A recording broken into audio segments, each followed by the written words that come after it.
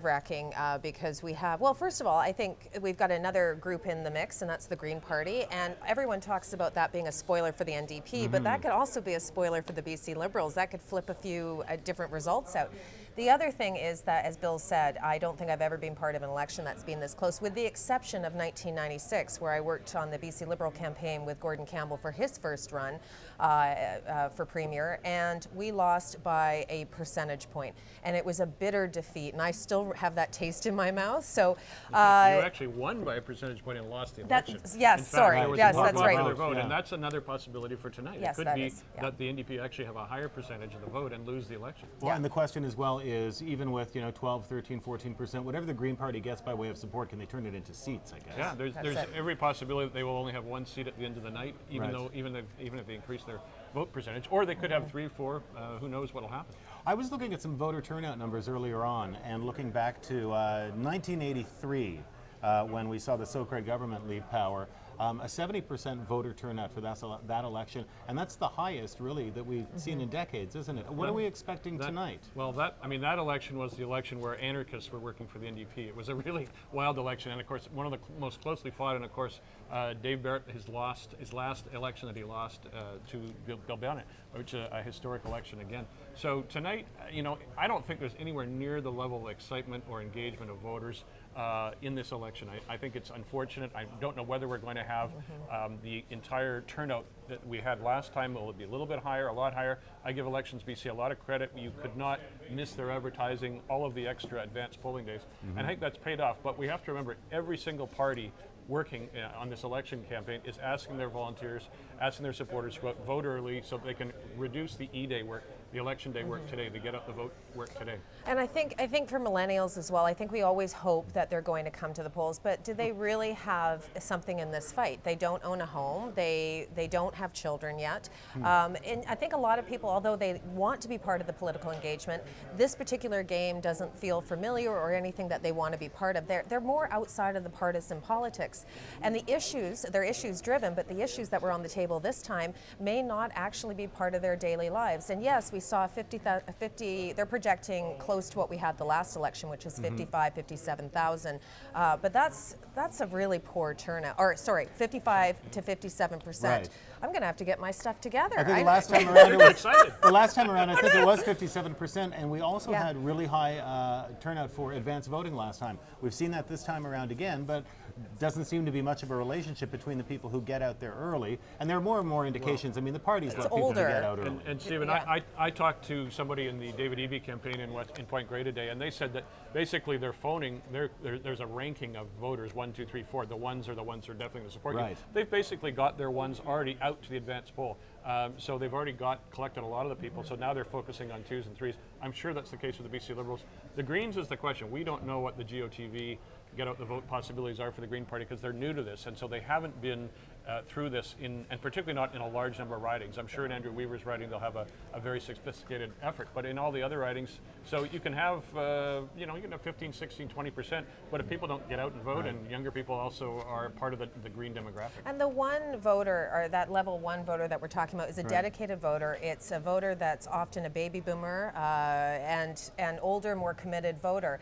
The reality, again, is that the NDP and the Greens, probably more of the Greens, really need what we in the BC Liberal land would call, a 3 or a 4. The younger voter, they need that tonight. They need to be able to pull them tonight. That will be the question, because they didn't show up for them last election as we sat there in 2013. We did. We're about an hour and 10 minutes from the polls closing now. I'm Stephen Quinn, the host of On the Coast on CBC Radio 1. We've got a panel for you tonight that we're going to be, they'll be with us throughout the evening. Elise Mills, who has worked with the BC Liberal Party. Bill Thielman, who's worked with the BC NDP. This is a Facebook Live. We do want your questions, so please put them below in the comments section. BC Votes 2017, the full coverage begins about 10 minutes from now. We're going to go away from, actually we're not going to go away from here because the full coverage is going to be available on Facebook as well tonight, on YouTube, and of course on CBC's main channel. Radio coverage begins at 7:30 this evening. Did I get all the plugs in? Have you I did. Them all in, right? We have one question. This one comes from Lynn, and this is a bit of an odd question for you. Why are all the party signs still around? I thought they had to come down by voting day. No. This is an easy one. Do Go you want for to take it? No, if it's easy, you have Is it. the answer no? Well, no, that's not true at all. And I think there's a lot of misconception.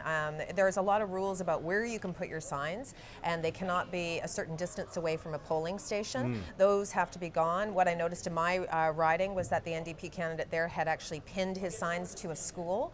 That's a bad move. And by the way, I think it's still there actually. Right. Yeah, even though You're only allowed to have marijuana shops near schools, not campaign signs. That's true. But yes, no, Lynn, that's a common. But you can't wear a button. I've been stopped before an election where I was wearing a party button and I forgot it was on there. Or a T-shirt. Right. And halt! You cannot come in with that button. You have to As put long it as in you your don't pocket. expose your NDP tattoo, we're fine. And actually, during the 2015 federal election, Elections Canada received the most complaints almost ever about those types of things that were happening during the campaign. T-shirts, candidates too close, campaigning, things like that. Actually, compared to that campaign, which I think was the worst run in modern history, this went very, very well today, even though Elections BC had their site shut down. So Well, the real question is, where is the Liberal troll truck? Is it parked outside an election station? So, And the interesting thing as well today is, I mean, we have such lovely civilized elections here in Canada, here in British Columbia. The biggest controversy, I think, at one of the election polling stations today was they ran out of "I voted" stickers, and that was a travesty. Here's a question from Kim Driscoll, who asks, "How soon will we know who has been elected?" Well, Please. so this time 4 years ago, Mr. Stephen Quinn and I were sitting at a desk, and we thought it was 8 o'clock that night, and we thought we'd be there probably, guessing until about at least 8:45. I think it was 8:18 that we were realizing that we were getting very close to calling it. So what you see on the screen isn't necessarily catching up to where the data is crunching and the software is crunching, and then all of a sudden you'll see an explosion of numbers. So let's hope that it's going to move really quickly tonight, that we'll have a decisive victory either for the NDP or the BC Liberals. Bill, what do you think? I think it's going to go on for a while, and of course there's a lot of interesting questions which we won't know the answer to. The Green vote was one question we had, but I think we'll probably know, and the CBC election desk, which does all the provincial elections and federal elections, has a very sophisticated mathematical formula for this. So it's not just looking at it, hey, I think it's time. They actually have a formula they use, and once they reach a certain couple of thresholds, they'll make a decision. If enough voters have voted and the percentages of popular vote and a couple other factors that I couldn't even explain, it's worse than so-called funny money A plus B theorem, then they decide. Well, and this is what I find so fascinating is how quickly they make that decision. I mean, we have rehearsed this. We've run through a couple of scenarios. We were all here last year, and it really is a little nerve-wracking when the decision desk Sometimes it can be a mess.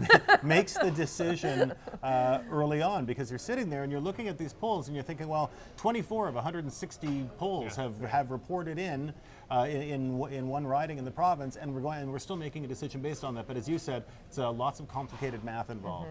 And the screen doesn't always catch up to where That's CBC's election desk is, or the software from other outlets. I mean, that's why you get that sudden explosion. And it's not necessarily even about candidates that you see with suddenly 1,700 votes and the other candidate's 500.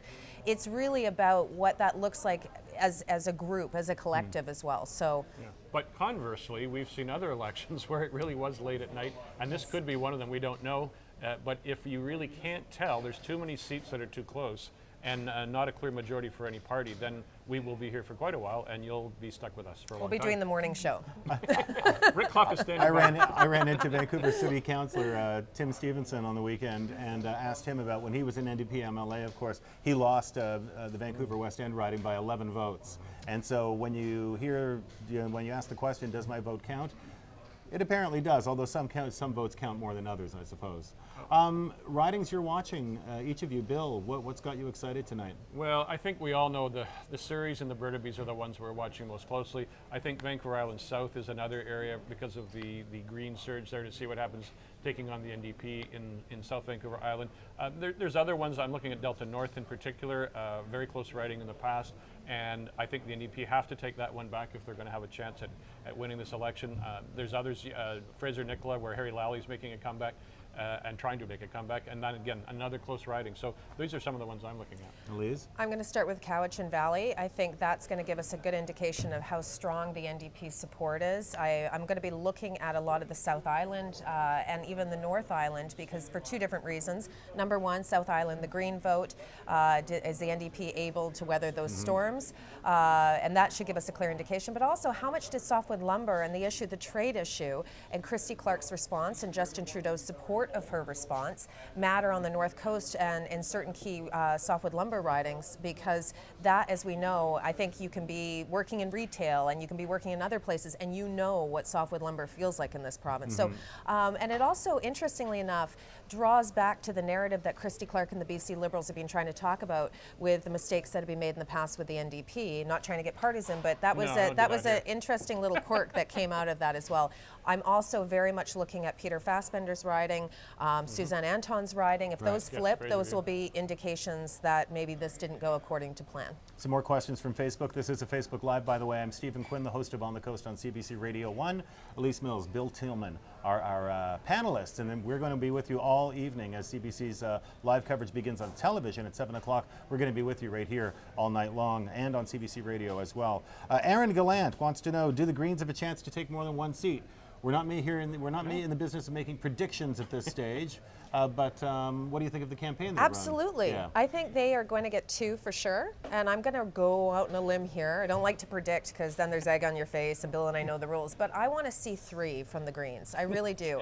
I think that there needs to be a little bit more of an opening to the political process in British Columbia, and I'm saying that as a BC Liberal. Mix it up a bit. Do you want to see those Green seats come from the Liberals or come from the NDP? Oh, the NDP, for sure. And they're going to come from the NDP if all goes according to plan. Bill, more than one seat? Well, we've kind of run over this already. Can the popular vote translate into more seats? Yeah, there's certainly possibilities, and it depends on the splits and the votes, the way they break and all those kind of things. So, anything can happen with it, and it will, Elise is maybe smoking in the dynamite shed right now. We'll see what happens a little bit later tonight, because there's definitely some Liberals who could. I mean, the only Green seat was taken from a Liberal, not from a New Democrat. That's true. Here's a great question from someone who may be new to British Columbia, Gerald McAlpine, who writes, can you explain how the BC election works? I read that Liberals aren't like the Liberals in the federal government, and it's all confusing. Why do people argue over whether BC Liberals or Conservatives? Elise. Oh, I'll take that one. Who's this from? Oh, Garland. Okay, Garland. Oh, sorry, I said Gerald. Garland. I'll get your name right. It's okay. No, this is very confusing. So to give you a little history, back in 1991 when I became a BC Liberal, they were part of the Federal Liberal Party. By 1995, there was a vote to separate out. Gordon Campbell became leader, and we sort of re-emerged more like the Social Credit Party of the 80s in British Columbia. We became a free enterprise coalition, and Liberals and Conservatives blended very well together, and that's why there is confusion as to whether the opponents will call the team Conservatives or nasty Conservatives, but it is actually a true coalition, and Brad Wall has one in Saskatchewan as well, and it works really well. Bill? Bad federal Liberals join with horrible Conservatives to become BC Liberals here, and good federal Liberals vote NDP. 30 seconds left. Tell me about, here's a question from Simon Hunt, who wants to know how to get more people engaged in voting. Could it be technology? Bill? Well, the simplest way is mandatory voting, which we have in 32 countries. Australia has 92% turnout, and you get fined if you don't vote. As a libertarian, I vehemently disagree with that. Your democratic right to vote or not to vote, that is the thing. Mandatory voting also happens in North Korea, and there's only one candidate, so you have to think about that. But, but I would say that engagement really happens when you have issues that you care about, and it will eventually come organically. That is it for us right now, but you can follow CBC's live election coverage all night long on CBC Radio 1, CBC.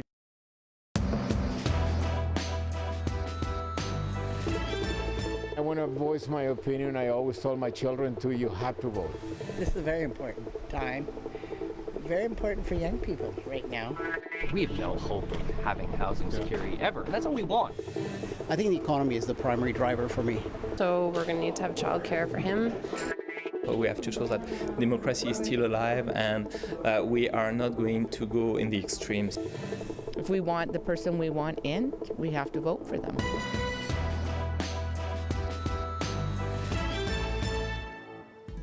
Good evening, I'm Andrew Chang. Welcome to Election Night. Those of you joining us online on our Facebook stream, and of course on CBC Television. We are officially counting down to the start of what could be a new beginning in BC.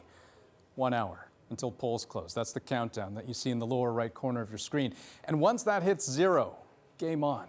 The votes get counted, and before the night's done, we will know who will form the 41st government of British Columbia.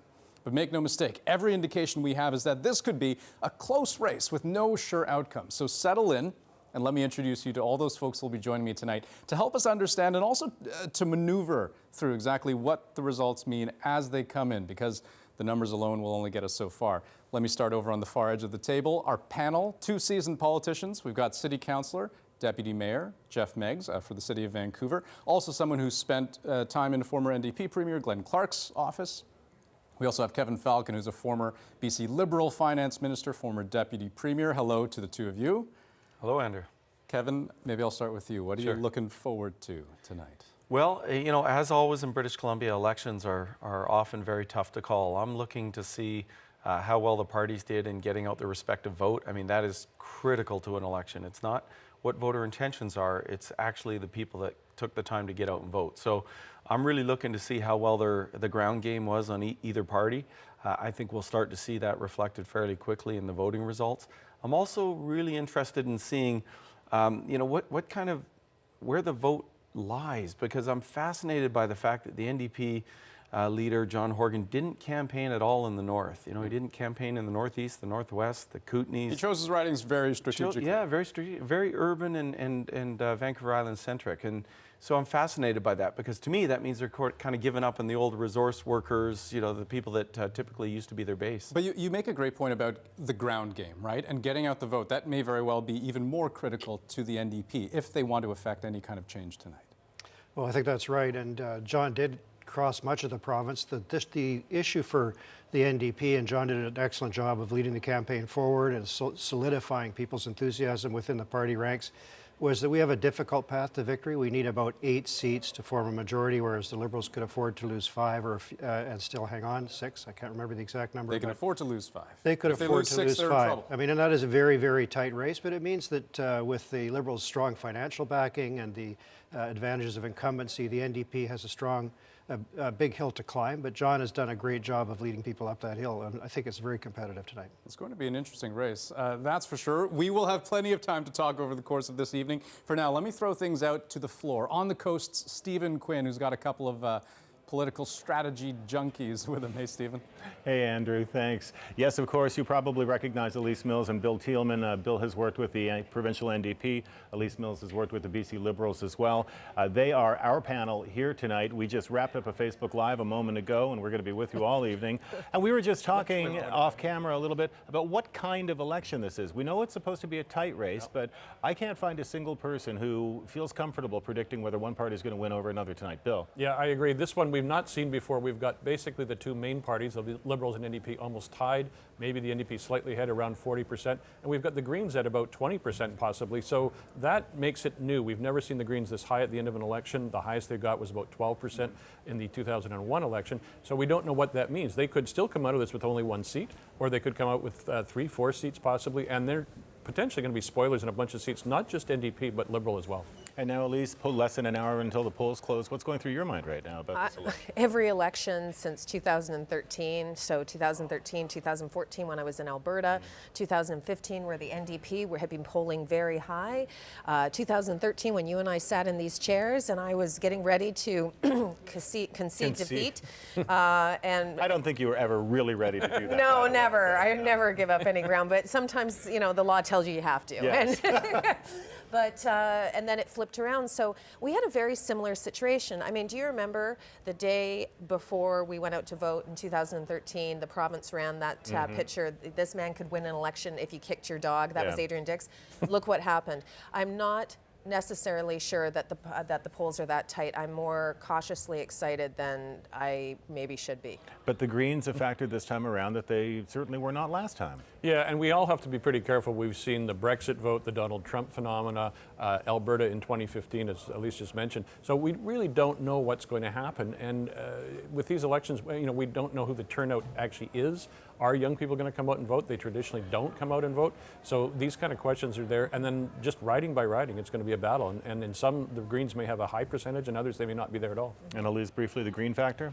I think the green factor is important. I don't think they're just, I'm going to say I think they could walk away with 3 seats tonight. They're definitely walking away with 2. I have yet to figure out whether they're my spoiler or Bill's spoiler of the night, or both of us get clobbered. But you know, they're not playing into the ridings that I'm looking for with the BC Liberals to see if they flip from incumbents to NDP. That really, for me, is going to be an indicator. All right, well, not too long until the polls close, less than an hour, and we are going to be in for a very entertaining and interesting evening. Absolutely. Andrew, back to you. Entertaining, interesting. Yeah, I think uncertainty may be the theme for this evening. Now, what's an election without results? Once 8 o'clock rolls around, they may start to come in fast. And Richard Zussman, who's usually in Victoria as our legislative bureau chief, he is going to be right here with us in studio, going through results, riding by riding by riding. Explain how that's going to work, Richard. And important to note this time around, Andrew, 87 ridings, not 85 like last time, so you need 44 to get to the majority. What you're going to see a lot of tonight are these boards. So these are our riding results board. The reason we're showing you this one is alphabetically, Abbotsford Mission comes first. So whoever's leading will appear here in this part of the screen. You can see no votes for anyone yet. Very important numbers to watch. This one will show you how many votes each candidate is getting.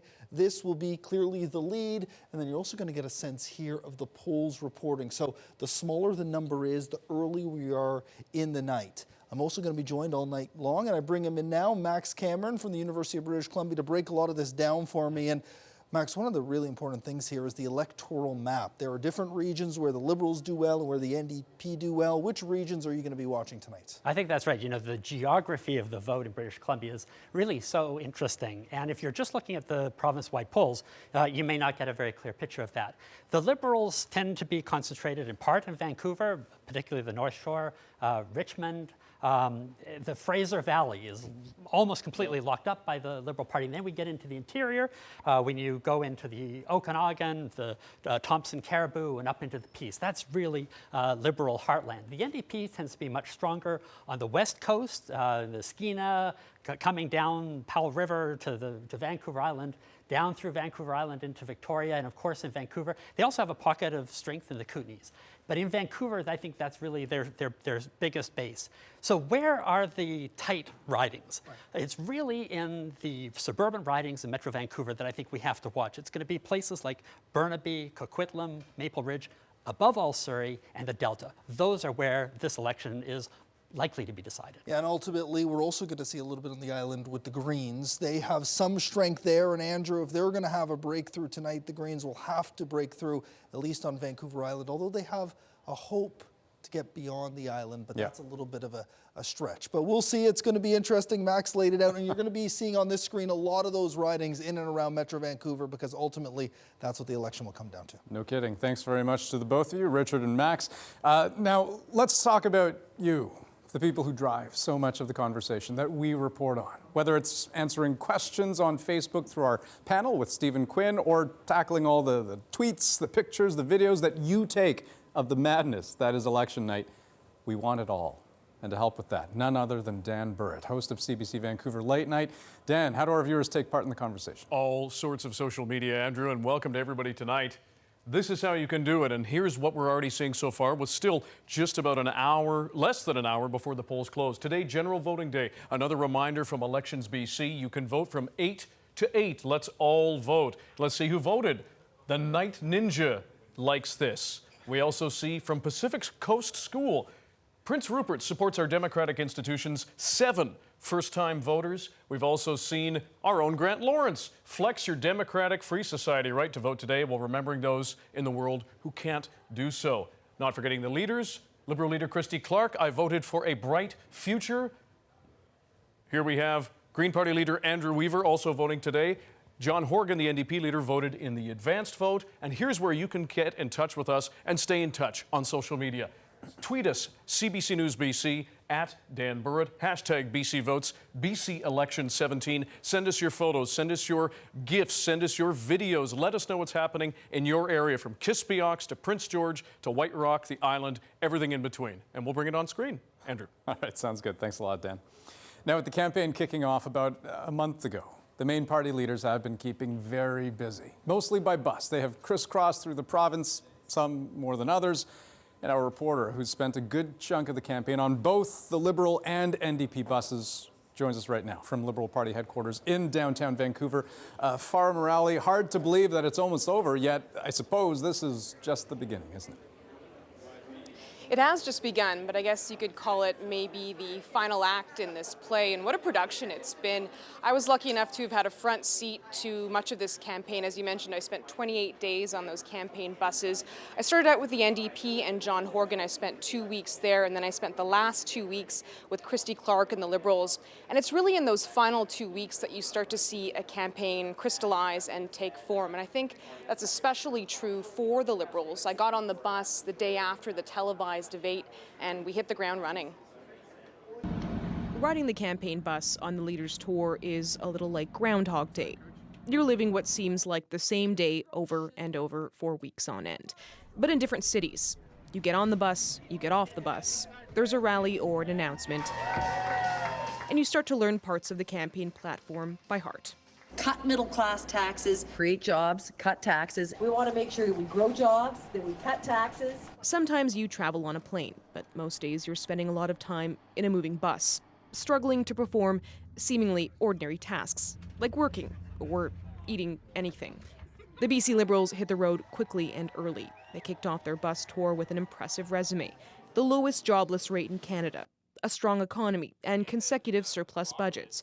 Let's say yes to more jobs. Let's say yes to a strong BC and a bright future, not just for us, but for our kids and grandkids. And while the Liberals spread that message of positivity to different communities across BC, the message to the NDP was decidedly less positive.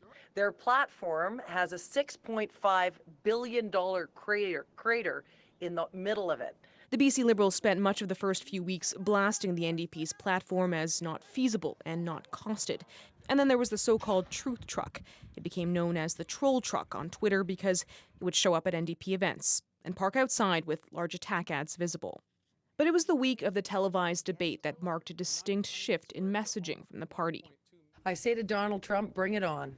When news emerged that the U.S. would be imposing stiff tariffs on Canadian softwood lumber, the party pivoted. Here we are at a time in this province with the rising tide of protectionism led by Donald Trump. For weeks, Christy Clark's central campaign message was jobs. Her new message, that everything BC worked for, is now at risk. Clark positioned herself as the only person who can fight for British Columbians against Donald Trump. She asked Prime Minister Justin Trudeau to ban the export of thermal coal in retaliation for the softwood tariffs, even saying BC would act unilaterally if it needed to. British Columbia will introduce a carbon levy on thermal coal on our own. In some ways, it was the surprises that defined the Liberal campaign, and it wasn't just the unexpected announcement of the U.S. tariffs on softwood. The BC Liberals got a quick lesson in the dangers of mainstreaming in a North Vancouver grocery store. While most campaign events are held in a controlled setting, an unplanned interaction with a woman named Linda Higgins in a grocery store went viral on social media. Yeah. Hi, Christy. Hi. Linda, nice to meet you. I never vote for you because of You don't have to. Yeah. That's why we live in a democracy. Yeah, thank goodness. The hashtag #IamLinda began spreading on social media, even popping up on signs at protests outside Liberal rallies. On the outside, though, it didn't faze Christy Clark or her team. As she said, we live in a democracy, and tonight British Columbians will decide for themselves whether it's her message they buy. Yeah, and indeed, that I am Linda moment, boy, that was an interesting point in time during the tail end of this campaign. Farah, when you look back at the 4 weeks, I mean, what sort of stood out for you as a lasting impression of the campaign? I think the one thing that stuck with me, Andrew, was something that Christy Clark said at a rally about 3 days ago in North Vancouver. She got up on stage to the raucous crowd, and standing next to her son Hamish, she said, "Let's be honest here. We haven't been perfect, but we in British Columbia are in a way better position than anyone else in Canada. And at first we were sort of taken aback by her saying that, but the more I thought about it, the more I realized this kind of epitomizes the Liberal campaign. I mean, whether you like it or not, the party has been dogged by criticism, whether it was questionable corporate donations or not doing enough to address the issue of housing affordability. This was Christy Clark seemingly coming out to make an appeal to disgruntled Liberal voters in the final stretch of this campaign. Whether that message resonates with them or not, we'll have to wait and see. Indeed. Farah Morali, live for us tonight at Liberal Party headquarters in downtown Vancouver. Thanks for that. Now I want to link up with Jesse Johnston, who's also spent time on both campaign buses. He joins us now from the Convention Centre, not far from where the Liberals are. This is NDP Party headquarters. Jesse, over to you. Andrew, one of the things that really stands out after riding that bus with the NDP for the last 2 weeks is just what a superstitious guy John Horgan is. He says it's something that he developed back when he was playing sports as a youngster, and you really got to see it on the bus. Every time he gets off, he walks over and pats the driver, Rob, twice on the shoulder. And then there's an eagle feather that a First Nations leader gave to him as a gift. It's hanging by the door, and before he leaves the bus, he has to touch it. And then there's his lucky coin that a union member gave him that he holds in his pocket every time he does a news conference. And he hopes that all that luck that he's been building up over the last 28 days will pay off for him tonight. So without further ado, I will hand the microphone over to the next Premier of British Columbia. Thank you. Election campaigns are always grueling. But for NDP leader John Horgan, that word doesn't begin to cover it. He's been attacked on everything from his party's track record in the 1990s. When we had the highest unemployment in the country, we had youth unemployment was higher than anywhere else west of Quebec. To the accusation that he'll tax and spend BC into a financial pit. They are going to tax you more for everything. And to steal a phrase, that will not make British Columbia better. To the suggestion that he's a loose cannon. You don't negotiate trade deals with the Americans by losing your temper. Liberal staffers tagged him with the nickname Hulk Horgan, portraying him as a boiling pot of rage who can't be trusted with the keys to BC's economic future. When Horgan's critics are making that argument, this is the moment they point to. Okay, all right. Calm down, John. Because, John, you promised... Don't touch me again, please. Holy cow, you've got quite a few. For 28 days, Horgan has shrugged off the criticism. He says he's passionate, sure, especially when he's standing up to a bully or fighting for someone who's been wronged. But angry and explosive? That's certainly not how Horgan sees himself. Well, again, this is something for those who know me in the gallery. We've had a long relationship, and I feel passionately about issues, and that's why I got involved in public life in the first place. If Horgan is a loose cannon, he's been given plenty of opportunities to show it in public. He's been chased around by the Liberals in a so-called troll truck. They're better than this alternative that's going to really just put us way down in the hole again here. And he's sparred with hecklers during news conferences.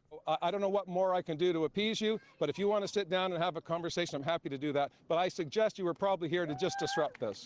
Through it all, for the most part, Horgan has kept his cool and stayed on message. Pretty good. His campaign is focused on three key promises: make life affordable for everyday people, improve services like healthcare and education, and create jobs in an economy that's sustainable. Because we don't have enough, we've got a crisis of affordability, and we're going to change that starting on May 9th with all the hard work you've been doing here and right across British Columbia. Horgan has delivered those words, or at least some variation of them, in just about every corner of the province over the last month. He's put a lot of miles on this, what he calls the US bus. We've been on the road today in the US bus. We've been talking to people. We were out at a training facility, training apprentices to build BC, and that is really exciting because we've got a plan for 96,000 jobs. Every day on board, someone from the NDP reads out a piece of trivia from 16 years ago, the last time the party was in power in BC. The first Fast and Furious movie had just been released, and George W. Bush was settling in for his first term as president. A lot has changed since then, and in Horgan's view, things have gotten much worse under the BC Liberals, and he believes he can make things better. He's about to find out if British Columbians agree. So, Jesse, you've spent a lot of time on the campaign with both the NDP and the Liberals. Is there a particular takeaway for you as we look forward to the big story about to unfold? I think the biggest takeaway is how different it feels being around the NDP this time around. I was at NDP headquarters in 2013, where it felt almost like being at Times Square on New Year's Eve and everyone was just waiting for the ball to drop for a big celebration. And staffers, they'll tell you they felt a little cocky that night. That's not the same feeling that we're getting from them tonight. And we all know what a big believer John Horgan is in luck, so he's definitely not going to do anything to jinx anything. Tempered expectations. Jesse Johnston live for us tonight from NDP headquarters. Thanks. Now, lest we forget, this was not strictly a two-party race. You cannot count out the BC Green Party because while they may be a long shot at forming government, there's no question that they could end up holding the balance of power before the night's done. They made history in 2013 by winning the party's first ever seat in the legislature with Andrew Weaver as leader, and tonight they've got their sights set on a much bigger prize. Richard Zussman has put together some of the highlights. It was a Green Party campaign full of firsts. A party leader, Andrew Weaver, with a seat to defend in the BC legislature. A campaign bus traveling across the province. Running candidates in a record-breaking 83 ridings and a platform focusing on more than just green issues. Basic income. Is that left wing? Is that right wing? No, it's a solution to a problem. The Green Party aiming for official party status tonight, 4 seats and beyond. The party gaining in the polls at times, especially on Vancouver Island, where Weaver served as an MLA. As people get to know who I am and what our party stands for, they're coming our way, and it's quite exciting. It was Weaver's debate performances that made the biggest difference in momentum, not the rehearsal debate on radio where the leader looked timid, raising his hand to ask questions, but the TV debate where he asserted himself between the two parties, both figuratively and literally, especially the NDP. You basically are saying then that you have a plan to develop a plan to come up with a plan. Correct. Correct. And tonight we find out if at least the Green Party plan worked, where voters from both sides of the political spectrum go green and ignore any fears of vote splitting. The vote will not just define the party's future, but Weaver's as well. The leader saying if his party fails to win more than his own seat, he will serve out his term and then quit politics. He's made history once and hopes tonight to do it again.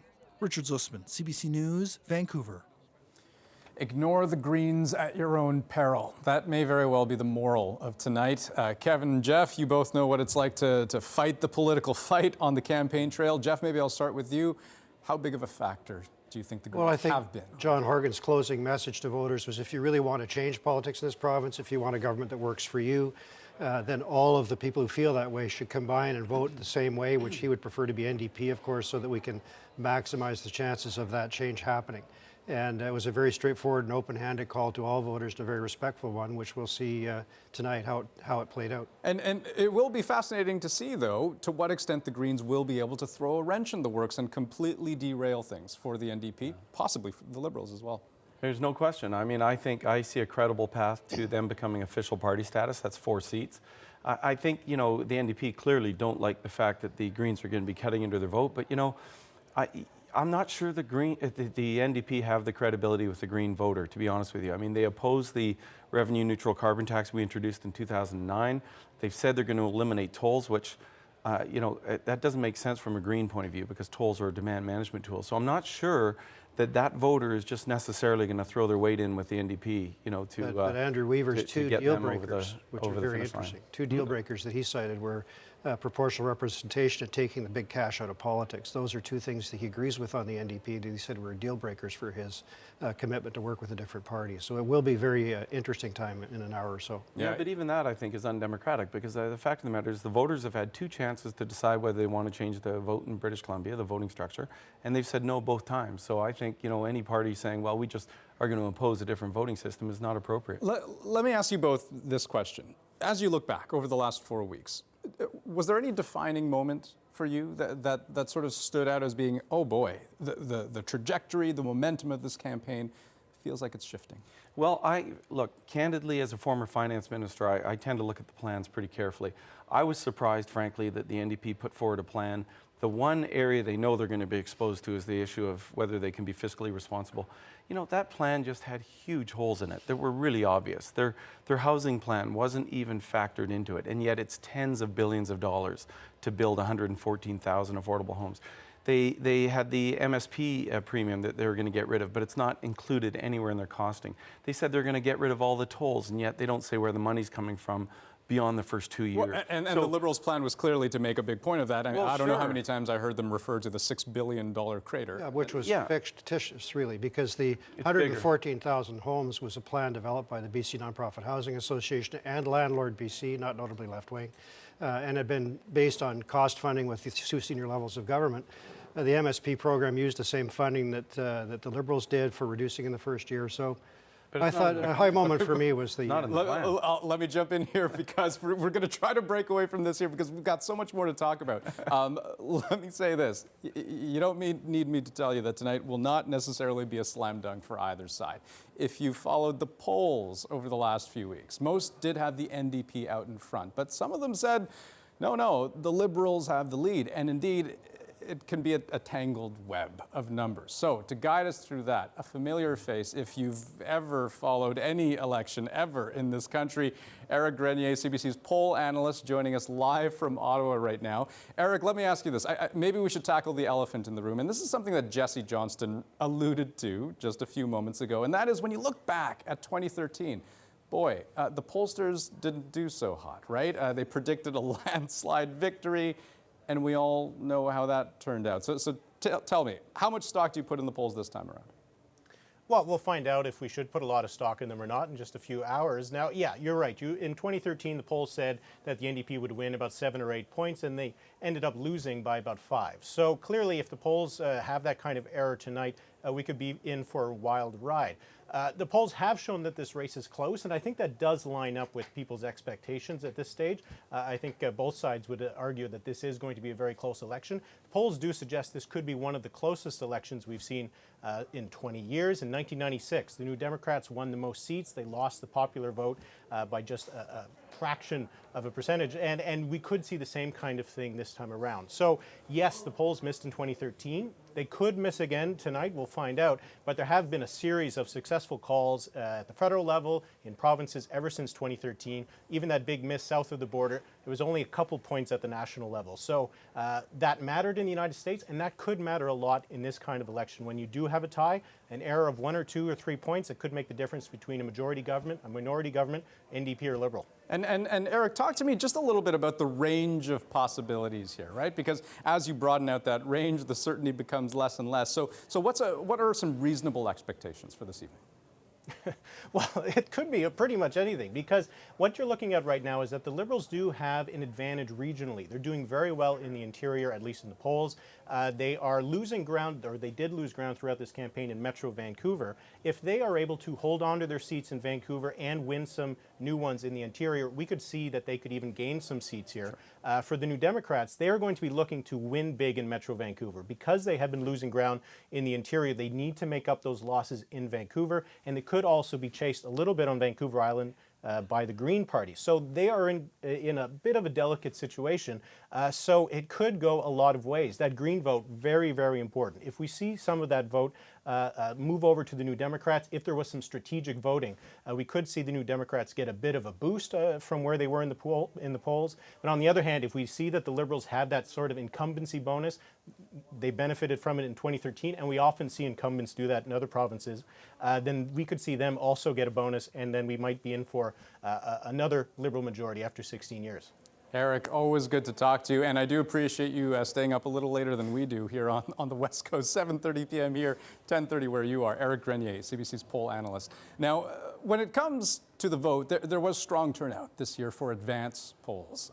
There were lineups, all those people wanting to vote early, but you can't come to many conclusions about total turnout based solely on that. Last provincial election, there were similar lines, even later hours for voting, but total turnout ultimately was one of the lowest ever, with only 57% of eligible voters casting a ballot. Now, every election seems to see an increase in advance polls, and the conventional wisdom used to be that a heavy turnout at the polls signaled change. Is that still the case? I suppose that's still very much the open I question. don't know if we know yet whether the turnout is up overall or whether it's just spread out over more days. And what I was hearing from NDP people in the field was that they weren't sure either. They didn't see anything unexpected. And I want to agree completely with one thing that Kevin said, which is that get out the vote is so critical, and that's a huge challenge for the Green Party because their vote, you know, they may have that in 2 or 3 ridings, but they may not have it in many more. And you know, good intentions mean nothing if they don't get to the voting box. I mean, typically, when you look at that conventional wisdom, Kevin, that more voter turnout, an increase in voter turnout, suggests that people are dissatisfied with the existing government, that they want to change things, so they get out and vote. When the Liberals look at the advanced numbers, do they start to worry a little bit? Well, no, because you got to remember the parties are actually pushing a lot of those numbers because one of the things the parties want to do is lock down their vote. So what they do is they identify their vote and then they push their vote to into the advanced polls because they really want to make them sure that they've actually voted. It gives them some comfort knowing that they've banked some votes and now they can go after the rest of the voters. So, you know, the higher turnout at the advanced polls could be in part because the NDP and the BC Liberals have really been pushing their support base out. And I have to agree with Jeff on the Green point too, because the Greens, unless they've really focused their attention on those 3 or 4 key seats, they have a real hope. If they try to spread their efforts too wide, they'll fail. What a friendly panel we've got here. Hey, Kevin agrees with Jeff. Jeff agrees with Kevin. It's a lovely world we live in here. What do we have? Less than 29 minutes to go. Now, whether or not people were, excited, energized during the campaign, one thing is clear. There's a lot at stake. The Liberals want to stay in power to keep a number of big projects going. Think LNG, the replacement bridge for the Massey Tunnel, the Site C Dam, another big project. Conversely, the NDP, sick and tired of keeping the opposition benches warm after 16 years. They want to take the wheel, especially after last election's bitter loss. Then there are the Greens, hoping that they have enough support to win 4 seats, giving them official party status and all of the additional funding and resources that come with that. So, all in all, a lot on the line. Here's how things stood when the campaign started. The Liberals held 47 seats. The NDP were at 35. The Greens had 1, belonging to their leader, Andrew Weaver. There were also 2 independents, but neither is running again. So those seats could very easily end up going back to their Liberal roots. We'll have to wait and see. A big change to note, though. This is something that Richard did bring up earlier. There are some brand new ridings in play, 2 more than we had in 2013. A number of ridings have also had their boundaries significantly changed, sometimes in the Liberals' favor, sometimes in the NDP's favor. So in total, 87 seats in play, which changes what it will take to win a majority government. 44 seats is the magic number. Now, if we had just a 2-party system tonight, we could guarantee you right now that one of them would form a majority. That's just the way the math would work. The speaker usually comes from the governing party, and they still get to vote in the case of a tie. But with a 3rd party in play, the Greens, we could be looking at a minority government situation. And that's pretty rare. That would be something. In fact, the last minority government in BC was in 1952 when W.A.C. Bennett was in charge. The minority government, mind you, didn't last very long, only about a year. There was another election at that point, and Bennett went on to claim a majority. And so began a 2-decade-long dynasty in this province that has never been repeated. That's a lot of pressure on Christy Clark, who could, tonight, match that achievement. A majority win would lead to 20 years of Liberal rule. But let me tell you right now, it's not going to be easy. There are a number of tight races that we've zeroed in on that would not only make the difference between a majority and minority government, but that could actually bring down the current government if things go the NDP's way. Richard Zussman has been keeping close tabs on those ridings, the swing ridings as we've known them. Richard, take us through them. Yeah, because elections really are a math game, just like you mentioned, right? You need to add some, you can't lose too many. So let me show you some of those ridings that we expect could go either way. The first one is Vancouver-Fraserview. Suzanne Anton, Attorney General, Justice Minister. She is the incumbent here, but George Chow, like Anton, is a former Vancouver City Councillor, and this was a very close race last time around. Is expected to be a close race again. Suri Fleetwood. Peter Fassbender's the incumbent, also a minister. Right now the minister responsible for TransLink, also the minister for Community, Sport and Cultural Development. If you take the results from 2013 and put it on the 2017 map, the NDP would have won. Jagra Burr's hoping for that here. Delta North, a very close seat. Last time, it was the closest actually on election night that the Liberals squeaked by. Ravi Kahlon running for the NDP. He's hoping to unseat the Liberal in Delta North here. And then Coquitlam-Millardville. This was the closest seat overall last time. Just 41 votes separated both Steve Kim and Selina Robinson. Robinson won, but last time Kim went to sleep on election night thinking he'd won, but after a recount, Robinson ended up as the MLA for the last 4 years. So it's a rematch for them in Coquitlam-Millardville. And this one I love. It is a three-way race here. These three candidates all ran last time. It's the only riding in the province where there are three candidates of the major parties running again, and all three of them finished within 400 votes last time. Gary Holman won it in Saanich North and the Islands, but this is one to really keep an eye on. If the Greens are to add another one, this could be the one that they add, as they're really targeting that area and are optimistic about it. Skeena, Bruce Bidgood is running for the first time for the NDP. It was Robin Austin's seat for 3 terms, but Ellis Ross is a high-profile candidate for the Liberals, a First Nations leader in the northern part of the province near Kitimat. That's where Skeena is, so this should be a very interesting race. It's one the NDP can't afford to lose. Burnaby Lougheed also won. The NDP can't afford to lose. Katrina Chen is hoping to replace Jane Chin, who is the NDP incumbent in this, not running again. Steve Darling, one of the Liberal stars. You may know him from television, a former TV personality. He's hoping to jump into politics here in this race, which is considered to be very, very close. Now we go a little bit further out away from where we are here in Vancouver, and this race should be really interesting. The last few elections, it's one of these ones where the NDP has had in the past and tried to break through the last few times and hasn't been able to. So maybe tonight's the night for Lisa Baer and Maple Ridge Pit Meadows. Doug Bing is the incumbent for the Liberals.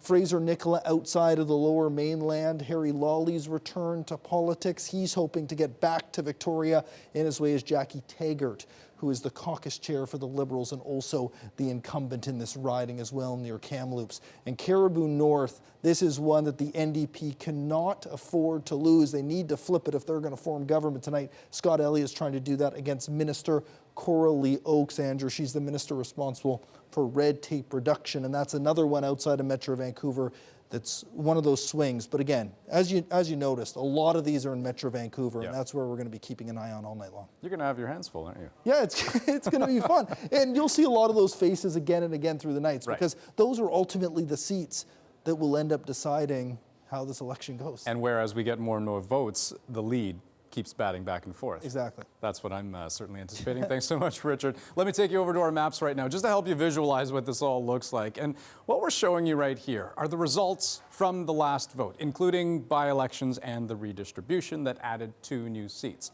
This is our starting point for the evening. And that big strip of Liberal red through the center of the province, that's got to stay red if the Liberals want to hang on to their majority government. Where we're likely to see the real fight tonight, the Lower Mainland, where the NDP needs to make big gains if they want to take the reins. If that doesn't happen, Christy Clark stays on as Premier.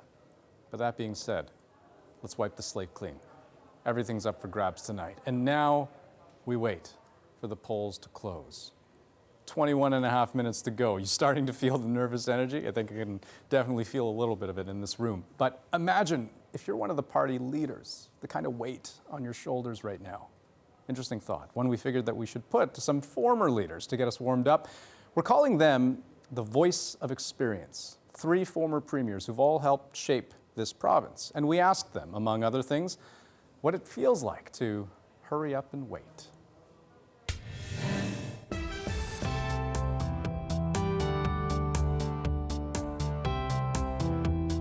Well, the first thing that comes to mind is, thank heaven it's over.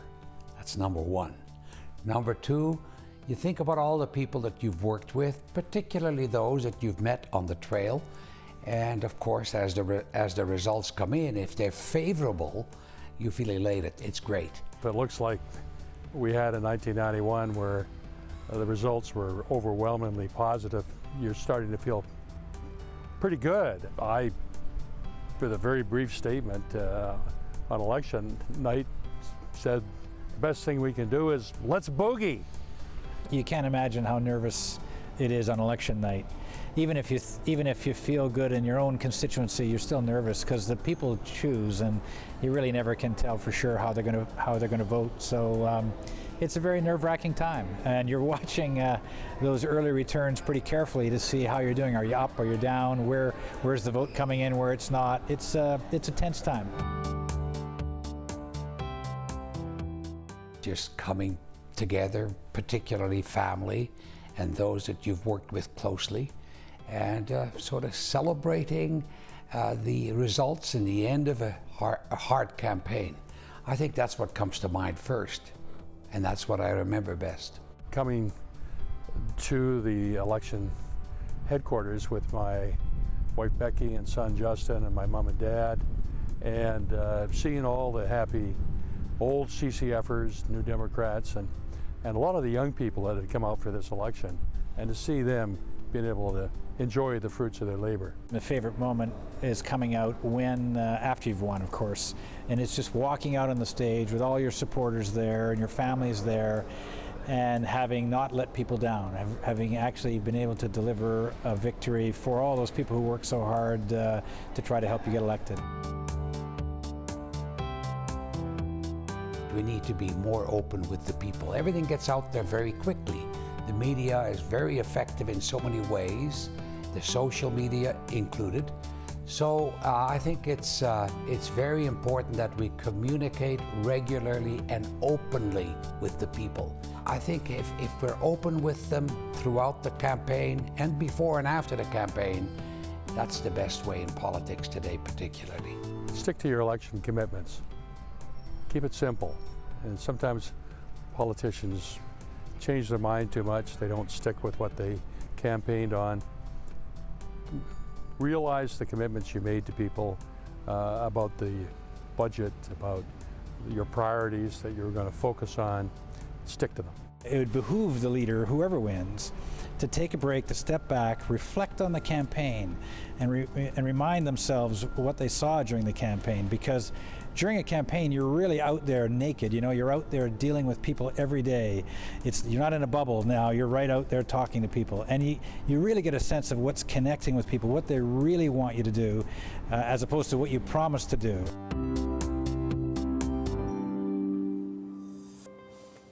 Thank you to those three gentlemen. Just under 18 minutes to go. Once polls close, we are going to be checking in with a number of our reporters stationed at the various party headquarters. Let's bring them into the conversation right now, starting at Liberal Party headquarters. They're gathering at the Fairmont Waterfront in downtown Vancouver, and two of our reporters standing by right now, Anita Bath, Eric Rankin. Anita, maybe I'll start with you. Your expectations for the evening? You know, I'm expecting tonight to be pretty optimistic from people here that we've spoken with, but they are very quick to say that they do believe it's going to be a close race. One of the things that really changed up the dynamic for a lot of the Liberal members is the strength of the Greens. And if you talk to people here tonight, they're just praying that the Greens, if they get another seat, are taking that seat from the NDP and not the Liberals. And let me throw some numbers at you, too. Now, this comes from the BC Liberal Party, but they say in 28 days of campaigning, Christy Clark traveled 13,000 kilometers, went to 42 communities and 55 ridings. And a lot of the time, they were targeting ridings where they thought they either had to shore up support or maybe possibly break through in some locations. They're looking at maybe about 8 or 9 ridings that could go either way. They call it horse trading. They could win some, they could lose some. But again, it's the Green Party is a bit of the wild card in this. They're hoping it's going to hurt the NDP more than the Liberals. And, you know, people here tonight are really trying to draw on what they call the strength of Christy Clark. They say she gives it 110% when party members are tired, when campaigners are tired. Christy Clark really thrives on that, they say. She's energized by it. And they say that up until the end of today, she gave it that 110%. That's really what's motivating people here tonight. That's what's bringing members together. And, of course, they are also saying that they are relying on voter turnout. And we don't really know, of course, at this point who that would benefit if there is a better voter turnout than last time. I think it was about 52, 55% last time. Will it benefit the NDP, the Liberals, or the Greens? I guess we'll find out pretty soon when the polls close. All right, Anita Bath, Eric Rankin over at Liberal Party headquarters tonight, which is at the Fairmont Waterfront, downtown Vancouver. Let's go ahead and flip things over to the NDP headquarters at the Convention Centre, also in downtown Vancouver. As I mentioned earlier, not all that far from where the Liberals are. Natalie Clancy standing by right now, and Natalie, that room has yet to fill up, huh? Not yet. You know, I just asked one of the supporters, does it feel like you've come to a movie you've seen 4 times before?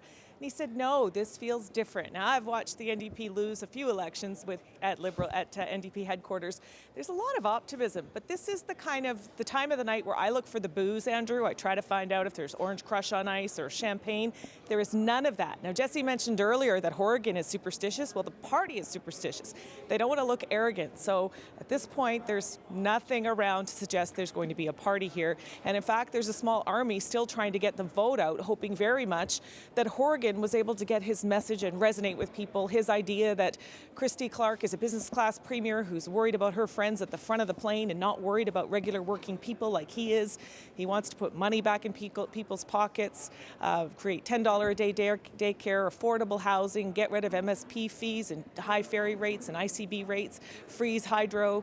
And he's tried to really sell the message that he's not Hulk Hogan. He doesn't have an anger problem, that he's passionate. He's a guy who, as Jesse mentioned earlier, he lost his father when he was young. He waited tables at the Keg, worked in a sawmill to put himself through university, where he met his wife, who he's been married to for 33 years. He is hoping he was able to connect with voters, hoping what happens tonight will be a celebration, nothing less than a change in government. Anything other than that will be considered a failure by longtime New Democrats who've lost before, and they're saying that this feels different. They have a lot of hope, but there's also a lot of nervous tension here tonight. You can feel it, but it doesn't feel the same as the last few elections. But again, it's still early, and the only poll that matters is still underway. Yeah, no doubt. A lot of questions that still need to be answered. Natalie Absolutely. Clancy over at NDP headquarters tonight. Now, the quickly growing and changing city of Suri, also a hot spot to watch tonight. There are 9 ridings there, with at least half expected to be hotly contested. Mira Baines at the Grand Taj Banquet Hall tonight in Suri, where there is a Liberal gathering. Mira, over to you. Andrew, we're expecting hundreds of Liberal supporters to come here to this banquet hall after the polls close. Now, people are just starting to gather right now. They're still prepping. They're still putting up signs. They're getting the butter chicken and the samosas ready. As you said, there are 9 seats up for grabs in Suri. In the 2013 election, there were just 8. Now, 5 of them did go to the Liberals and 3 went NDP. Now, this election, things are different because the boundaries have changed. And so that's caused some concern for some of the candidates in the Liberal camp. Now, one of them is Liberal, high-profile Liberal, Peter Fassbender. He's basically in the fight for his political life. He's running in the riding of Surrey-Fleetwood. Now, he's up against former NDP MLA Jagroot Brar. And so in this election, Fassbender really has to beat him quite divisively. He just won by 200 votes last time. And so this is a very important and key battleground for the Liberals. Andrew, back to you. All right, thanks so much, Mira. And yeah, Surrey, there's a lot of ground to cover there with 9 ridings. I believe we may certainly have Mira bouncing from riding to riding over the course of the evening as the story evolves. Thanks so much for touching base with us. Let me take you to Green Party headquarters right now. We've got Tanya Fletcher standing by. Tanya, big hopes tonight. Big hopes indeed, Andrew, and a lot of those hopes have really come on the shoulders of party leader Andrew Weaver.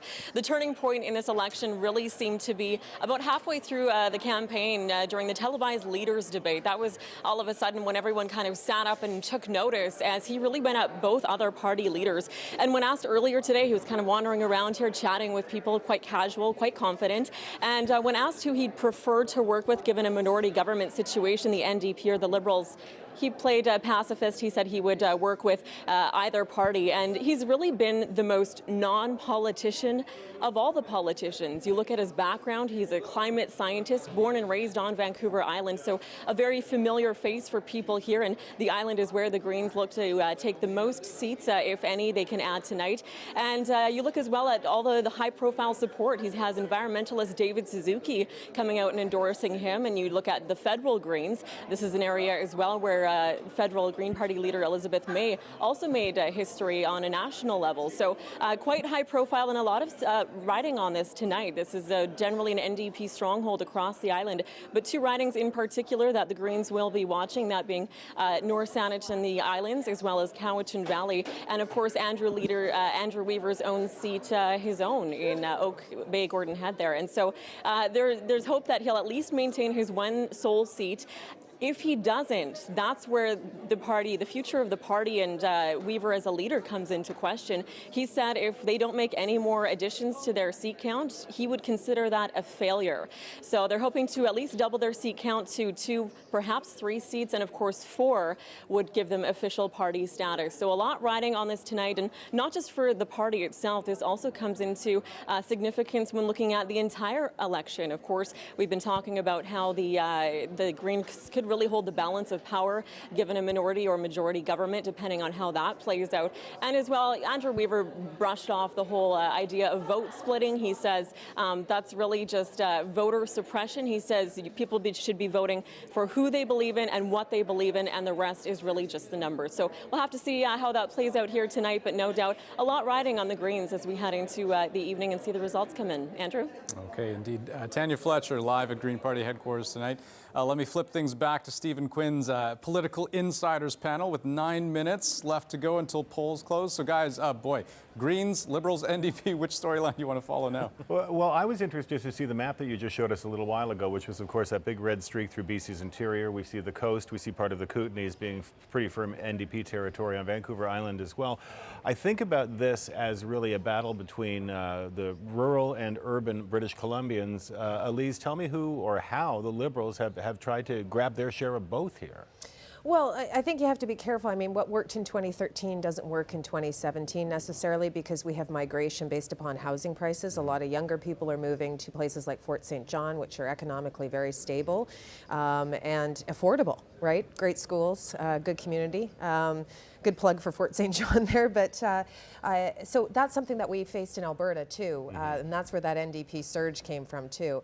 But yeah, it's absolutely that balance between jobs, the economy, jobs, the environment, the economy, the environment, right? So that's something that the BC Liberals, because honestly, the bottom line is if you care about social infrastructure, you got to understand how it gets paid for. And I think the reason that we're not seeing that big movement, we're seeing that polarization, is because there is a strong group of BC Liberal supporters, whether they're members, dyed-in-the-wool partisans or not, that understand that you can't make big promises like 114,000 new affordable houses without planning for that, without budgeting for that, that you can't have holes in your budget.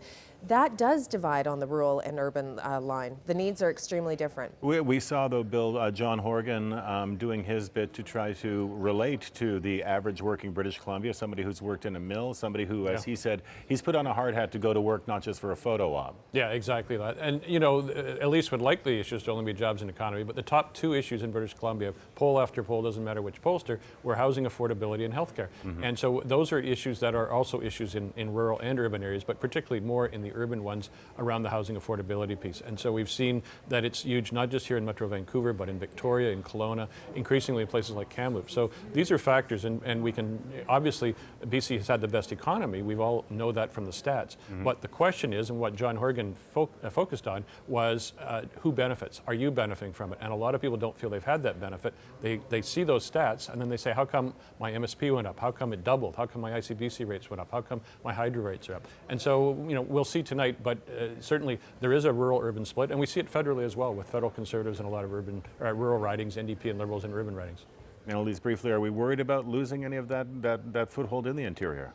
I think, I think there's opportunities for BC Liberals to make gains tonight, like on the islands in the North Coast area. I think the softwood lumber issue has really affected. We're seeing that surge, as you and I were talking about before we went on air. First week of May. Yeah, and I think that comes from the fear of softwood lumber. That is, like I said earlier in the program, that's something that works perfectly into the narrative that Christy Clark's trying to get out there. Do you remember the bad old days?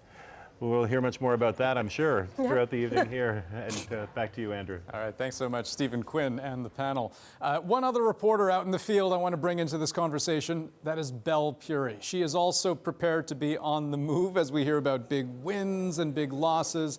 Belle starting the evening in Burnaby at the Firefighters Club at Metrotown. Belle, what's the story where you are? Well, traditionally Burnaby has been an NDP stronghold, but you know, it is home to some seats that could hold the key to victory tonight. Now, there are 4 ridings here, and sometimes it's hard to pick the differences between them. For instance, the Kinder Morgan pipeline expansion plan, that's of interest to voters across all 4 ridings, as is health care, and the NDP has promised if it's elected, it will build a new hospital in Burnaby. But at the same time, critics say that the NDP has failed a segment of renters, of tenants who have been displaced by the ongoing building boom here that's resulted in a lot of luxury condominiums. Now, Burnaby Lougheed is where the Liberals won 3 elections in a row until the last one. They lost to the NDP, but that candidate isn't running again, so the Liberals are looking to take that seat back.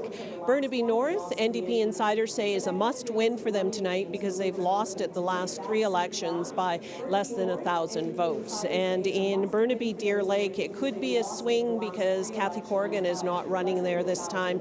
And Burnaby Edmonds should be an easy win for Raj Chauhan. Andrew? All right, thanks so much, Belle. Just under 5 minutes to go until polls close. And just a reminder for all you folks, we are on Facebook Live. Just find our Vancouver CBC page. You can also send us pictures and videos direct to us right here on set. Dan Burrett is our go-to for all things social media.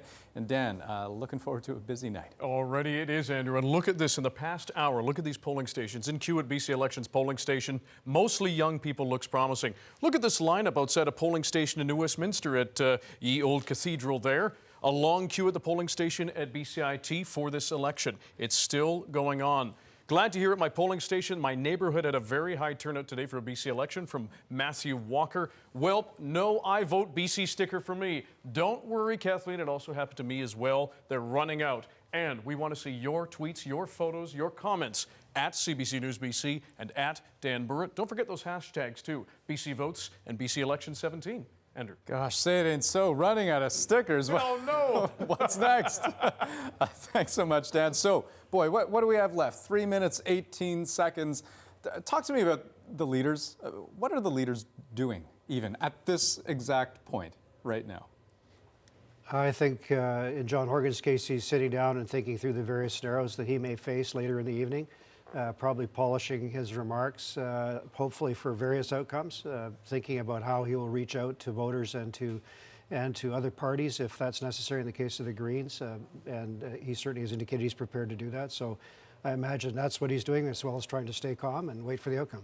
Staying calm, probably the hardest part about all this. And I mean, it's so easy to lose sight of the fact that there's nothing much you can do at this point, at this stage in the game. With, I mean, 2 minutes until polls close. It must be so difficult just to take a step back and say, all right, now I just have to watch. Yeah, no, that's exactly right. And I imagine both the Premier and John Horgan are in their respective hotel rooms, probably a small group of advisors. They'll be thinking about scenarios, talking about how they're feeling, what they're hearing in the field. But it'll be pretty relaxed. You know, it's now up to the public. This is where British Columbians really make the decision, and the leaders can sit back and watch and see what happens. And I agree. I think they'll probably work on various speech scenarios, and you know, hopefully they'll have a favored one that they hope to give. But you know, we'll see what British Columbians say others about they that. prefer to put aside. Yeah, fair enough. But I mean, but it's true. I mean, they have to account for just about every scenario. They have to be prepared. I mean, just in a practical sense, when they get up in front of that room full of supporters and having to address the crowd, but also just on a mental level, on an emotional level. That can't be easy either. Well, I think that I would say all of the leaders have clearly carried their banner as hard and as fast as they could. It's been an exciting campaign from that standpoint. And it's very, very difficult, I think, when you're sitting waiting for those results to come in to see if that work has been vindicated. And, you know, there could be different outcomes tonight. So that's very difficult after the polls close. I think the anxiety becomes higher for a would-be candidate than it is before in some respects. You think the Liberals are feeling a lot of anxiety right about now? Sure they are. You know, all the candidates are. You know, I've done this, I've run several times myself. Every night you're thinking about your own situation, you're thinking about your colleagues. you know, how they're all going to do. And yeah, it's a nerve-wracking experience for everybody. All right, well, it is a nerve-wracking experience that we are getting closer and closer to. 50 seconds left on the countdown clock, getting very, very close. In just a few moments, those polls are going to close, and British Columbians will have had their say as to who and which party should lead this province for the next 4 years. All that's left to do is count and wait. The Liberals' Christy Clark could become the first woman premier in Canada to be re-elected. The NDP's John Horgan has a point to prove. He'd love nothing more than to steer this ship, that is British Columbia, straight into 2021. And the Greens could create a big upset, dashing either of the other parties' hopes to form a majority government. How will this turn out? Anyone's guess. That's why we run the numbers. Our CBC election special, BC Votes, starts right now.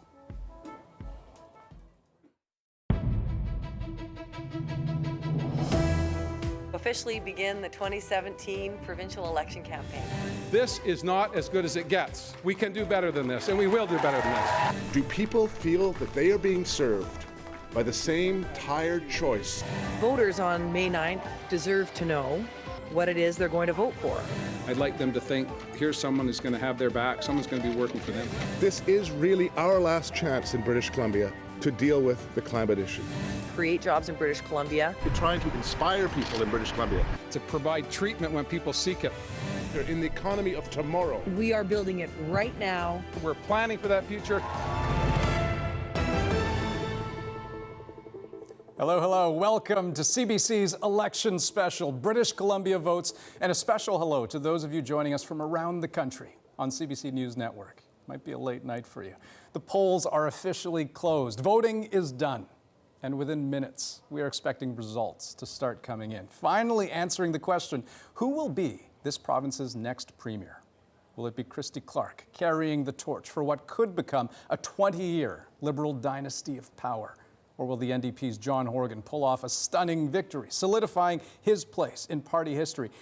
And what about the Greens? They had one seat, but they think they can pick up several more. And the more seats they win, the more influential they become. All of this and more is about to unfold before us tonight. And we do have some of the province's most astute political watchers to help us put it all in perspective. Two familiar faces to our program, and of course for those of you who've been joining us during our pregame show, you know them already very well. We've got Jeff Meggs at the far end of the table, Vancouver City Councillor, Deputy Mayor, also someone who's worked in former NDP Premier Glenn Clark's office, and we have Kevin Falcon, former BC Liberal Finance Minister and former Deputy Premier. Jeff, maybe I'll start with you. Are we going to see a change in government tonight? Well, that is the big question. I think John Horgan has been putting that case to people, saying that he's for the majority of the people, committed to their needs. He ran a very strong campaign that appealed at the end, especially to everybody who wants that change, to support him. And I think everybody in the NDP is very, very proud of the work that he did and the effort that he made in this campaign. We still are not sure, though, what the outcome will be. So that's what the big question is tonight. Well, and there's so much uncertainty in the air at this point. Kevin, what's the view from where you stand? Well, I think, you know, in an election, especially if you've been in government for 16 years, the change message is always a tough one, right? Because, you know, the time for a change. But I think the BC Liberals have the advantage of being able to say, look, we've got the strongest economy in the country. We're the envy of every other province, 5 years of balanced budgets. And, you know, things look really good for the future. The question is, will that be enough to hold their support base and win enough seats? It should be. I'm pretty confident it will be. I think the public, at the end of the day, when they go into that voting booth, they're thinking about their own situation, they're thinking about their homes, their values, their kids, and they usually opt for the choice that is the safest choice. Well, it's an interesting way you phrase the questions. Is it 16 years of prosperity or is it 16 years of baggage? I suppose two very different ways of looking at it. I want to bring in one of our key reporters here, Richard Zusman, in just a moment. But before I do, let me just explain for you some of the graphics that you're going to see sprawling right across the bottom of your screen. This is the scoreboard. This is how you're going to be able to know how many seats each party is on track to win at any given point. The thing about scoreboards, normally they only go in one direction, though, up, right? This scoreboard can go in both directions. It can go up and down, because as we get votes coming in, the leads between the different candidates in different ridings, that's going to change in a hurry. Hopefully, as we get more and more votes, the picture will become clearer and clearer. Richard Zussman knows all about that because, Richard, you're going to be going through things riding by riding, and there's a lot to watch for. There are 87 this time around, different than last election in 2013 when there were 85 ridings. So you need 44 to get to the majority. And how we're going to be doing it is we're going to go through as many ridings as we can get through tonight to tell this story. So this is what the board will look like. Just an example, Caribou North. And the main parts you need to have a look at right here. So that's the number of votes. So whichever number is biggest here, they'll end up in the big part of the screen here. Second, third, all night long, and that will move around as these races go. That will show you how big the lead is for the person in first place here, and this is also crucial to look out for. 0 means no polls reporting, because we haven't got that information in just yet, but as we get later in the night, that number will continue to grow, and we'll get more and more certain and start projecting who will win some of these seats. Caribou North's a good one to start with. Now I bring in Max Cameron from the University of British Columbia. Max will be with me all night long, and Caribou North is one of those swing ridings, one of the ones where the NDP has to win, but there are so many other swing ridings across the province because those are ultimately the ones that will decide who wins this election. What swing ridings across BC are you looking at? Well, I certainly want to look at what's going on in Burnaby. At the moment, the NDP has 3 of the 4 seats in Burnaby. They don't have Burnaby North. The Liberals have that one. They need to take Burnaby North if they are to form a majority government. They also want to hold the seats that they have, particularly Burnaby Lougheed. I think that's going to be a bit of a challenge for them. There's a strong Liberal challenger there, but I think they're going to need to hold those 4 seats in Burnaby. That's critical. Yeah, so Max mentions Burnaby, also Coquitlam's crucial, Andrew, Vancouver, Fraserview.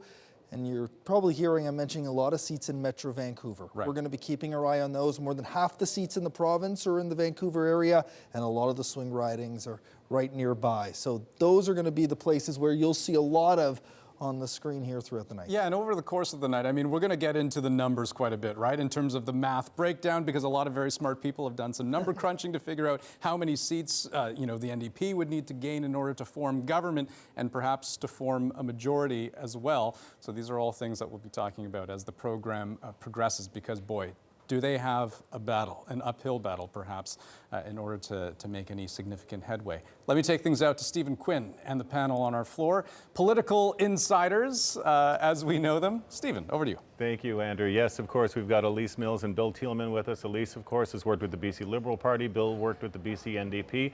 We have Richard there talking about specific ridings, individual ridings, some real battlegrounds.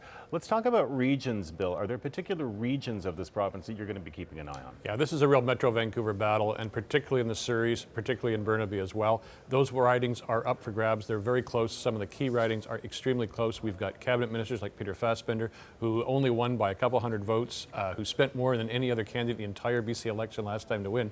And so in that riding, so he's going to be one to watch for sure. In the Burnabys, we have some celebrity candidates. Former TV host Steve Darling is running for the first time. We'll be watching that one, of course. And the NDP have to be taking a bunch of seats in Burnaby and in Surrey. They have to win more seats than they have now if they want to form a government. And at least Vancouver Island is a real battleground this time around. I think so too, and I think it ties in with the narrative that we have over our economy, trade, and jobs, because specifically it's about softwood lumber, pulp and paper, that sort of thing, and the idea that our resources up for, are they vulnerable? And those jobs are vulnerable, and it's reminding us that we live in a very fluid global economy, and things don't always go so well, and if we don't prepare for the future, like standing up for BC jobs, that they can evaporate. So Christy Clark was up on the island a lot, and yeah, I think a lot of people were surprised because it's not traditionally a BC Liberal stomping ground, but she had a strong message and she had a message to get out, and I think it was important. I characterize this, I don't know, perhaps, well, maybe accurately, as the Battle of the Hard Hats and Reflective Vests on the radio a little while ago, but is that far from the truth, Bill? No, it's certainly, image is important, and the NDP were stung last time. Christy Clark was wearing the hard hat all the time in 2013, and Adrian Dix wasn't, and she won and he didn't. John Horgan comes by it very honestly. He's worked in pulp mills, and he's worn a hard hat to go to work, and he takes kind of offense at Premier Clark showing up with a very shiny hard hat and without any of that kind of experience. And so he's made sure that he didn't do something that that he's made sure to be in those hard hat situations, working with workers, with loggers, with miners, et cetera, throughout this campaign. But there is also, as we said before, there's been a very heavy concentration, and the reality of our urban life in Canada is that most of the seats are in the urban centres, and you have to focus your campaign there. But also the reality in BC's economy are that the 250s pay for the 604. When we look at strategic investment in other areas, when I look at the 800 office spaces, corporate office spaces, those are mining. That's oil and gas. That's forestry. I think Vancouverites can sometimes be disconnected with our reality. Our economic history and the way that our societies and communities are formed have been formed predominantly through the development of resources in this province. And I think it's a bit rich for John Horgan to talk about how Christy Clark doesn't have any legitimacy. The reality is that he never brought up softwood lumber, not once in the legislative buildings, not once during question period, and it's not something that he's talked on. He did talk a lot about mill closures. He did talk about 30,000 jobs lost. But at least softwood lumber the was campaign coming. is over. We got to see the results now. No, it annoys me because I think that I've been through softwood lumber before. I worked on softwood lumber. I still have stress related to that. The things that I saw, the people that shared their stories, that still hurts me. I mean, sure, but is the Liberals' position on softwood lumber? They went for 16 months where we've had no agreement with the United States for 16 months. The Liberals didn't look particularly quick or anxious, rather, to try to get an agreement. Christy Clark was roundly criticized for that. Is that fair criticism? No, it's not. We had the first ministers' meeting here in Vancouver. This was the first place that Justin Trudeau chose to have that very important meeting. And that was on the table. And it's not the job of the Premier, it's the job of the Prime Minister to begin to put out a strategy, not to be responsive, but to be proactive. And I do think the Trudeau government has done better than I thought they would do in regards to Donald Trump, but they never anticipated how quick this would whip up. And I think it's the Premier has stayed exactly where she needs to be, focusing on protecting the people of British Columbia. Well, criticizing Donald Trump, which is a huge mistake, and we've seen some of that now, and throwing herself into negotiations that are none of her bailiwick.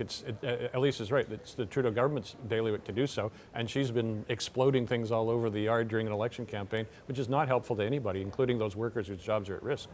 We have got an awful lot to talk about here, as you see, Andrew. Bill Tillman, Elise Mills, thank you. We are going to hand it back to you. Understatement of the year, Steve.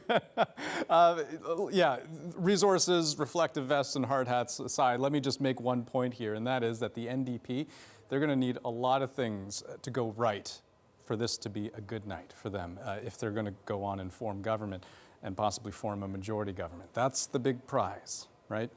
And the Liberals, they will be doing everything they can. They have been doing everything they can to prevent that from happening. We go now to their headquarters in downtown Vancouver. Anita Bath and Eric Rankin standing by with a view of what we're expecting tonight.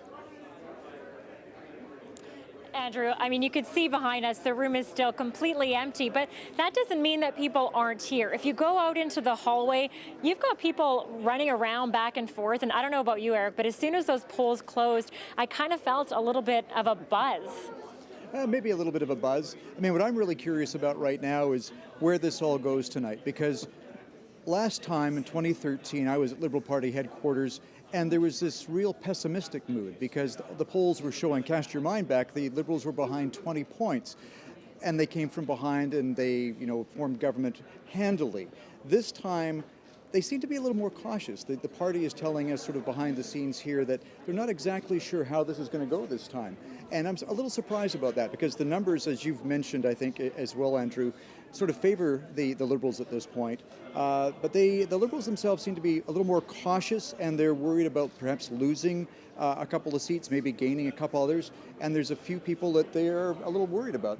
Peter Fassbender, the minister responsible for TransLink, Susan Anton, the Justice Minister, Emmerich Verk, the minister responsible for technology.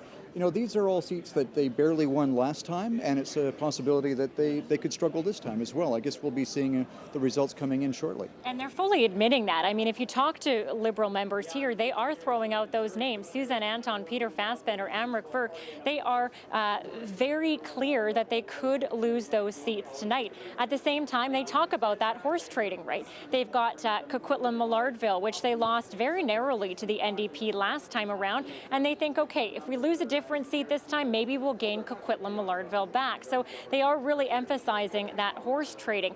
As for getting everybody excited around here, I did notice that there are some t-shirts now outside. They're trying to get people to put them on and come into the room so that this room does start to fill up. I've also noticed some key former Liberal members, people who were close to Christy Clark, come in, including her former communications manager, Sam Oliphant. He talked about how tiring the campaign was last time around, but that, you know, Christy really keeps people's energy up.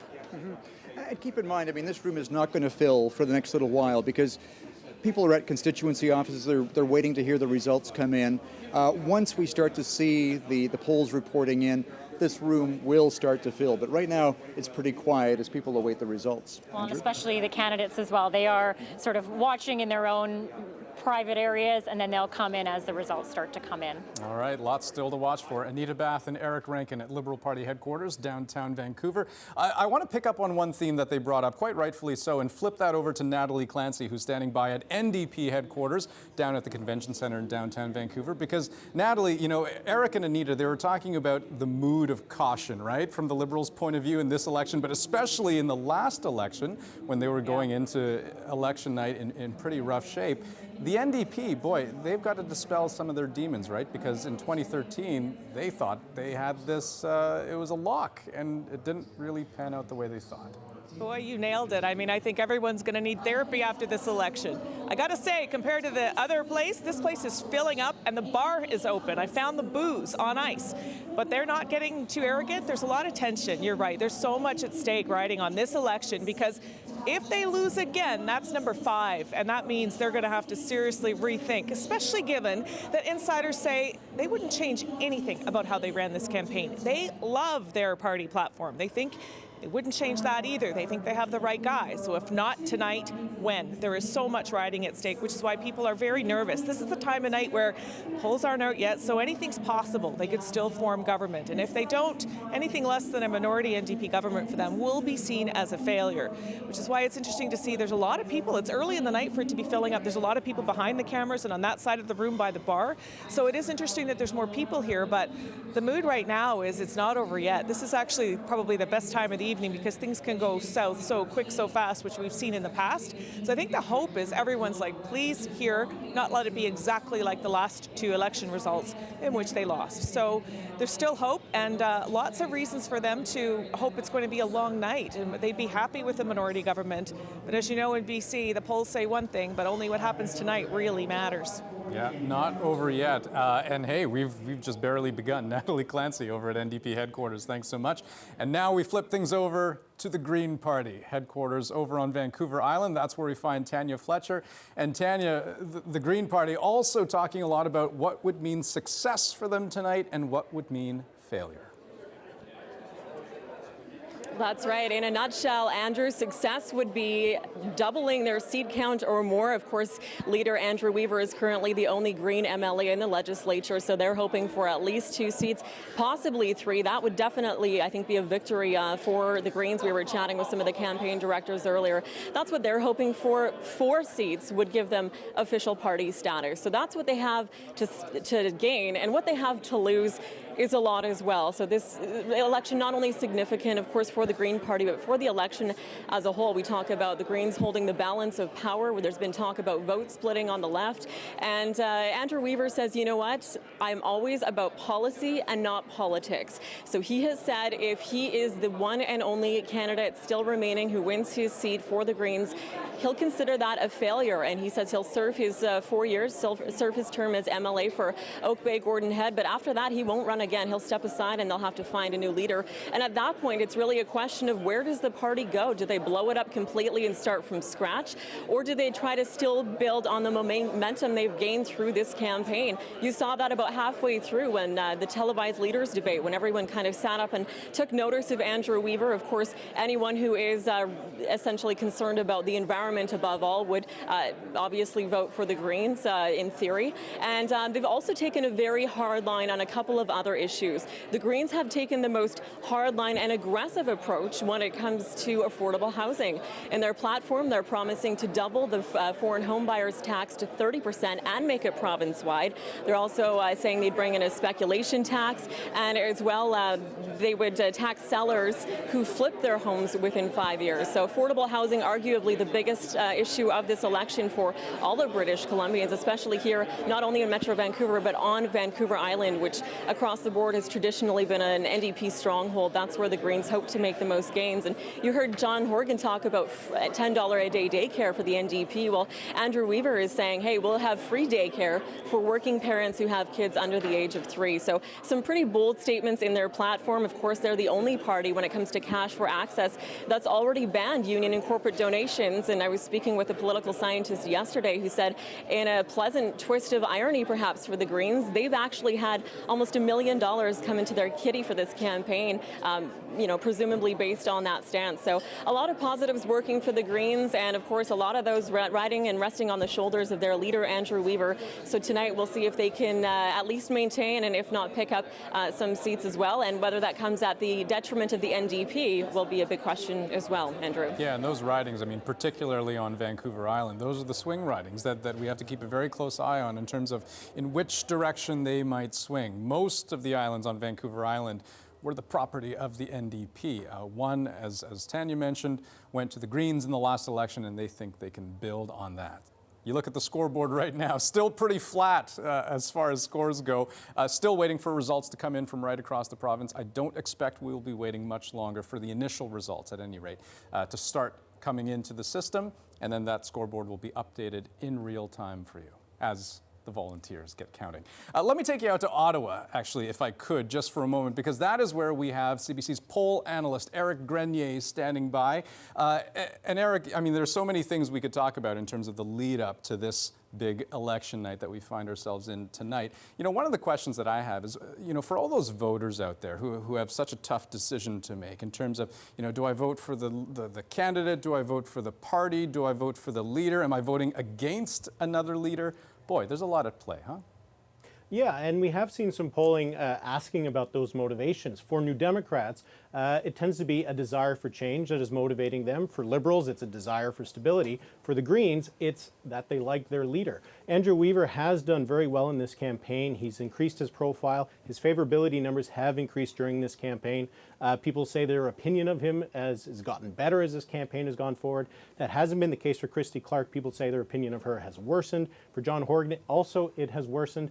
Christy Clark began this campaign with some bad favorability ratings. She was a minus 25 if you minus the approval from disapproval. John Horgan, right about now, at the end of this campaign, about as many British Columbians have a good opinion of him as they have a negative opinion of him. Whereas Andrew Weaver, there's a lot more British Columbians that have a positive view of the Green Party leader. Now, it's interesting to see how that breaks down on issues. Christy Clark, she does better on the economy, on jobs, on natural resources development. That's where she does well. Whereas John Horgan scores very highly on housing, on education, on healthcare, and Andrew Weaver, of course, on the environment. So it'll be interesting to see as this night unfolds what issue might have been the one that was deciding this election. If it's the economy, that's good for Christy Clark. If it's housing, particularly in the Lower Mainland, that'll be good for John Horgan. All right, Eric Grenier in Ottawa, CBC's poll analyst, thanks so much. Let's go ahead and show you some results because, boy, if you blinked, you missed the change at the bottom of the screen. We're going to start in Kamloops, North Thompson. This is one of those bellwether ridings here in British Columbia. Since essentially the beginning of time for British Columbia, the people of Kamloops have always gotten it right in terms of voting for the candidate that belongs to the party that goes on to form government. The Liberals out to an early lead there. Kelowna Lake Country, Norm Letnick's riding. He's a Liberal cabinet minister right now with actually a pretty sizable lead considering the number of votes that have been counted, 26 votes in all with a lead of 17. That's a good start for the Liberal candidate there. Coralie Oakes, small business minister for the Liberal Party. They are also going to want to hold on to that riding. But make no mistake, this is one of those swing ridings that could go either way. The NDP certainly has a fighting chance here, but boy, as far as leads go, that's not a bad one to be off to right out of the gate. Peace River North, this is not a surprise that we see the Liberal candidate out in the lead. This is a riding that I believe has never gone NDP since its inception back in the 1950s. So no surprise to see the Liberal candidate in the lead there. And Caribou Chilcotin, Donna Barnett, another Liberal cabinet minister right now, pulling out to the early lead. Boy, things started to happen fast, huh? Richard Zussman keeping tabs on some of the other ridings as well that have been making their way through the system. They all seem to come at once. Yeah, they came very quickly, and that's because they're getting counted across the province. And you just want to take a look here when we see the first board, this number up here, just one of 88 polls reporting. Fraser Nicola, very early lead here. Harry Lawley out. This is one of the big swing ridings. Jackie Taggart in third place. Arthur Green for the Greens up at 8. But again, just one poll reporting also here, Mid-Island Pacific Rim. Scott Fraser is the incumbent in this area. Tofino is part of this riding here on Vancouver Island. Again, very, very early on. Esquimalt-Metchosin is another race where we're going to be watching. If the Greens do have a big breakout tonight, this could potentially be their 4th seat. Andy McKinnon, again, just one poll. Mitzi Dean for the NDP up in this one. Nicholas Simons, a little bit of a bigger lead. They count very quickly in Powell River and the Sunshine Coast. 5 polls in here, and Nick Simons is building a substantial lead up to 42 votes. Again, very, very early there. Prince George Valemount, Jobs Minister Shirley Bond up 34. She's looking to win her 7th election here. Again, just 2 polls reporting in Prince George Valemount. And in Vancouver, Kensington, just 9 votes in, and it's a 6-vote lead for Mabel Elmore. So a small poll, one of 79 there. So Vancouver, Kensington, still they're working at counting the votes there. And again, Stephanie Gowdy up here, 7 votes to 4. 1 poll, 11 votes. Mike Bernier, and this is one of those ridings, Peace River South, that's a very safe Liberal riding as well as Andrew. So,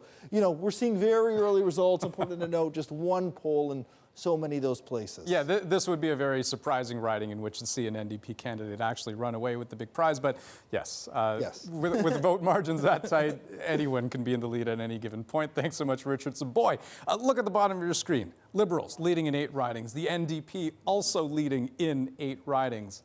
We've got a horse race, ladies and gentlemen.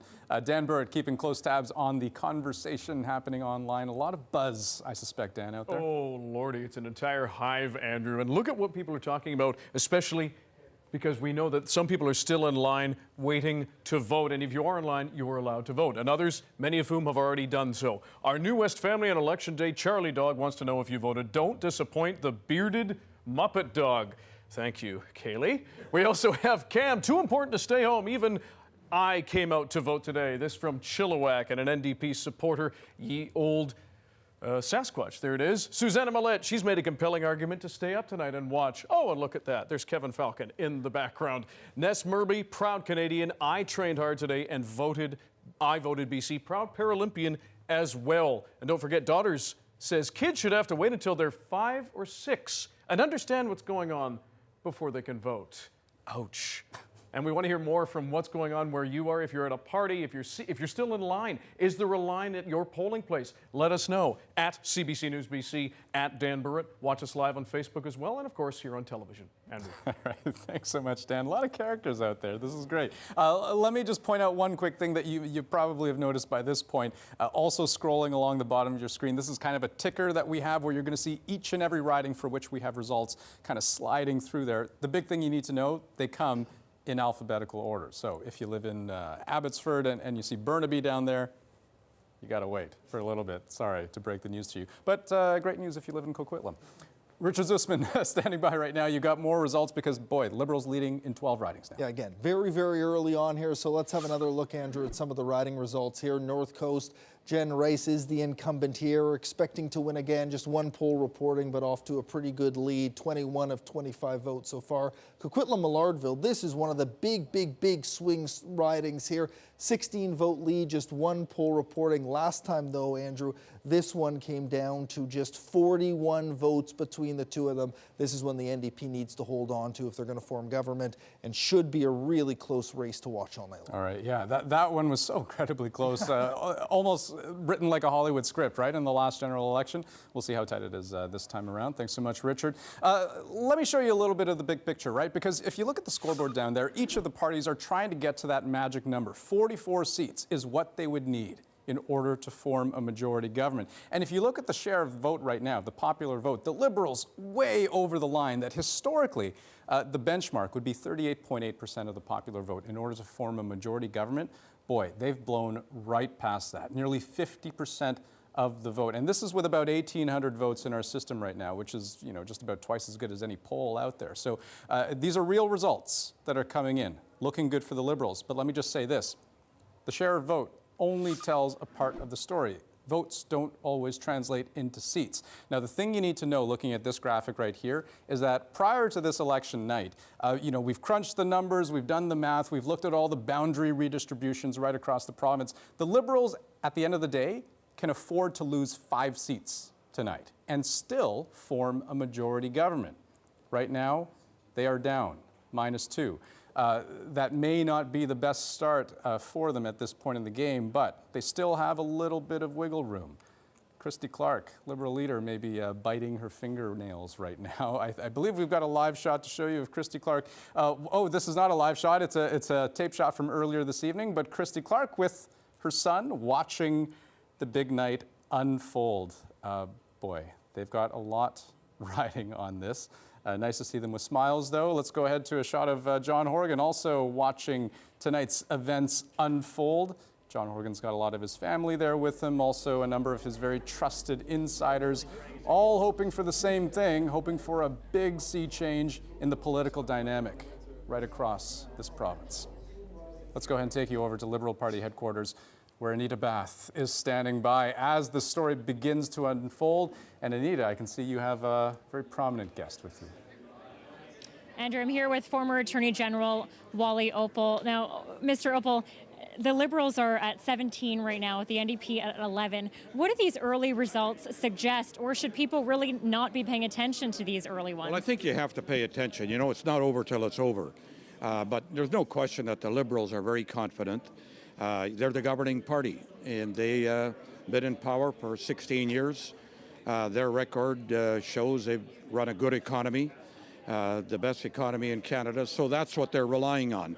And based on that, they think that they'll get a majority. And they're very optimistic. And usually governing parties are optimistic, and this is no exception, so that's what's happening.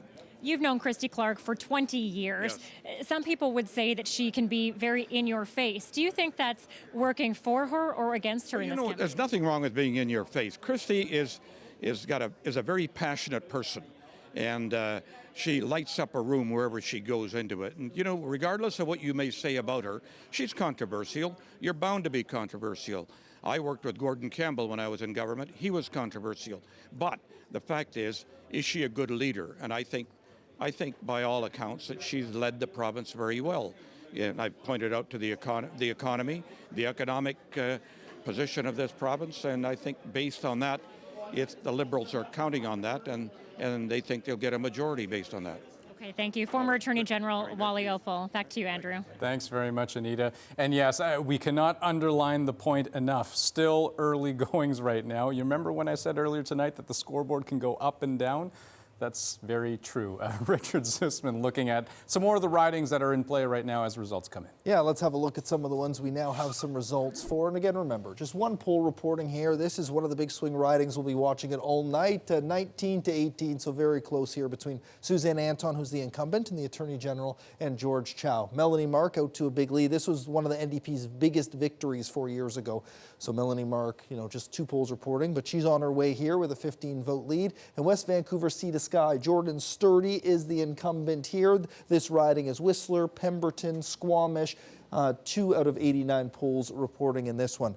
Vernon Monashee, 41 for Eric Foster. He is the incumbent, 15-vote lead at this point over his NDP competitor, Barry Dorval. And Delta North, this again is very, very close. The NDP will need this one if they're going to win it. This was one of the closest ridings 4 years ago, 3 polls reporting, and just a 3-vote lead for Scott Hamilton, the incumbent. Mid-Island Pacific Rim, Scott Fraser. This riding is where Tofino is. 35-vote lead here. Scott Fraser is expected to win this one again. It was a big win for the NDP last time. And this is one of the big swings across the province. If you take the 2013 results and put it on the new map, the NDP would have won it last time. They didn't. Peter Fassbender did, and he's the Minister of Community, Sport and Cultural Development, down 25 votes. But again, just one poll reporting. Ellis Ross, one of the big stars that the Liberals recruited, a First Nations chief in and around Kitimat. This riding of Skeena was an NDP one. Again, so close and so early here, but a 20-vote lead for the Liberals so far in this one.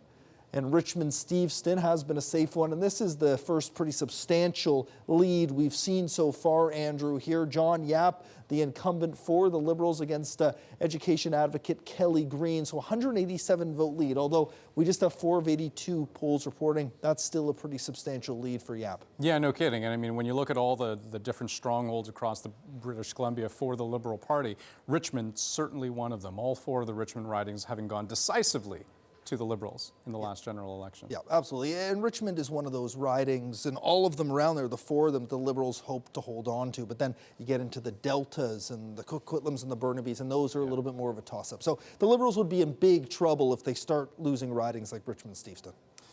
Things are looking good for the Liberals right now at these early goings, leading in 21 ridings, the NDP leading in 15. But again, the numbers could change. Natalie Clancy standing by at NDP headquarters. Natalie, over to you. Well, Andrew, John Horgan may be the leader of the NDP, but my guest here runs the party. This is Raj Shahota. She is the executive director of the NDP during election time and all the time. Raj, I got to ask you, what's going through your mind right now and how are your nerves? Well, it's a very exciting night, and it's now up to the counting of the votes, and we've had a very strong campaign, and I'm feeling good about heading into tonight. So you're feeling good. We've been on this podium before. I've watched you work through so many elections only to lose. What's at stake for the party tonight? Well, we've run a very strong campaign. We have a number of great new candidates. So I feel like we've done a really good job going into this election, and we'll have a strong future no matter what happens tonight. The polls have closed, so I can ask you this, because nobody's going to vote now. Anything you would have done different at all if things don't go your way tonight? No, we're very proud of this campaign, and it was a magnificent 5 weeks, because we started this campaign a week early, and I think we've drawn the contrast very strong between 16 years of neglect under the BC Liberal government and the kind of offer that John Horgan has made to British Columbians about making life more affordable, about fixing the things that need to be fixed, like healthcare and education, and building a sustainable economy based with good jobs. Now, you had a lot of help. I know your campaign director, Bob Doer's from Manitoba, used to work for the premier there, but the Alberta premier, Rachel Notley, wouldn't allow some of BC's finest strategists to come back and help Horgan, even though he helped her. Did that affect you at all, not having the dream team that you normally would have had?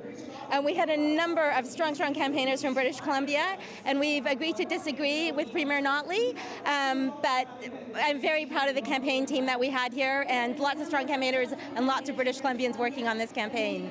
Now you're ahead by you're leading in 15. They look ahead right now. It's really early, but do you think, and if you manage to squeak out a government tonight, what would you credit that with? What would be the defining factor you think? It was, John Horgan and a really strong, hard-fought campaign across every corner of this province, and drawing a really strong contrast between the kind of government that the BC Liberals have run and the kind of different priorities that a BC NDP government would have. And what if it's a repeat of the last time? And what if you're not successful? What do you think that means for the NDP and its future in BC? Oh, I think it'll be a very close campaign, and I think the NDP will do very well, and we'll find out at the end of the night. We will. It's going to be a long one. Thank you so much. Thank you, Natalie. Thanks so much. All right. That's Andrew. That is the executive director of the NDP party, and she's been organizing the campaign, and she's this is her day job. So a tense night here, but the room is filled up. We've got a couple of candidates here. Melanie Mark just showed up, Shane Simpson. A lot more people are here. So it's going to be a long night, I think, but no one's giving up hope here yet. Yeah, I think that's a fair comment. Natalie Clancy over at NDP headquarters tonight down at the Convention Centre, Vancouver, downtown Vancouver. So you look at the scoreboard, even the course of that short little segment of time that Natalie and her guests were talking. I mean, boy, the numbers keep changing, right? The Liberals leading in 25 ridings, the NDP in 19, and we have Greens on the board. That's something we're going to talk about in just a moment. But let's talk about the votes that have come in. Right now, my understanding is we have about 10,000 votes in the system. And I want to show you some of how that's broken down right now. You can see the Liberals actually increasing their share compared to the last election. Right now, they're at 47%. The Greens also increasing the percentage of vote that they've managed to accumulate so far when you compare that to the overall vote count in 2013. Those two facts combined together may very well mean good things for the Liberals in terms of staying in power.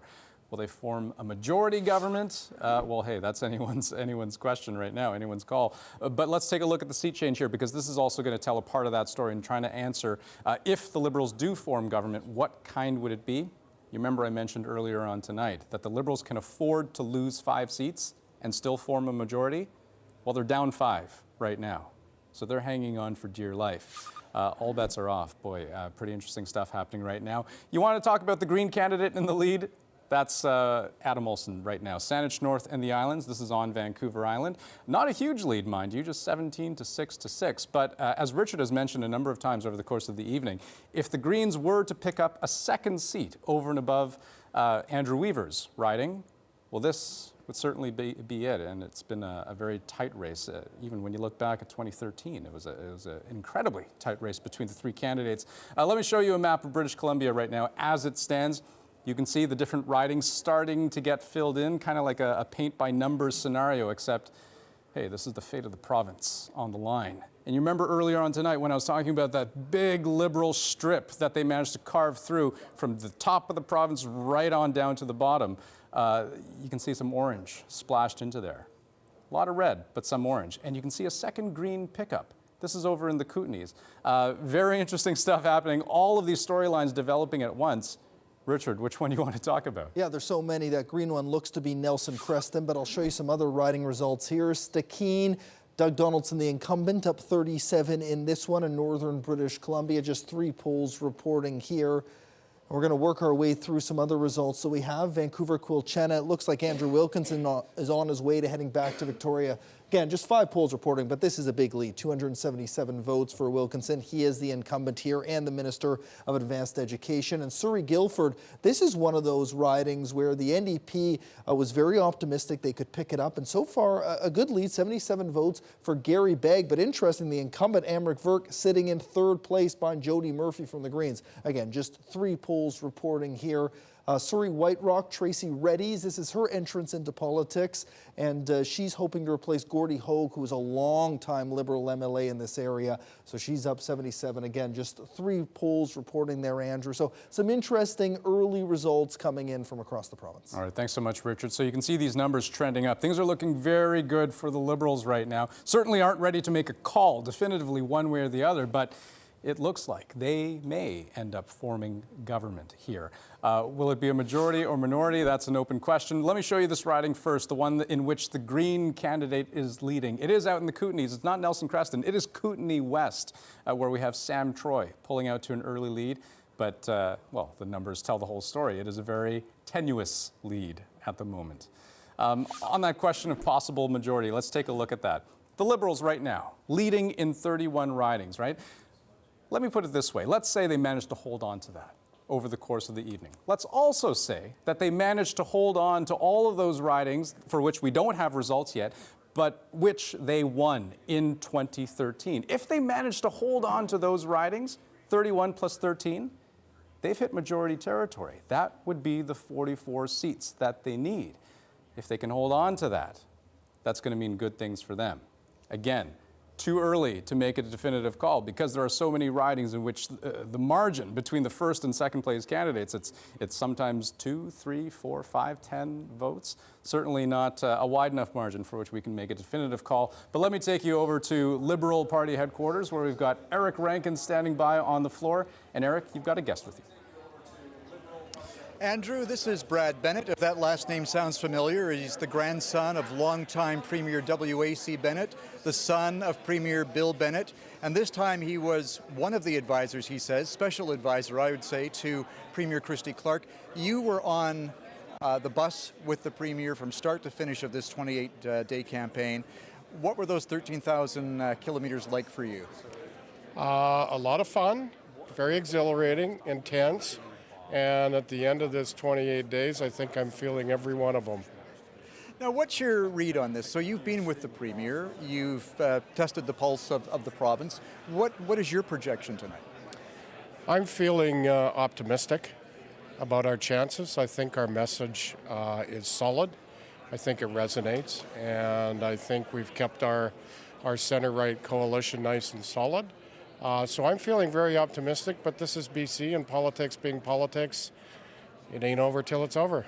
What do you think the wild card could be this time? Is it because the Greens are a little more dominant this time? What's your thought about that?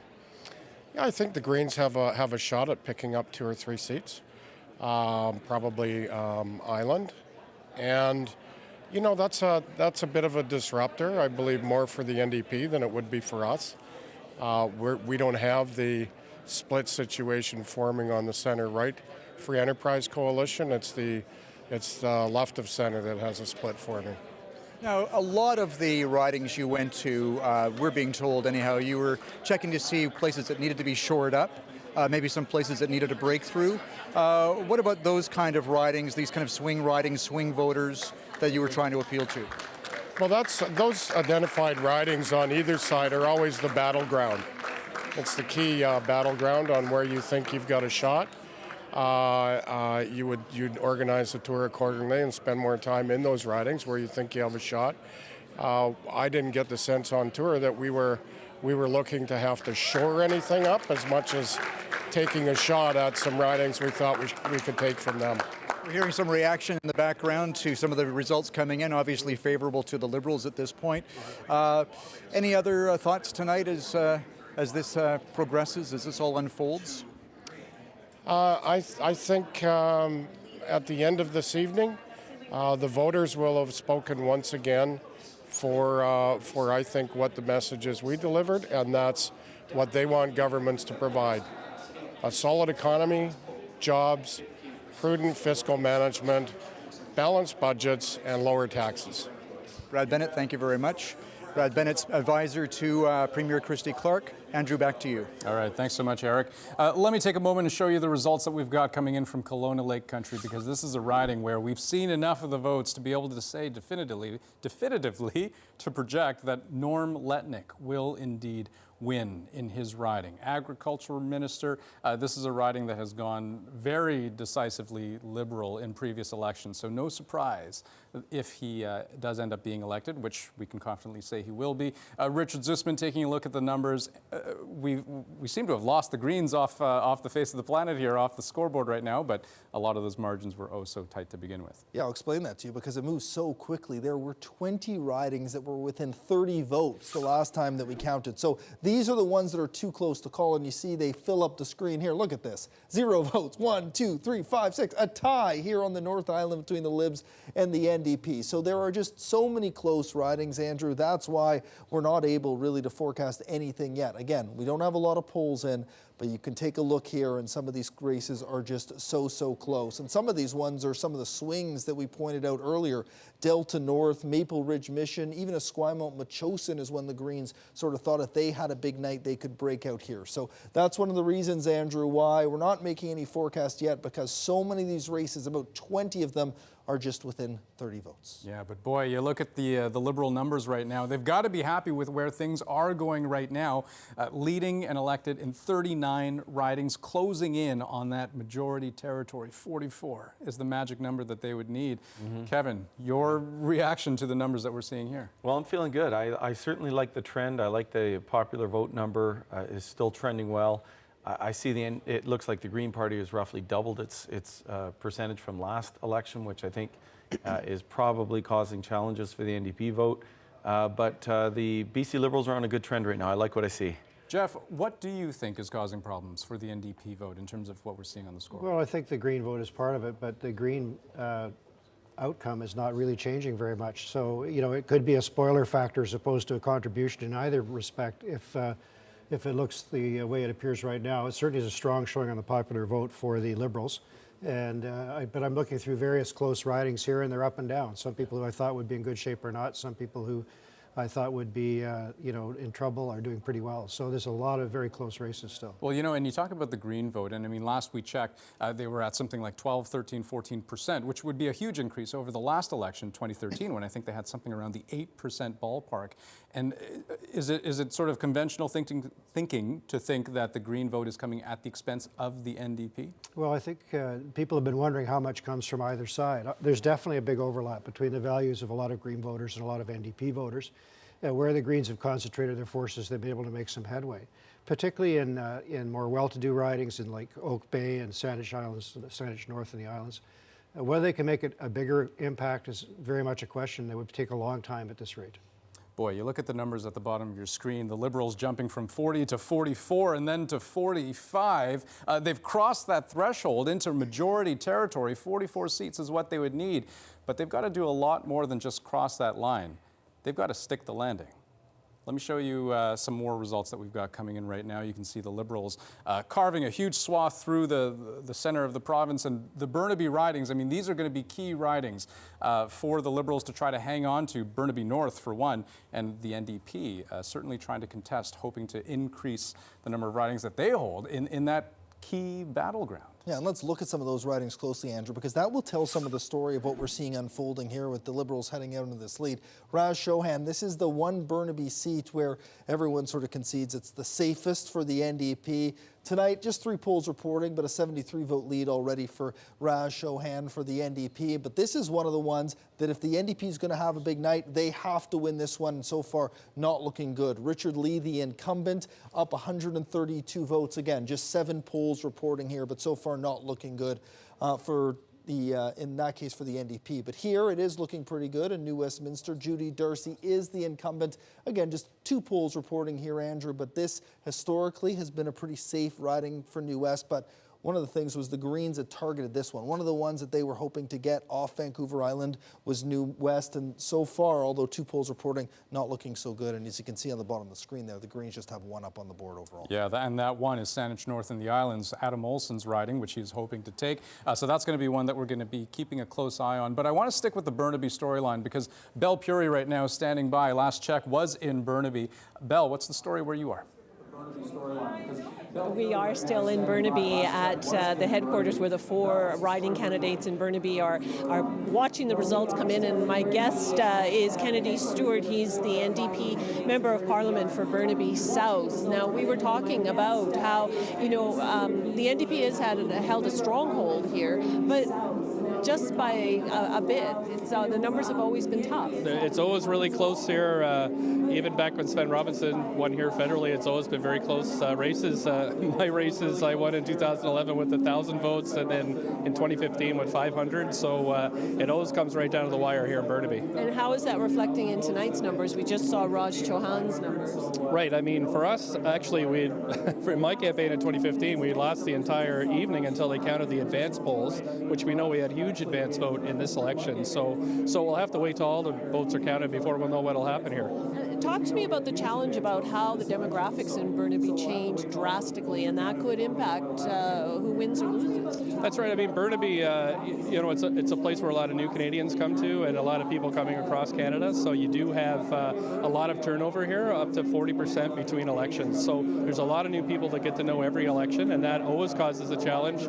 Especially, we've got 101 languages here in Burnaby, so you know the teams have to be diverse that are out canvassing, and we've got that strength there with Derek Corrigan's team, the BCA, and also with our federal teams. And how key was it for the NDP to win these 4 ridings to win government today? It's crucial for us to hold the ridings that we have here in Burnaby and pick up Burnaby North. So we're all going to be watching with bated breath as this goes along this evening. But we've got excellent candidates here. We've done an excellent job on the ground. John Horgan's run an excellent campaign. So we'll just have to see how it all goes. Okay, thank you very much. It's Kennedy Stewart, the NDP Member of Parliament for Burnaby South. Back to you, Andrew. All right, thanks so much, Belle, in Burnaby tonight.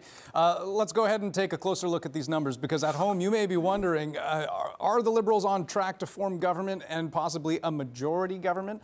Some of the answer lies in these numbers right here. The Liberals right now, you look at the change in popular vote that they've managed to accumulate so far in this election, they're up 2.2 points compared to 2013. The NDP down. This is not where they want to be, especially if they had high hopes of ushering in a new political era here in the province. And the Greens, boy, that's going to be a story to talk about tonight. The Greens at 14.8% of the popular vote, a big increase over the last general election. And you look at the seat change, right? Because it all comes down to the seats ultimately. The Liberals would need 44 seats in order to establish a majority government. And we told you not too long ago, they could afford to lose 5 and still hang on to that majority. Well, these ridings still very much in flux. Right now, it looks like they're down in 6. But these numbers have been changing so much. The NDP, on the other hand, one other number I will throw out for you, is the notion that they need to gain in 8 ridings. If they can pick up 8 ridings, they could form a majority government potentially. But again, all of these numbers very much in flux because the vote margins between the leading candidate and the second place candidate, so slim. Stephen Quinn is out on the floor right now with our Insiders panel. You guys are watching the same numbers that we're watching. What do you make of this? Well, I'm watching the reaction of the two people beside me here, Bill Tillman and Elise Mills, as these numbers come in, as they flip around, as we watch gains and losses. It's kind of a roller coaster ride over hill. And Bill, what do you make of what you've seen so far? Well, you know, it looked kind of bad for the NDP there, and then we saw a bunch of seats drop off. But when you looked at that particular chart where we had 6 up, 6 down, that is a really telling piece, and that's the one you're going to watch. So we don't really know what's going on. We know we're not a lot of votes yet, and things keep flipping around.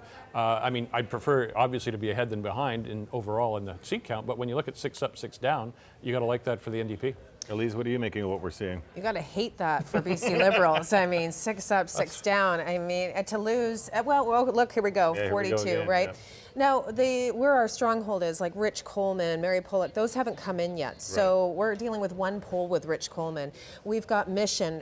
Where the NDP are going to take, I think, more of a beating is everything from Tri-Cities out to Mission. They've already lost Coquitlam Burke Mountain. That was something that they took in a by-election. We've taken that back. Joan Isaacs, I think, has won that. I don't know if she's been declared. But, you know, the Maple Ridge Mission, Maple Ridge Pitt Meadows, that area, that's going to be my sweet spot for the night. That's going to tell me if we're going to be able to get over that majority. My prediction for the night, and I'm happy to say this right now, had been, and we talked about this before, was that it would be a slim majority. It wouldn't be a minority, that we might lose 3, 4, 5 seats. But we can afford to lose that still. So I still think we're heading that direction. And But can we tell that at this early stage? I mean, we're still talking about, we still have 8 ridings that haven't reported anything. We're still looking at, 8, 9 of polls. Stephen, we're looking at some of those ridings where there's just literally not very many people having voted, a few hundred people maybe, and with a very small margin. So we shouldn't, I mean, when you looked at the actual elected, I think we've only had one actual declared elected, one Liberal. So we got a ways to go here. I'm not going to, definitely not going to either celebrate or throw in the towel on this one for a while. And we may be here for a while. I mean, if 42, 36 and 1 and, a couple of Greens and a tie in the other 2 parties, and we're into a whole new territory here of a minority. And what do we make of the Greens? I mean, we've seen them strong in some places. We've seen them doing exactly what the NDP was worried they were going to do in a lot of places, which is if you combine those 2 numbers, the NDP would be beating the Liberals. Yeah, I mean, that's one of the challenges that the NDP had, and one of the challenges the Green had in fighting off the third-party squeeze. And there's no question. I mean, one of the stories of tonight will be, depending on what happens, will be what was the Green factor? Should some Green voters, retrospectively, may they say, maybe I should have voted NDP, I could have got rid of Christy Clark. Will they have buyer's regret afterwards, having voted Green? Or will they have 2, 3, 4 seats and have official opposition status and a minority government and have a balance of power? To be really fair, the element of the Green Party for both parties, we're not going to know for a few days. I mean, I'm looking at writing a piece on it for CBC, and I've been given until Friday so that I can sift through it, because that type, they're either, I know the NDP like to call them a disruptor, but they actually led Horgan away from some of his core narratives, and I thought that was really interesting. They're not a disruptor. They were being a bit of a game changer, and I'd like to be able to explore what they've actually been able to accomplish, because sometimes, I said 2, 3 seats. Well, if they get 2 seats, that's great, but they've done a few other things as well. Well, I'm having a great time, Andrew, watching these 2 people watch the numbers as they come in. It really is. The entertainment value is tremendous, I have to tell you. We'll go back to you now. A different kind of show, right? Thanks so much, Stephen, and the panel. So right now, the Liberals leading or elected in 40 ridings. Boy, this is a dead heat. The Liberals now in 42. You can see just how tenuous some of these leads are, right? Between the different candidates and the different ridings. Could the Liberals possibly close in on that magic 44 number needed to establish a majority government in British Columbia? Let's take a look at how some of the breakdown might pan out for them, whether that's likely. Right now, as I said, leading or elected in 42 ridings. But as Stephen quite rightly pointed out, there are still a number of ridings for which we do not have results. So if we throw those into the mix and we say, let's say the Liberals are able to hold on to that one other riding that they won in 2013, a riding for which we still haven't received any results, well, they're coming up short. There's a gap of 1. the projection looking there like they may end up with 43 seats if everything continues the way they're going and as we would expect them to go. Does that mean that they won't form a majority? Well, no, absolutely not. What it means is that they've got a little bit of an uphill battle. In terms of some of the ridings in which they're currently second place, they need to make up some ground. They need to take the lead away from the NDP. Richard Zussman keeping tabs on some of those ridings in play, and boy, there are a lot of them. Yeah, there are so many interesting ridings out there, and I'm going to show you some of the ones where the Liberals are gaining. Well, it's flipped so quickly here. Burnaby Lougheed has gone back and forth. So Katrina Chen hoping to hold on to this one for the NDP, and it's just a 33-vote lead. This is one of the big swing ridings here. 3 polls reporting if the NDP are going to win tonight, they need to hold on to Burnaby Lougheed. Coquitlam Burke Mountain's another one that they would desperately want to hold on to. It was won in a by-election last year by Jody Wickens, who's now the incumbent, but 4 years ago it was a Liberal seat. But look at that, 6 votes. Again, 19 polls reporting. So we're getting pretty far ahead of ourselves here. So this is a very, very close race. And again, one the NDP needs to hold on to, I think, in this case. And Delta South is one. It looks like it's going to be a pickup for the Liberals. For this was independent Vicky Huntington's riding. She is the only independent ever to win in an election in British Columbia last time around. She actually did it twice. So Ian Payton here leading by more than 1,000 votes. It looks like he's on his way to Victoria. I bring in now Max Cameron from the University of British Columbia. And clearly a lot of things are changing here, but there are some ridings where the NDP just can't afford to lose. And so far tonight, those ones are going back and forth. That's right. I mean, I think this one is not a big surprise. No. I think the presumption was that when Huntington stepped down, it would probably revert to being a Liberal riding. But the Burnaby ridings are critical. Coquitlam's critical. I think the NDP needed not only to hold Burnaby Lougheed, but also to win Burnaby North. The Coquitlam Burke Mountain, that's critical. Of course, Wickens won in, as you said, a by-election. And often in by-elections, voters feel comfortable expressing a sentiment of protest. And so it's not clear that that would translate into a victory in a general election. So we're going to have to watch that. I mean, these numbers are so small, we have to be very careful about making any inferences. Yeah, and the voter turnout in that by-election was just around 25%. So, Andrew, a much different story in a general election. But clearly, a lot of these ridings so variable, bouncing back and forth. And again, that's part of the reason why we're not able to make a lot of projections just yet. Yeah, as we look at which of the two main parties are closing in on that 44 number needed for a majority government, which party is going to get there first and which party is going to stick the landing, you got to also look at the right side of the screen, right? The Green Party, hoping to make bigger gains than what they're showing on the board right now. Andrew Weaver, the Green Party leader, has been, of course, watching the results unfold. He's got a lot on the line. He's surrounded by loved ones, though. He's got his family there, his wife, his father, his mother, his kids, his in-laws, all there together, hoping for big things here in this election. But as it stands right now, the Green Party leading in one riding.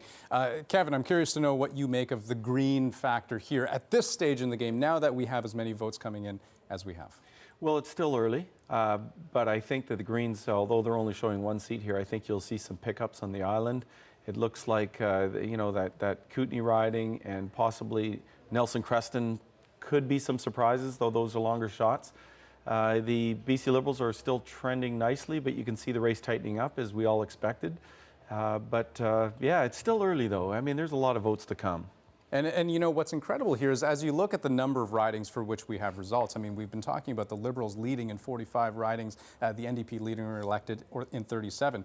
There are only 6 ridings for which we can say it is a sure bet that we've seen enough of the votes that we can project that that candidate will be elected. What does that mean? Well, all of the other dozens of ridings are still very much in play because the numbers are so fluid. Jeff, what's your read on what? Well, I wonder if there's less there than meets the eye with the Greens because they're only leading in one riding, which is the one they already have. It looks to me like New Democrats in Esquimalt-Metchosin are making a very strong fight. They should be able to hang on to that. It seems to be Peter Fassbender's in trouble in Suri. Ravi Kahlon is showing strongly in Delta North. I'd like to look at a few more of those south of the Fraser River ridings, which is a huge and critical battleground because the popular vote was shifting around there earlier in the evening. So I certainly agree with Kevin. It's early days. Caribou North is tougher for the NDP. We'd love to have that, but Coralie Oaks seems to be holding her ground there at this point. So looking around, I'm not too worried about the Kootenays, to be honest. I think that's a flash in the pan on the Green side. I'd be very surprised, especially if Michelle Mungo, given her quality as an MLA, was in serious trouble there. You mentioned Suri as one of the collection of ridings that are pretty important to be watching, and sure enough, that is absolutely true. As we zoom into Suri right now, the NDP need to make some gains in this region, in this part of Metro Vancouver, if they are to accomplish great things in this election. Form government, form a majority government, those are open questions certainly right now. Richard Zussman, Surrey has been a part of Metro that you've been keeping a very keen eye on during the campaign, but also, of course, tonight. Yeah, and there are so many swing ridings in Surrey that are crucial to the fate of this election. So let's have a closer look at some of those ridings in Surrey. This is one of those ones that was sort of a stretch swing. The NDP was hopeful they could have a chance here, but Marvin Hunt, the incumbent, although he's moved over to this riding, Surrey Cloverdale, from his former riding, he's up 199 votes again. Just 7 polls reporting here, so it's early. This is one of the big swing ridings in the province here. Surrey Fleetwood. Jagra Brar's lead growing, 214 votes over Peter Fassbender, who is a minister, a well-known minister here in British Columbia, and the incumbent. So this one we'll keep our eye on all night long. Gary Begg, this is another one of the ones that the NDP needs to pick up here. Minister Amrik Verk down 147 votes. So that lead continues to grow for the NDP in Surrey Guildford. Again, just 15 polls reporting there. And Harry Baines, one of the safer ridings in the province. Surrey Newton up 611 votes here. And he's expected, Harry is, to win again. And the incumbent is in the lead here with 18 polls reporting. Surrey Panorama, this one really, really interesting. Because of all the movement and the new ridings in Surrey, these are new candidates. But Ginny Sims, a former MP running provincially now, but look at that, very small number, just 8. Very, very close here. Puneet Sandar is someone that the Liberals think could be a big star for them. So this one's still very, very close with 12 polls reporting. And Stephanie Kajim moved into one of the 2 new ridings in British Columbia, Surrey South. She's a minister as well. She's up 145 votes over the NDP here in Surrey South. And in Surrey Whalley, this is one of the closest, or one of the biggest margins in Surrey. Surrey Whalley is a safe NDP seat. Bruce Ralston's been serving this community a long time. He's at 591 votes here with 16 polls reporting. So it looks like Ralston is on his way to head back to Victoria, Andrew. Interesting to see some of the ridings in which the NDP is leading right now in Surrey. And we've got also Mira Bain standing by in Surrey to give us the lay of the land where you are, over where a number of Liberals are gathering. Well, Andrew, hundreds of Liberal supporters have already shown up here at this banquet hall. At first, as I saw crowds arriving, they were hugging, they were smiling, but right now people are getting very tense. At first, they started eating the samosas and the pakoras, but now it seems like they're very anxiously awaiting some of these results here in Surrey, as some of the NDP candidates are making gains in some ridings that some of these Liberals had thought would go to them. Now, in the last election, 5 Liberal seats were won and 3 NDP, but now things could be different. It's still early days, but there's 3 crucial ridings people here are really looking at, and one of them is Surrey Fleetwood, and that's where high-profile Liberal candidate Peter Fassbender, former education minister, is going up against Jagroop Brar. Now, Jagroop Brar is leading right now by more than 200 votes. Now, it's interesting to note that Fassbender actually beat Brar in the last election by 200 votes, but Brar is considered a formidable competitor. He's 6'6". He's a former national basketball star with India's team. Now, it's been many years, of course, since he's played basketball, but he's considered, somebody who could take this because of his competitive spirit. And now another riding that we're taking a close look at is Surrey Guildford. Now, this is a battle of the 2 former RCMP inspectors. It's Amrik Verk, who's the Liberal candidate and former Minister for Advanced Education, where he received some rough times, and he's up against NDP candidate and a former colleague, Gary Begg. And so we'll see how that plays out tonight. As well, there's Surrey Panorama. We have NDP candidate Ginny Sims, who is a one-time MP. Now, she is going against Puneet Sandar. She's a Liberal candidate and a lawyer, a relative newcomer who's getting some help from a federal MP, Sukh Dhaliwal. Back to you, Andrew. All right, thank you so much, Mira. And yeah, some very key ridings that you're pointing out there, right? Surrey Guildford and Surrey Fleetwood. Two ridings where, most recently, with the boundaries being redrawn the way they were redrawn very much in the NDP's favor. So while on the one hand you have Liberal cabinet ministers having formerly occupied those ridings, when you look back to the 2013 election, part of the reason why things appear to be changing right now is because of the riding redistribution, the boundaries having changed. Let me show you a little bit of the big picture as it stands right now, because a lot of these numbers still coming in. You can see the Liberals right now as they inch closer and closer to that 44 seat count that they would need to establish a majority. You look at the share of the vote, they're well past that line, right? The 38.8%. That is the historical benchmark that a party would need to accomplish in order to form a majority government. On this front, things are looking very good. Conversely, when you look at the seat change and you look at how many seats that the Liberals could have lost, in terms of the amount of wiggle room that they had, we said at the outset of tonight they could afford to lose 5 seats and still hang on to a majority. Well, still holding on for dear life, tooth and nail here to try to stay in that majority territory. But again, as we've been saying all night, some of these ridings, the margins are just so close. So I'm sure I could throw this board back up on the screen 10 minutes from now, and a lot of those numbers may change. So the vote share between the two boards, the vote share may be one of the more important numbers to look at. Just realizing that so far, the way things are going, many more British Columbians voted for the Liberals than voted for the NDP. We've got Tanya Fletcher standing by right now with a whole other part of this story. She's at Green Party headquarters right now. And Tanya, I understand, with Andrew Weaver's parents. That's right, Andrew. So just a moment ago, Andrew Weaver let CBC up into their private hotel suite where he himself has gathered with his family watching the results come in, and they graciously agreed to talk with us. So this is Ludmilla and John Weaver, Andrew Weaver's parents. So first of all, I understand I was up in the hotel suite there. It looked like the attitude and the atmosphere was quite positive, but a little bit nervous. Tell me, a mother knows best, how is Andrew feeling right now? Well, I think he is a little bit nervous, and he's trying not to be.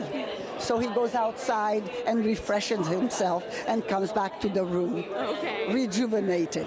And tell us who else is in there. There's a bit of a delay, so they're just now watching the CBC on the big screen behind us do this interview with Andrew's parents. So tell us who else is up in the hotel suite right now.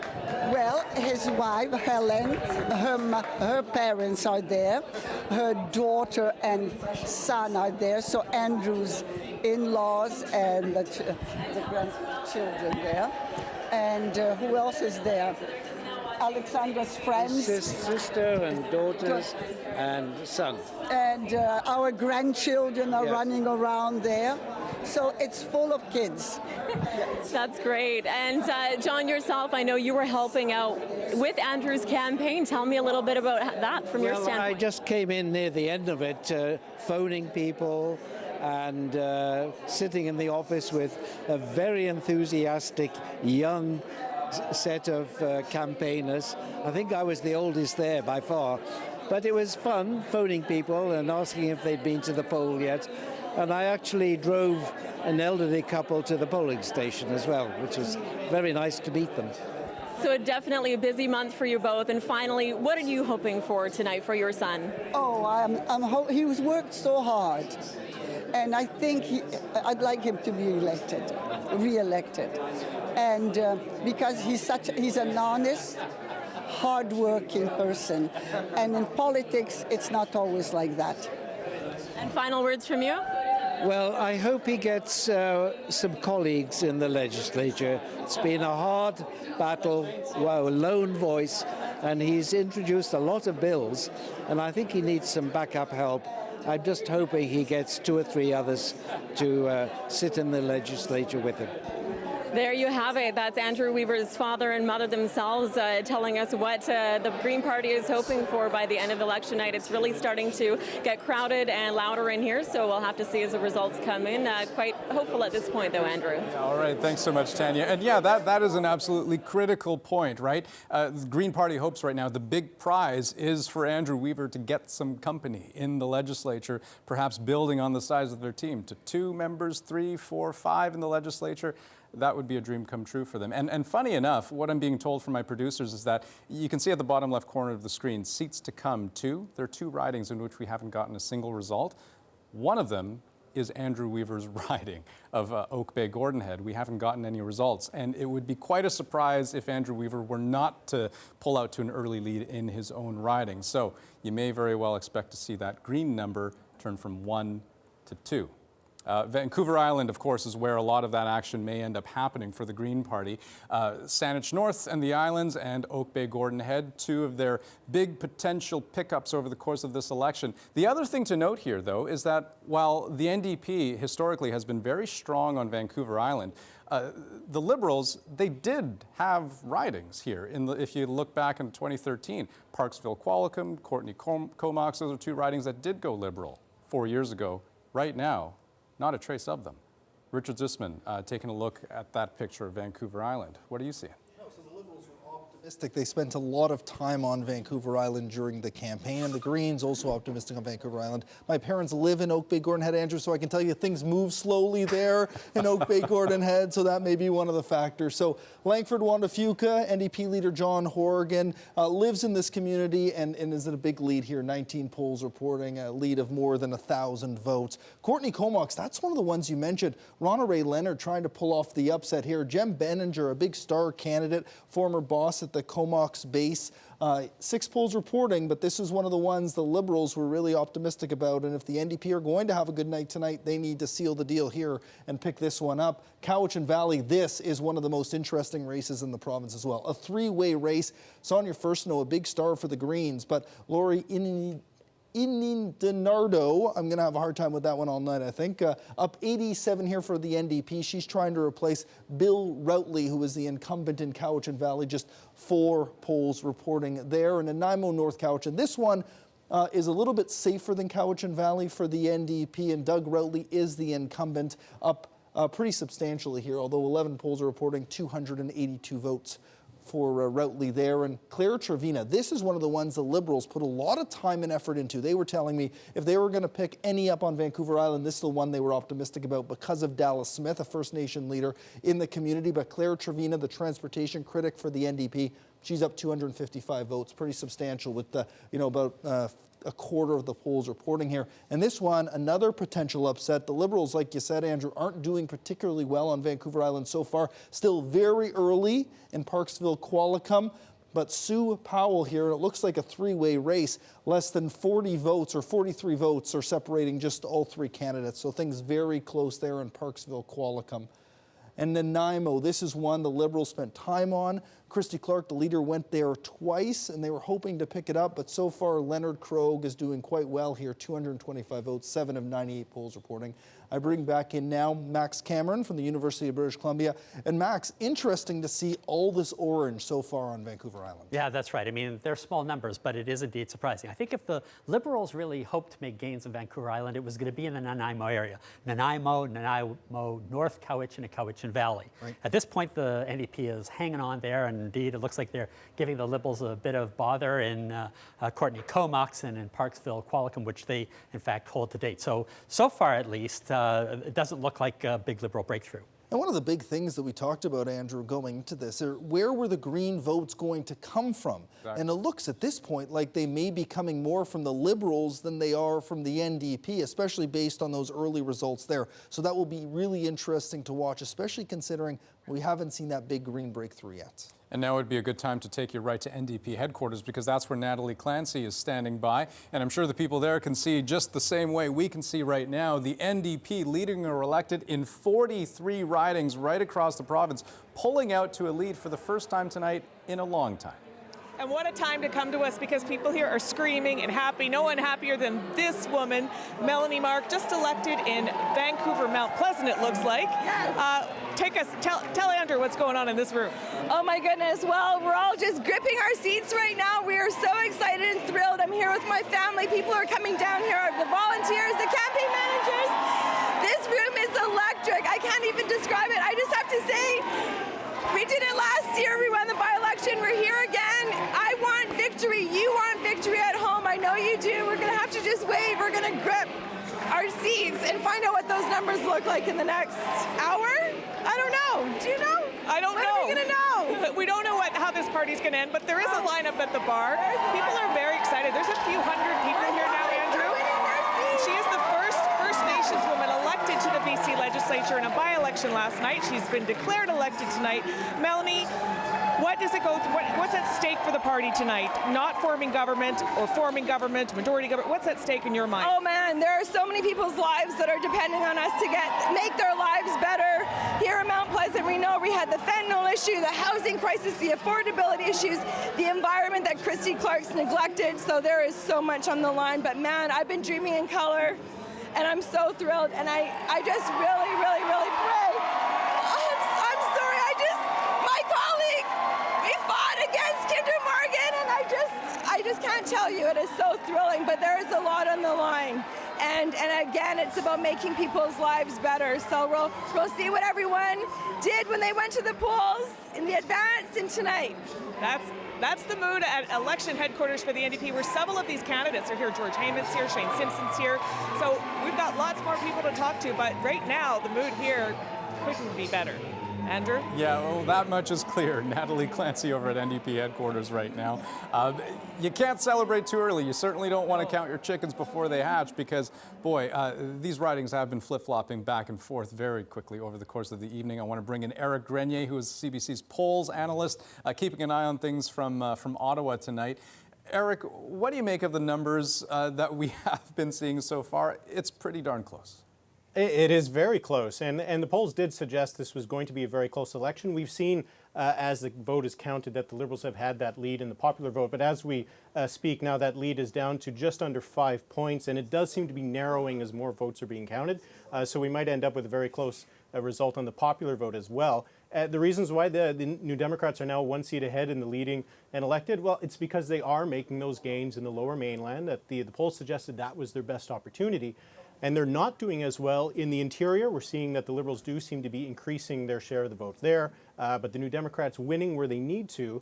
It'll be interesting to see what will happen with the Green vote, that one seat to come in still being Andrew Weaver's. That's putting them up to 2. And in that case, if you're looking at the numbers right now, 2 seats for the Greens in these kinds of scenario, those 2 seats could mean a lot. All right, Eric Grenier live for us in Ottawa tonight. Thanks so much. So as this race continues to take shape, still a lot of question marks, right? Because, Richard, you've been looking at the margins between many of the ridings that are just simply too close to call, and there are quite a few of them. There are a lot of them. Right now, 9 ridings across the province that are within 100 votes. Let me show you the closest here, and you can see here, Saanich South, just 5 votes separate the NDP and the Liberals. And again, a lot of orange on this board leading. So that's part of the reason why we can't declare anything yet. This NDP lead of 43-42 is based mainly on the fact they're winning so many close races. Maple Ridge Mission, one of those swing ridings, 26 votes. You can see it right up to Coquitlam Burke Mountain, which is one of those that the NDP needs to hold on to. So that's one of the reasons why we're not able to project anything at this point, because so many ridings are so close and they keep moving back and forth. And right now, the NDP is the one that's benefiting the most, Andrew, from these really close races. Yeah, and one other factor that's certainly holding up our CBC decision desk right now in terms of making a call one way or the other, either in the big picture or from riding to riding, a lot of the advanced votes, right? We talked earlier tonight about how there's a big turnout in terms of advanced voting. A lot of those votes end up getting counted much later in the evening. So that's a huge block of votes that we just simply have not seen yet. A lot of the story yet to tell. But right now, the Liberals leading or elected in 44 ridings. Again, remember, 44 seats for a majority. That's the number they're trying to stick. Dan Burt standing by with a look at social media and a lot of people talking about these results neck and neck. Ooh, and a lot of people very tense. Let's take a look at this. Matthew Cages, who is an Occupy medic. We're drinking whiskey and drawing a bath. Hashtag stressed. Join the club, Matthew. My son's first ever election. He deserves a future in our province, including jobs, housing, and the environment. More of those selfies from voting us at our polling station in Chilliwack with our daughter during a regular dinner time. Hence the face. We also have watching Bob Kronbauer of Vancouver is Awesome, watching the BC election results roll in with MLA candidate, I should say, in Vancouver Falls Creek, Sam Sullivan. He'll be waiting to see what happens. He's going up against Morgan Auger of the NDP. The Jelly Bean scoreboard is starting to take shape in Alyssa Polinsky's house. Little peace sign there. Those jelly beans may be moving around quite a bit tonight. And John Horgan, to everyone who was a part of this campaign, whatever happens tonight, we have so much to be proud of. Thank you.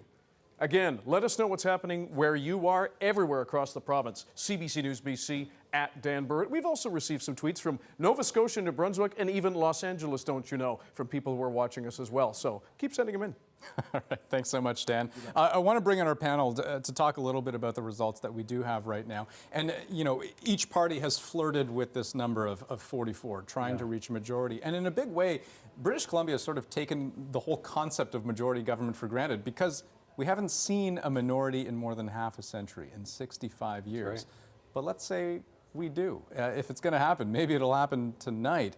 What does that prospect look like in your mind? Maybe, Jeff, I'll start with you in terms of how that might shake down for the Well, I think it's difficult because we have a very polarized province. So we have a view that is, I would say, more partisan than other provinces, although I've lived here for a very long time, so maybe I haven't experienced the other ones. I think that makes it harder to reach across the floor and find ways to make a government function.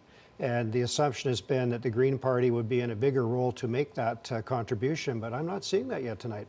Right. They may in a very, very tight situation, but with 2 seats in the House, they're a very small group to be making some very big decisions on behalf of the entire province in a kind of a kingmaker way. So I think it's, if this is how it turns out, we'll have a very unstable situation for a while. Well, and that leads to another great question, which is if we do end up with a minority government, how long might it last? I suppose it depends on whether you have a Liberal minority or an NDP minority. Sure, that's exactly right. And those are difficult questions to game out, to be honest with you. I'm a little surprised to see the Greens not having more of an impact. Their vote doesn't appear yet to be consolidating the way I thought it would in some of the southern Vancouver Island ridings. But, again, there's still lots of time. I am surprised to see the Liberals are really struggling in Suri. Peter Fassbender and Emmerich Verk are having some challenge in their ridings. I see Suzanne Anton, another prominent cabinet minister, the Attorney General, struggling in her Vancouver riding there too. So, there are some surprises there, but again, still early days, still lots of votes to come in. So we'll see. Well, yeah, we knew from the outset that Peter Fassbender was going to be in for the fight of his life. No kidding. But this was not going to be an easy fight for him. And yeah, sure, Emmerich Verk, Suzanne Anton, those are key names, also key cabinet ministers who may possibly end up losing their ridings tonight. But of course, we'll have to wait and see as more and more results come in. Let's take you right now to Liberal Party headquarters. We've got Anita Bath standing by with some of the storyline playing out over there. Anita, what do you have to tell us? Andrew, the crowd here is still extremely thin, and what started out as perhaps optimism here at the Liberal headquarters has quickly turned to nervousness. I went out into that crowd and I tried to talk to as many people as I could, and either they didn't want to talk to me because they're so unsure as to what's going to happen, or they just simply told me they're very uncertain tonight and there is a lot of nervousness. They're talking about ridings like Surrey Fleetwood, where Peter Fassbender sits, as well as Vancouver Fraserview with Suzanne Anton. Many supporters of them tonight here, and they are all worried at this point, looking at the votes that have been coming in, that those two could lose their seats, and that's not sitting well with anyone. Typically, when you come to events like this in the past, in 2013, you're already starting to see some of the big name Liberals roll into the room, but I can tell you that, again, this crowd is thin. We've seen very few cabinet ministers come in. We've former cabinet ministers. We've seen very few big name supporters come into this room tonight. Again, the crowd here extremely nervous, really worried, and earlier, it was a lot of talk about the Green Party, changing the dynamics, worried that the Green Party could perhaps steal a few of the Liberal seats. But now they are really worried about those ridings that they thought they could steal away from the NDP, even Coquitlam-Millardville, now worried that that is not going to happen. Andrew? All right, Anita Bath at Liberal Party headquarters for us tonight. Thanks so much. For the mathematically inclined, if you look at the bottom of your screen right now and you were to add all those numbers up, 44 plus 41 plus 1, that equals 86. And you may recall that there are 87 ridings in play. There's one riding for which we have not heard a single result, and that is Andrew Weaver's riding, Oak Bay, Gordon Head. Our producers have been in contact with BC elections officials to try to get some explanation as to why we've gotten results in every single other riding in the province, but not that one. The official explanation, as I understand it, is that a phone line is down. It's as simple as that. At the returning office, essentially the lifeline where they would expect to get results officially from the returning office as the votes are counted, the phone line is down. Now, can they use cell phones? Is there some other way to communicate the results? These are some of the questions that we're still trying to get answers for, but that's the official explanation as it stands right now. We'll wait. That's all we can do at this point. Meantime, let me take you to another part of Metro Vancouver right now. Burnaby, a key battleground. And of course, Burnaby North, we know to be one of those ridings that's very much in play, that the NDP are going to try to make a gain on the Liberals. But of course, there are a couple of other Burnaby ridings in play as well. Richard Zussman knows that storyline very well. Yeah, 2005, Andrew, the NDP won 1 in Burnaby. 2009, it was 2. 2013, it was 3. And this time they're looking for 4. And let me show you what's going on in Burnaby right now. Burnaby, Deer Lake, Ann Kang is hoping to replace Kathy Corrigan here, who's not running again. 294 vote lead, 16 polls reporting over Karen Wang. Burnaby Edmonds, that's the safest of the Burnaby ridings for the NDP. Raj Chauhan, still very early here, 196 vote lead, so that's pretty significant for the NDP. This is one of the big swing ridings, very interesting what's unfolding here. Katrina Chen, a city councillor, up 278 votes over Steve Darling, who was one of the big stars for the BC Liberals, and the NDP hoping that Chen can replace Jane Shin, who held the riding. And this is one, the lead is growing for Janet Routledge. This would be the sweep in Burnaby. More than half the polls are reporting here, and Janet Routledge is up 525 votes. So that's pretty significant. The NDP have been close there before. It looks like this may be the night they knock off the Liberals. And this was one of the ones where the Greens were hoping to pick up, but Judy Darcy is holding on strong. The incumbent, the health critic for the NDP in New Westminster, a more than 1,000 vote lead with 27 polls reporting. So that part of the province in Metro Vancouver, Andrew, all orange so far. That sweep in Burnaby that the NDP so desperately needed if they're going to have any hope of forming government tonight. Yeah, Burnaby North being that key pickup. Really and Richard Lee, I mean, the only Liberal incumbent in the Burnaby area, perhaps, as Max pointed out earlier tonight, facing backlash over the Kinder Morgan twinning of the pipeline. All very much open questions, but you're watching this situation unfold just the same way we are. Let me go to Belle Puria right now, who's standing by in Burnaby with the story from there. Hi, Belle. Hi, Andrew. This room, we're at the Burnaby NDP headquarters where the candidates from the 4 parties, ridings have come together. And, you know, it's like a roller coaster as these numbers keep changing. With me is Raj Chauhan. He's the candidate in Burnaby Edmonds. I just asked you a few minutes ago, like, how are your numbers? How are you feeling? Well, so far the numbers looking very good. You know, more and more polls coming in and showing us in lead. So, but you know, it's not final yet. You're not ready to celebrate yet. I'm waiting for that check mark. What are your thoughts on how the numbers keep changing overall here now? Well, you know, John Horgan and BC NDP ran a very, strong campaign in British Columbia, and in Burnaby we did the same thing, and we had a very positive, campaign. And our team, all 4 candidates worked together with each other, and we reached out to lots of houses and talked lots of people. But it's when you go out there and you do your best, you do everything you can. Now it's up to the voters. So we are waiting for the final number. How much was the Kinder Morgan debate a deciding factor in key ridings here in Burnaby that you had to win to do well tonight? Well, Kinder Morgan, it was a big factor in both Burnaby North and Burnaby Lougheed. It was not so much in Burnaby Edmonds or Burnaby Deer Lake. But in North Side, it was a big factor. But in some ridings, then also the demographics changed very much because you have all these new high-rises and condos going in, sort of a higher income type of accommodation housing. That changes the type of voters that come to town. It does, but when we talk to people, majority people we spoke with, they wanted a change. People kept telling us 16 years of this government, it has gone to their head. We want a change so we can, change our priorities instead of, only looking after for the top 2%. We need to take care of 98% as well. Okay, thank you very much for your time. Thank you. It's Raj Chauhan, the NDP candidate in Burnaby Edmonds. Back to you, Andrew. All right, thanks so much. Lots of interesting things happening down where Bell is. Some people a little more excited than others, clearly, as you might have noticed in the background. Let me just take a snapshot of what we're looking at the bottom of your screen right now. If things stay the way they are, and keeping in mind that we are still waiting for the one riding to report, Oak Bay Gordon Head, which it would not come as a surprise if it went Andrew Weaver's way of the Green Party, this would be a stunning result. If we were to flash freeze this the way it is right now, we'd be looking at a minority government, something that hasn't happened in British Columbia in 65 years, more than half a century. Anyone's guess as to how that would play out. But boy, would that be an interesting scenario if things stayed on track the way they are right now. I believe we have Dan Burrett standing by right now with a view of social media, Instagram, Twitter, Facebook. You've got it all. Refresh your drinks and your bowls of cheesies, people. Look at how tense this is now everywhere. This is going to be a long night. Ruth KS back and forth. BC votes. I've run out of fingernails on both hands. I don't even live in BC. From Mr. Worry in Whitehorse. And look at this. I'm so stressed out watching BC election, it's like watching playoff hockey without as much yelling at TV. Speak for yourself, Terry.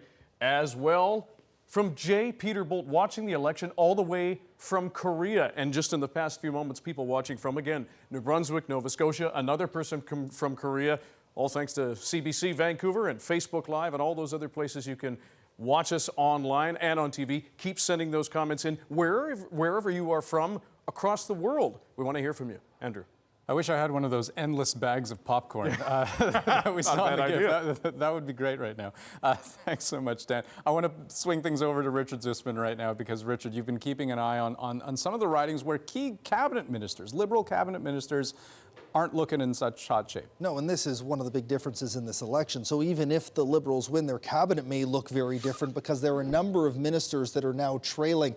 Very substantial lead here for Jagra Brar and Suri Fleetwood. More than 1,100 votes over Minister Peter Fassbender, with more than half the polls reporting. That is a very big lead for Brar in this riding here. That would be considered an upset here. Another substantial lead, more than 600 votes for former Vancouver City Councillor George Chow over the Attorney General Suzanne Anton. Again, we're closing in on half the polls reporting there. So that one, again, close, but the NDP lead continues to grow. This a very substantial lead for Gary Begg over Amrik Verk, the battle of the RCMP officers. 776 vote lead with more than half the polls reporting. So these ministers here are not looking in good shape. And this race, again, close, 25 polls reporting, but Beau and Ma on the verge potentially of pulling off the upset. This is one of those stretch swing ridings for the NDP. They're doing very well in Metro Vancouver, leading Emergency Preparedness Minister Nyami Yamamoto by 351 votes. So I bring Max Cameron in now from the University of British Columbia.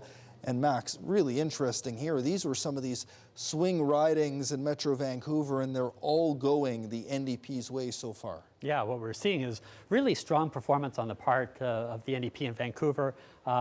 In Burnaby, so far, sweeping the 4 seats there. Suri. Doing extremely well in Surrey, taking down a couple of ministers. The real focus on Vancouver, and to do well in North Van, in Lonsdale, is a surprise.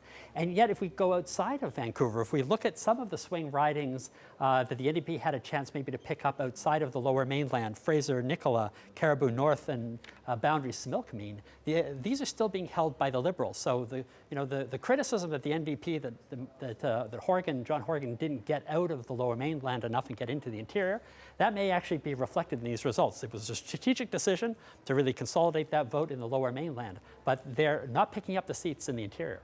And Andrew, there are scenarios where the BC NDP could pick up all these seats in Metro Vancouver and still not win the election. So they're doing very, very well in the swing ridings in Metro Vancouver, but just like Max mentioned, there are a lot of ridings outside of Metro where they're not doing so well. But those would be some pretty heavy hitters going down for the Liberals if all those results stand. Yeah, absolutely. And you've got to figure another thing that's completely thrown all of this for a loop is the Green Party. I mean, you look at they've got 2 on the board right now, but the share of popular vote, 15.6%. That's a crippling number, right? When you look at the impact on both the Liberals and the NDP. And Max, I'm seeing you nod your head there. Yeah, it's interesting. I mean, one of the big curiosities of this race, or one of the big questions is, will the Greens attract votes more from the NDP or more from the Liberals. And it could go either way. So far, at least, but these are very early days, it's hard to say. It doesn't seem as if the growth of the Greens is doing quite the damage to the NDP that might have been anticipated. Let's go ahead and show you some of the results from Oak Bay Gordonhead, where we told you they were having some phone line troubles. Maybe they got their hands on a smartphone. We got Andrew Weaver pulling out to a lead right now, 100 votes. Now, this is early goings in the race, seeing as how these are just very preliminary results.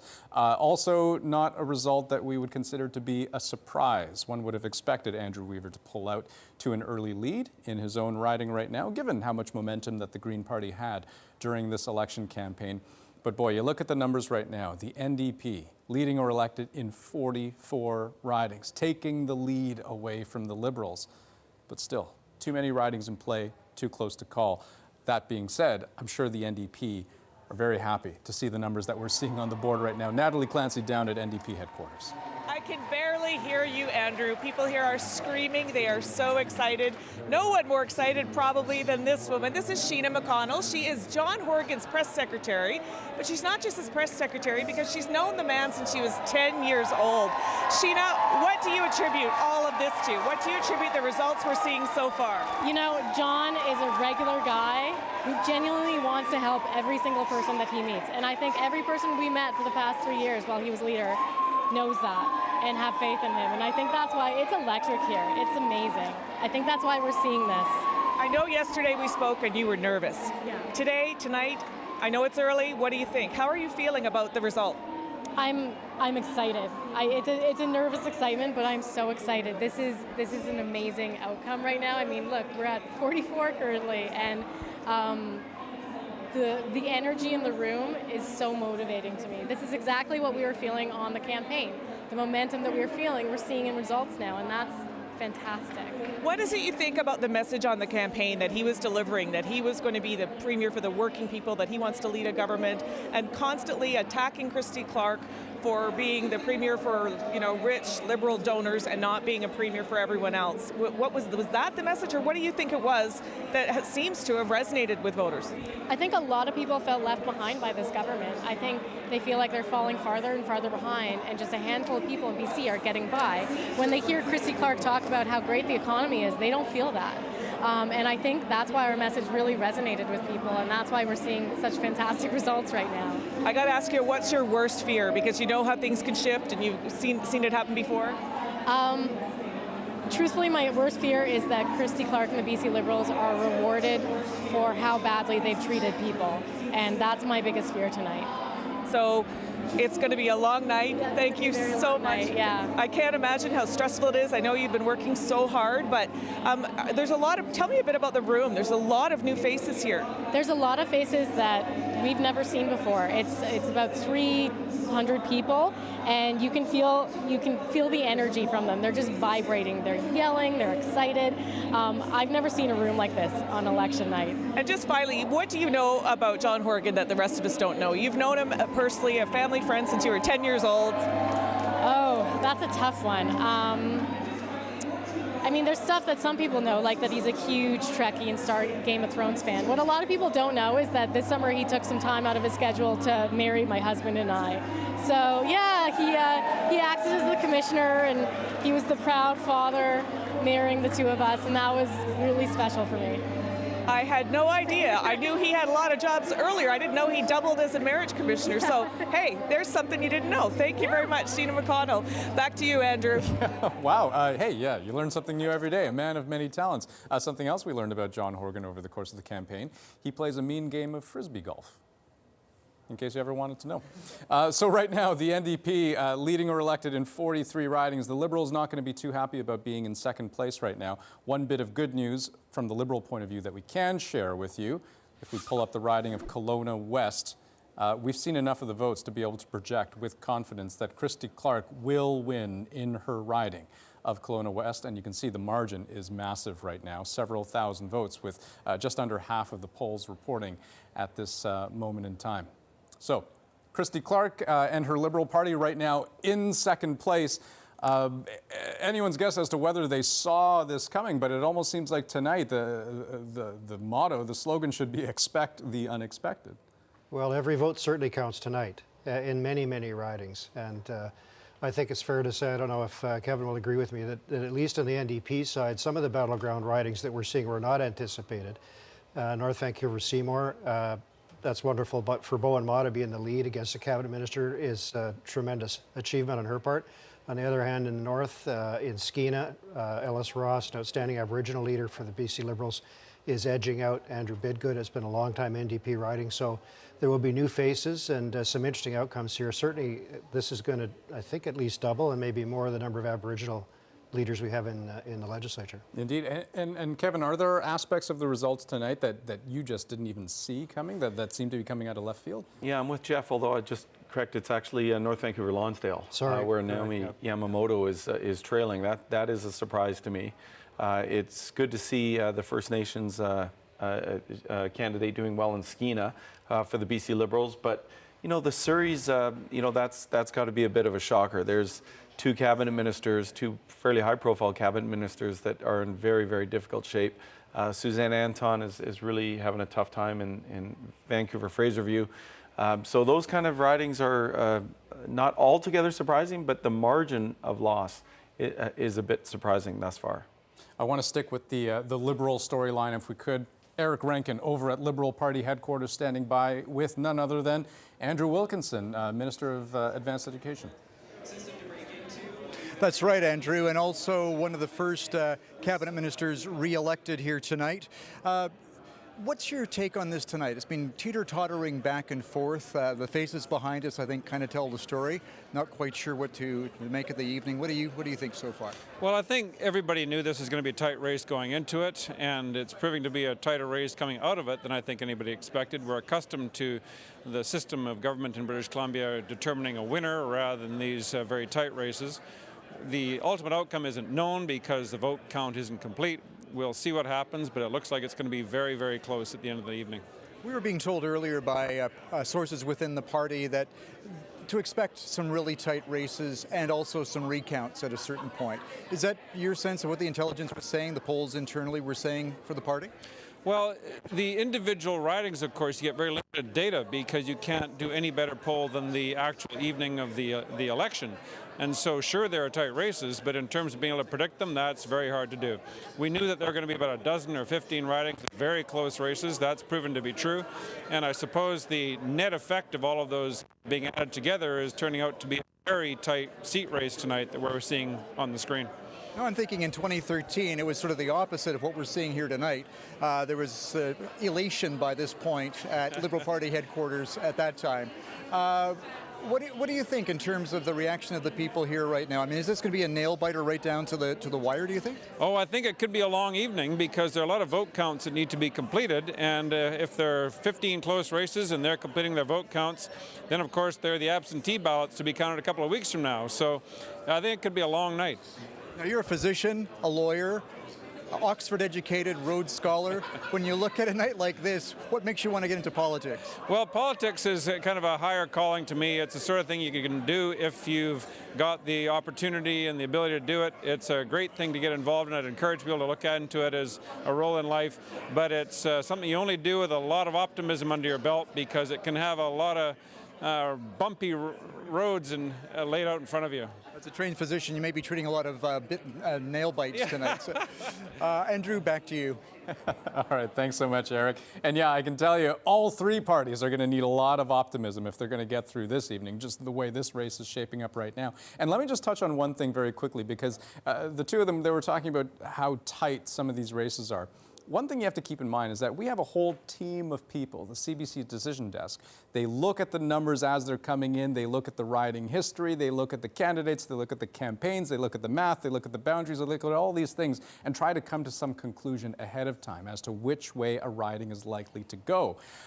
In this case, Andrew Wilkinson makes a very good point in that we may actually end up being here for quite a lot longer than we thought. We may have to wait for all the votes to be counted, which is not something we always do. No, because it is just so close, Andrew. Like, we're going to be able to show you here how close it actually is, because there are so many ridings. And this is ultimately the fate of the election is in the hands of these ridings here, especially these top three. Look at this. 80% of the polls are reporting in Coquitlam Brook Mountain, and the lead for the NDP is just 7 votes. Here in Maple Ridge Mission, that's one of the big swings. The Liberals hold it now, 77-vote lead. Cowichan Valley, the NDP holds this, but they're trying to hold off the Greens, 125 votes, 126 votes in Saanich South, where the NDP holds the seat, but they're trying to hold off the Liberals. So it's so close in so many ridings. Courtney Comox was one that the NDP wasn't expecting to win. And look, they're in the lead, still close, 166 votes, with 40% of the polls in there in Courtney Comox. So the fate of the election is in the hands of these ridings here. So if you live in one of these ridings, I hope you went out and voted, because your vote matters, because this race is so close, and these, we keep saying them, flip back and forth. Again, Andrew, I'm blown away by this. 7 votes, 80% of the ridings reporting. It's pretty incredible how close this is. And just to put some of these numbers in context, the way redistribution works right across the province, the way they draw those boundaries, is they try to get each riding to have about, on average, 50,000 people, right? That's kind of the benchmark. And so if you figure most of these ridings, especially, you know, when you get to the more populated parts of British Columbia, you know, the Metro Vancouvers, the Vancouver Islands, where you do have 50,000 people, for there to be a spread of 7 votes, that's borderline ridiculous. Yeah, and just like Andrew Wilkinson was mentioned, we may have to wait for those absentee ballots to come back, especially in races like this one. Jody Wickens, Joan Isaac, 7 votes, Coquitlam Brook Mountain. This one is shaping up to be the closest. And again, if you live in one of these ridings and you didn't vote tonight, you must be wondering, my vote could have made a big difference. Well, that is such a great point as well. Thanks so much, Richard, for shedding light on that. Let me take things out to Stephen Quinn and our political insiders on the floor. Hey, guys. Hey, Andrew. It does look like the only thing that's certain so far tonight is that it is going to be a long night, and happy that Bill Thielman and Elise Mills are prepared for it here. Bill, you were looking at the plus minuses. Fascinating to see what we just saw, just how close the races are. Yeah, it's amazing, and we've just saw the board change literally in the moment we started talking here, but this really will make an enormous difference. I mean, 1-2 seats going to one more seat going to Liberals, and they have a majority.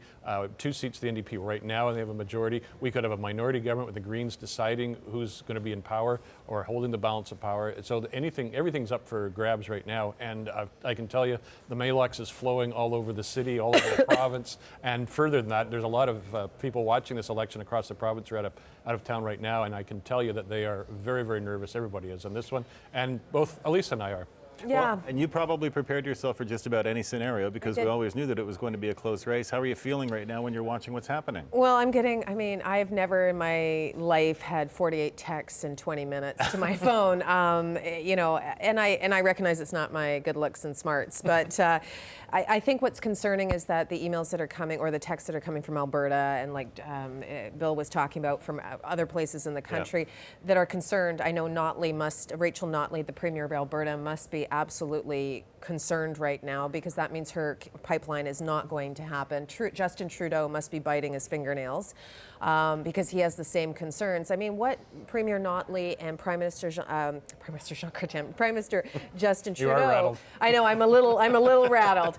Well, it is the 90s again, apparently. That's right. But you know, what they had really tried to do is create this balance between the environment and energy, and they had walked on eggshells to try and get that pipeline built. This will mean that he won't have that feather in his cap for 2019, and that means Rachel Notley has lost her narrative as well.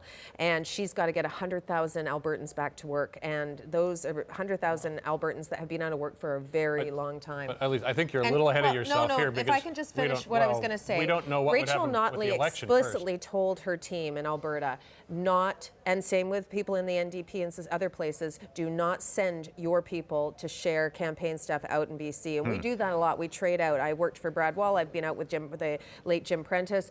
The BC NDP are isolated, and the only friends they have are some federal NDPers. Bill? No. I mean, look, let's focus on the election first. We're not talking about pipelines. It is a federal responsibility overall, but pretty clearly, John Horgan came out against Kinder Morgan and Andrew Weaver's against it. So fair enough. But we've got an election to decide here tonight, and it's going to come down to one of these very tight races. It could be somewhere in one of the Suris. It could be the Delta. We've seen several cabinet ministers going down. there are a couple of rural ridings where it's still not clear. We don't have a lot of results in yet. So as you said, I think we'll be here for a while. We'll be switching from water to coffee soon, and then maybe bourbon after that. You know, it was originally fun watching the two of you, and now I'm just picking up all of your tension. So thank you very much for that. Andrew, we'll throw it back to you. All right, thanks very much, guys. Always fun to get your take from the floor. I want to show you a little bit of a snapshot of Suri right now, because before heading in tonight, we knew that this was going to be one of the key battlegrounds that would be contested between the Liberals and the NDP. At the outset of this election, the Liberals held the majority of Suri's 9 ridings. Holding 4 of them, the NDP had 4, or rather, Liberals had 5 of them, and NDP had 4. And right now, as you can see, many of those ridings still being very heavily contested. Richard Zussman has been keeping tabs on the Suri situation, if we can call it that. And can you walk us through some of the ridings that are still in play at this point? Yeah, let's have a look at Suri, because ultimately, with so much so close across the province, this is one of those areas where the NDP was hoping for gains, and it looks like it's coming.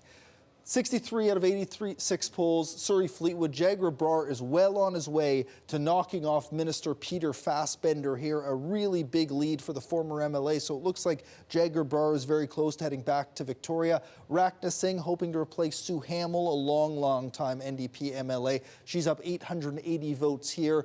About, not even half the polls reporting yet though, but a pretty big lead for Rakna Singh in Surrey Green Timbers. And Surrey Guildford, again, over 1,000 votes. That's a great sign for Gary Begg. So he looks also to be on his way to heading to Victoria, and Surrey Guildford on the verge of knocking off Minister Amrik Verk. And Ginny Sims, the former MP, her lead keeps growing and growing. More than 680 votes. She's up on Puneet Sandar in Surrey Panorama. So everything going orange that has to go orange in Surrey. Harry Baines, we are confident enough to say he has been elected. That's what we're projecting here. More than 2,300 vote lead in Surrey Newton as we get closer to all the polls reporting there. And Bruce Rolston, we're also confident here, Andrew, to project that he will be re-elected. But this, again, Surrey Wally so safe for the NDP. But the crucial ones there, the ones the NDP had to win, they are doing so well in Surrey. So everything that the NDP needed to make happen in Metro Vancouver,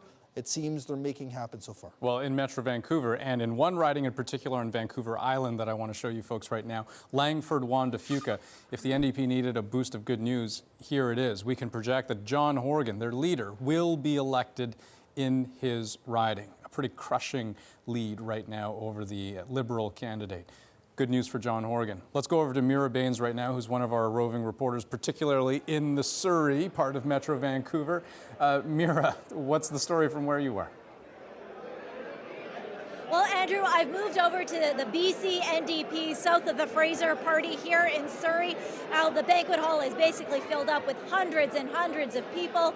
They're thoroughly enjoying themselves. They're smiling. They're laughing. The mood is much different than how it was over at the Liberal Party over south of the Fraser at another banquet hall. Now, a lot of the faces there were very tense. Here, much happier. We are awaiting the arrival of Jagroot Brar.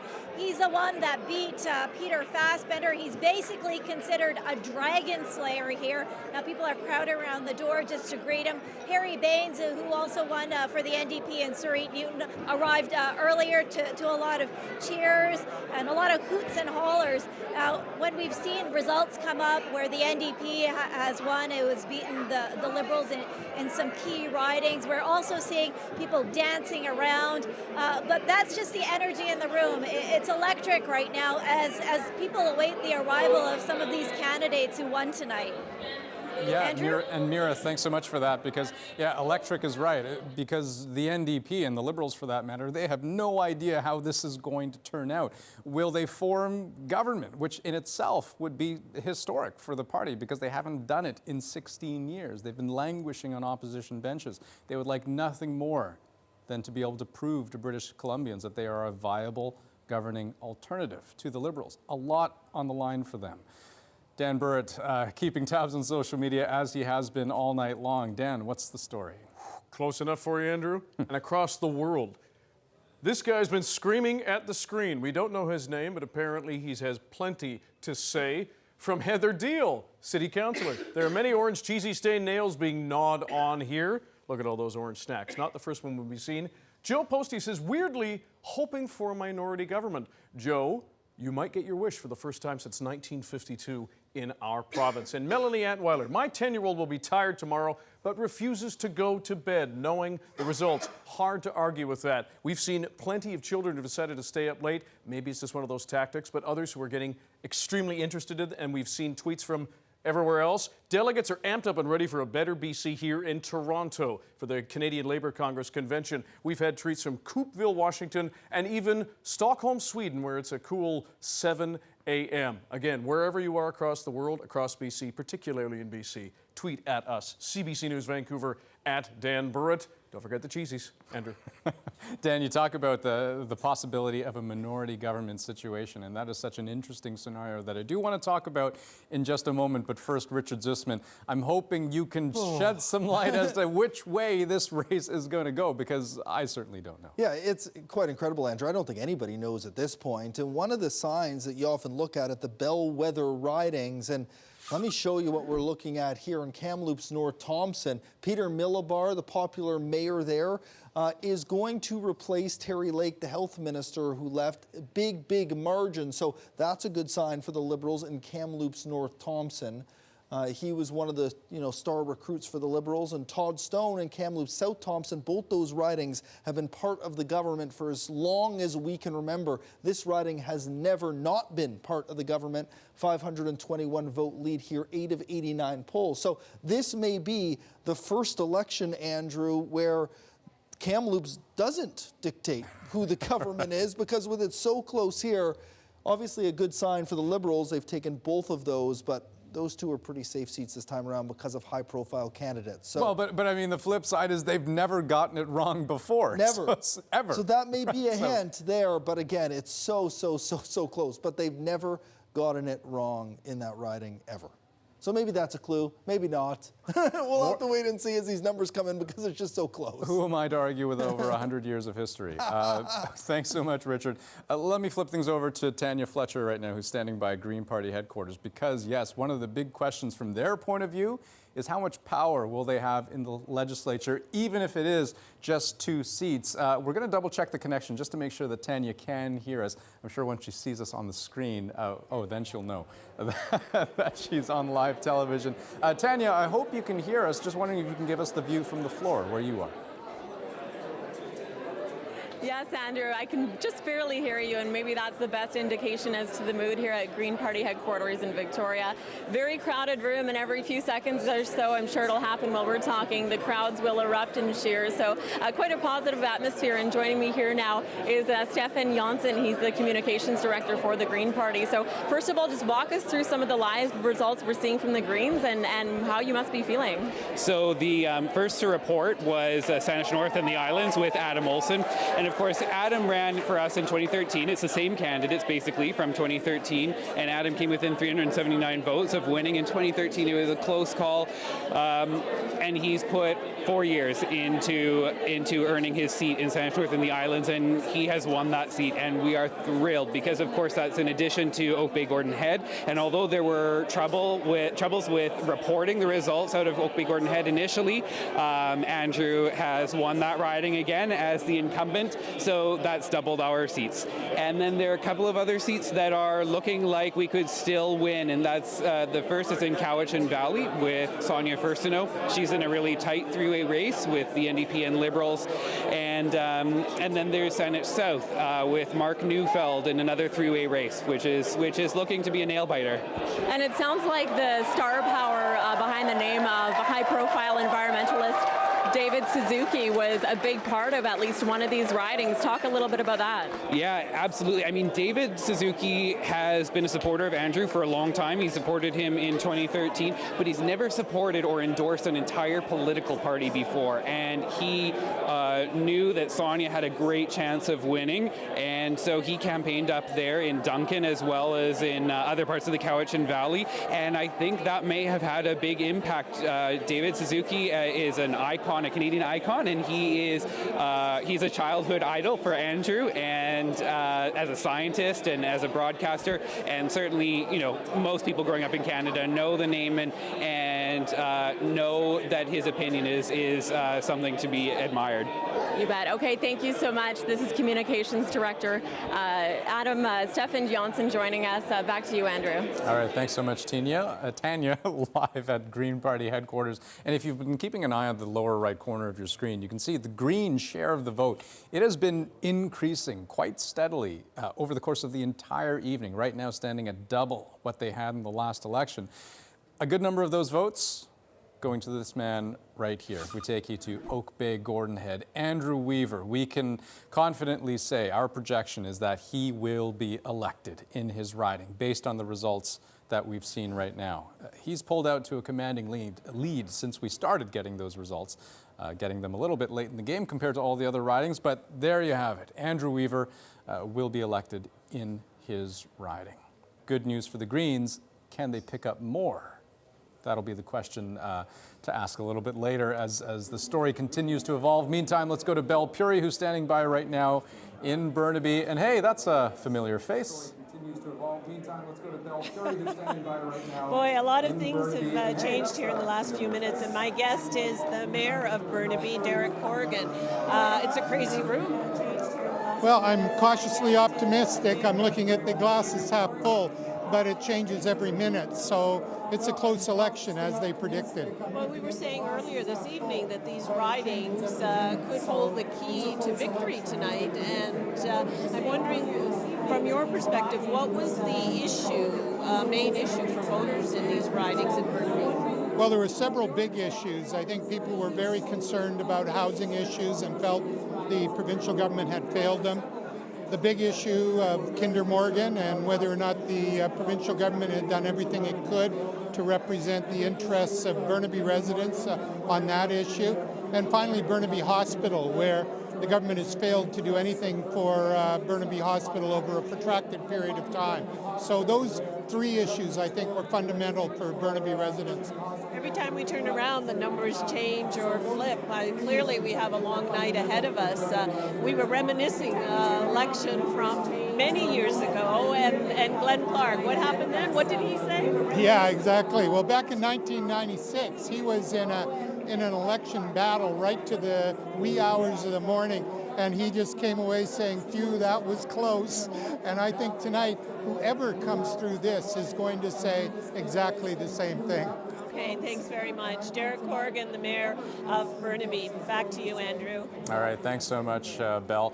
Let me continue along with this Green story that we have been talking about alongside all the other stories happening at the same time, because I want to show you the riding of Saanich North and the Islands. This is where we can project that the Green candidate, Adam Olsen, will be elected there. That's very good news for the Green Party. That's two elects on the board for them. Two sure things. Andrew Weaver, Adam Olsen. They're still trying to add a third, a fourth, maybe even a fifth. We're going to have to see over the course of the evening if that materializes for them. And keeping in mind, if they manage to hit 4, that would mean big things, because that would give them official party status here in British Columbia, which is something that up until now they have never had.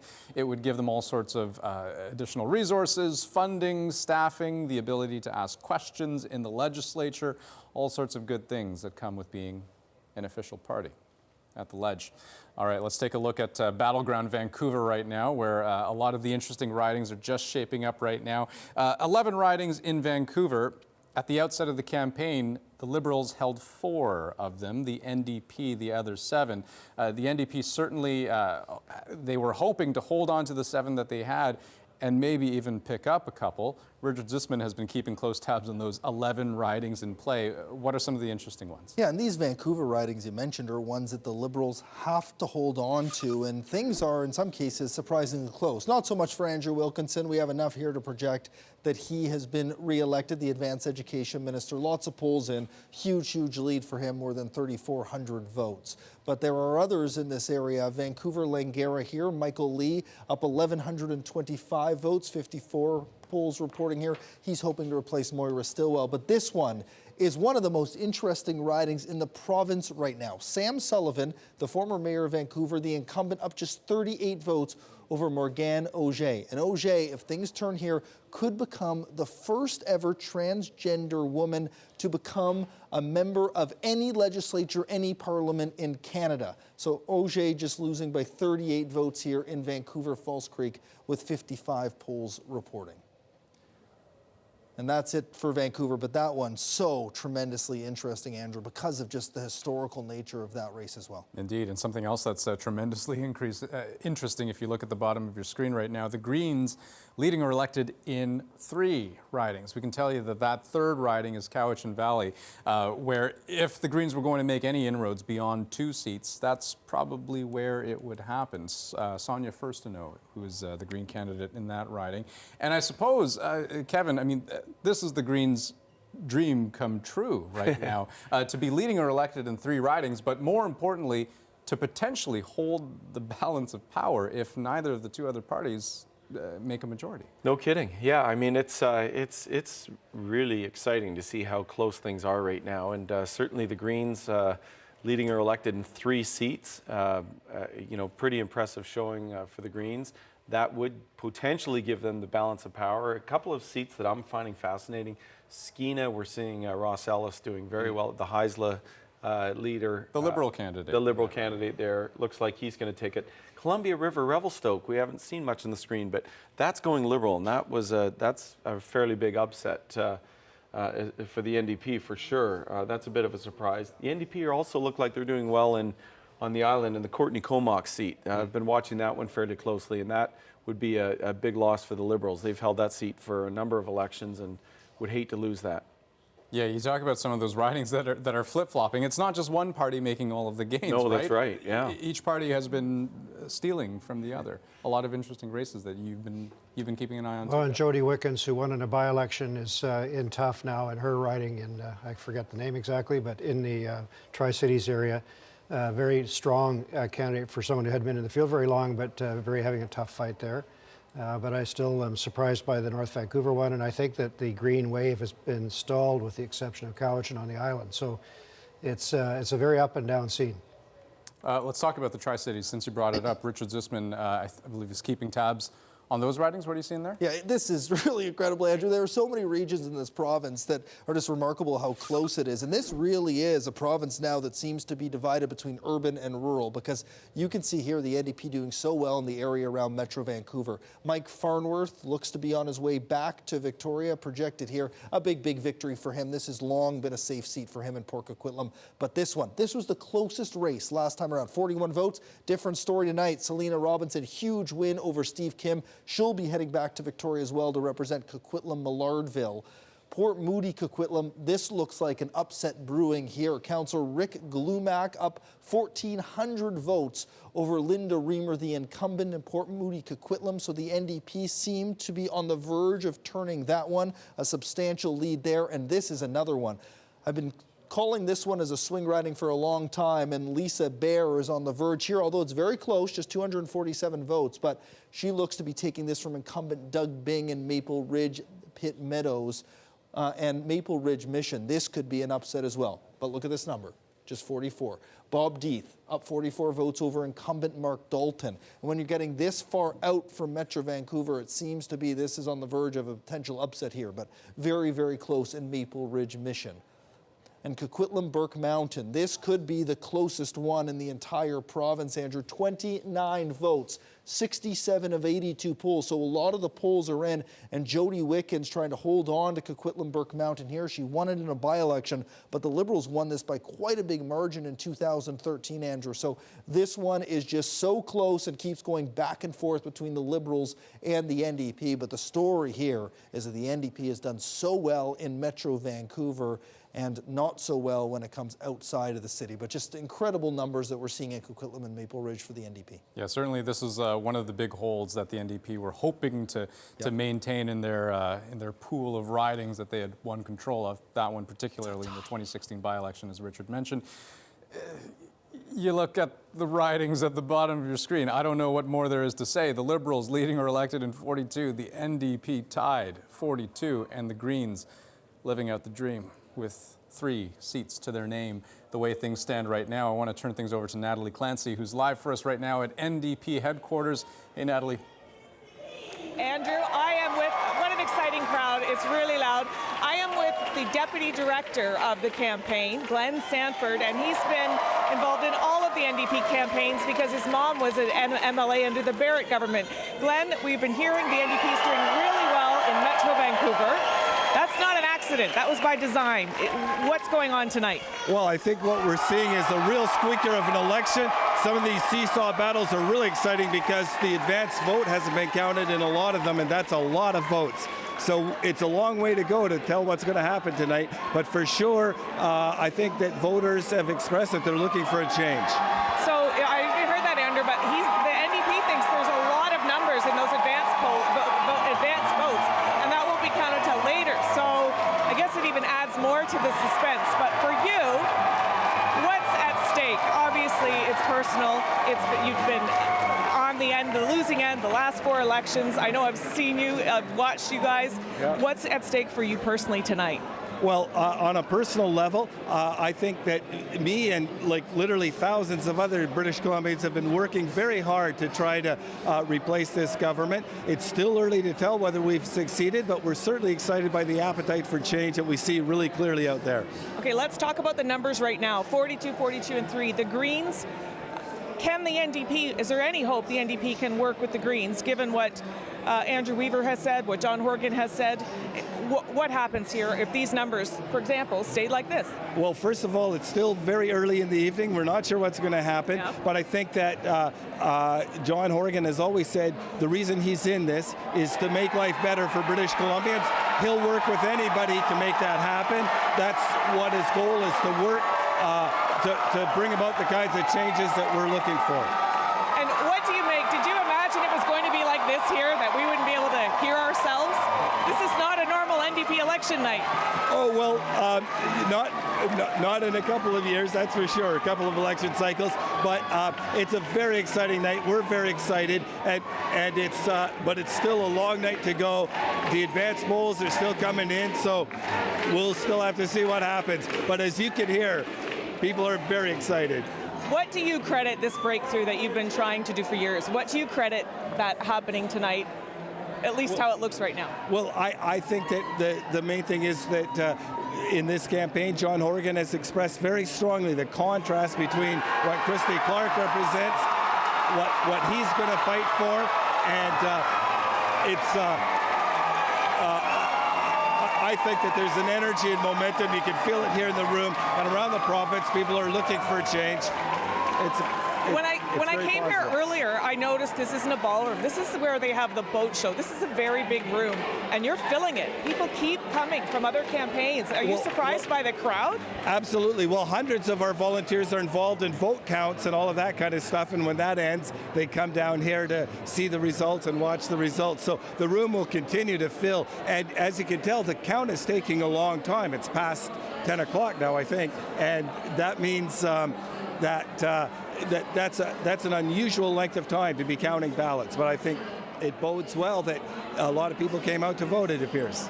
Thank you. This is Glenn Sanford, Deputy Campaign Director, saying, hey, the advanced polls are going to be counted later, so there's some big numbers to come in yet. I wonder what the panel thinks of that, Andrew. Yeah, things could very well change from here on out. Natalie Clancy over in NDP headquarters, thanks so much. And boy, you look at how close some of these races are, and I've said it before, I'll say it again, you don't want to celebrate too quickly because you have no idea in which direction your number is going to go at this point. Something else that I want to point out, just in terms of how the vote has broken down and how that's translated into seats. This is something interesting that we've picked up on just over the last little while. Look at the NDP's results right now. You see they're down in some ridings, they're up in other ridings. Overall, there actually isn't that big of a change in terms of the popular vote that they've been able to accumulate. But you look at the seats. I mean, they're looking at a big increase. At dissolution, they were at 35 seats. All of a sudden, they're looking like they could end up with 41 at the moment if things continue the way they are. What explains that? Does it boil down to good strategy, distributing the votes across different ridings more effectively? Lots of questions up in the air. Stephen Quinn and the panel of political insiders may have some of the answers to that and other questions. Stephen, over to you. I'm hoping that Bill Thielman and Elise Mills can provide us with exactly those answers, Andrew, both of them with us here tonight. How do you account for that, Bill? I mean, we see almost no change in the popular vote, but we see the NDP picking up seats. Well, targeted ridings, number one. The Suris and Burnaby, as we talked about earlier this evening, were targets for the NDP, and John Horgan spent a lot of time there. Some people criticized him for not being up country, etc., but the results are kind of clear. He's picked up a number of seats there. So that's part of it. Part of it is the Green split. Part of it is the Liberals are having some problems in some ridings, and they've lost several cabinet ministers and MLAs already. So, you know, anything could happen. But I mean, right now, if we ended up with what we saw on the board just a minute ago, 42-3, we would have a minority government where Andrew Weaver would choose the premier. And so this is still a very valid, very live possibility, and so I think we'll have to watch. But one of the things that Weaver has stressed is we have to take big money out of politics. We have to ban corporate and union donations, something that John Horgan and the NDP have moved several times. And I think that's one of the key factors in what might be a decision. Yeah, that could make the face of the next election look very different, I imagine. Elise. Absolutely. And I think both party leaders decided, they drew the straws of where they felt they were going to dominate. And I think where you saw Christy Clark deviate a little bit was based upon some of the top tier issues that became, you know, quite relevant in the last days, softwood lumber trade, all of that.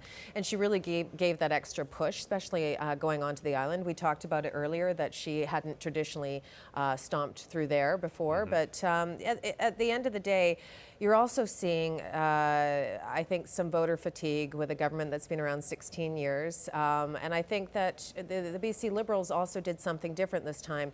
They opened up the kimono completely during the budget. They didn't have anything to hide. They put it out there and said, look, this is the way it's got to be. I am surprised to see certain ridings flip to the NDP that traditionally we poll as with jobs, the economy, and fiscal management being very high. And yet that doesn't jive with the NDP platform at all. So, you know, I agree with Bill, though. I think we're still, believe it or not, we're not at the end yet. It's still very fluid. So definitely, we're definitely not at the end. And we see those very, very close races out there. I mean, we're talking about handfuls of votes. And Steve, we've got advanced polls to go. We've got other possible, like district regional office votes to go. We've got possible recounts to happen here. So we're in a situation pretty unprecedented in BC recent political history. And, you know, on the other hand, if two seats flip over back to the Liberals, they could have a majority too. So we're, and a couple more to the NDP, and they have a majority. So we really are in for a long, long sleepless night, perhaps. We talked earlier about some high-profile cabinet ministers going down. Suzanne Anton, of course, Peter Fassbender. We saw Naomi Yamamoto in North Vancouver. We just saw, the last time we took a look at Vancouver Falls Creek, Morgana Auger, very slightly ahead of Sam Sullivan, the incumbent MLA, the former mayor of Vancouver. What do you think the chances are that that's going to hold? Well, it's a very tightly fought race there, and Morgana Auger has had enormous amount of publicity, has worked very hard. She's been out there constantly and has been the beneficiary of a lot of additional media because of being possibly the first transgender person to be elected in Canada. And we have other candidates who are also transgender in this election from the Greens and Liberals. But this would be an international story of significant proportion outside of BC politics completely. And so that would be very exciting. And I think for a lot of folks in that riding, they're saying that we really support trans people, and we're going to elect one of those people to the legislature to make a statement. And it may not be as much NDP Liberal, although Morgan is very strong NDP, as much as a statement there. It's such an interesting riding because since it was divided, we saw the West End, the core of the West End, become, always go faithfully NDP. You're talking about mostly renters. You look around the ring around Falls Creek, and you're talking about the condo owners, and that's always gone Liberal. As one of the, when I came back from Ontario, it was one of the first ridings that I was dropped into under the Gordon Campbell leadership. And I remember, trying to figure out how to manage it. It's a very diverse riding. It's diverse on demographics, but it's extremely diverse on issues. And I mean, to see the renters up against, those who are in the big towers there. I mean, it's so many issues running together. But I will say this. I think that Bill's absolutely right. I think that I don't think that riding is as partisan as It is ideological in the unpartisan sense, that they strive for better, they strive for social justice, they strive for economic equality, and I don't think that's dictated necessarily on your income bracket there. We looked away from the screen for a moment. It's back tight again. And now everything's changed. And just to one of Elise's points here, though, I have to ask why, of Liberal strategists, why did the Premier go to Vancouver Island several times and not spend more time in the Surrey, in Maple Ridge, in Vancouver Falls Creek? Why did she not put Sam Sullivan in the cabinet in the last shuffle or something? And, you know, she ran against Sam Sullivan for the nomination of the NPA back in 2005 for mayoralty here in Vancouver.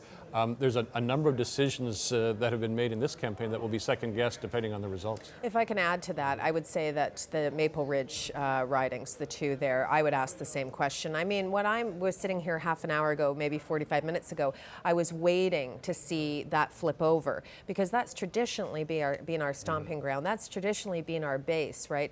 The Surreys as well. Traditionally, we've done extremely well in the Surreys. Now I'm watching our MLAs fighting, in some places, fighting for their lives. I mean, we saw what happened to Peter Fassbender.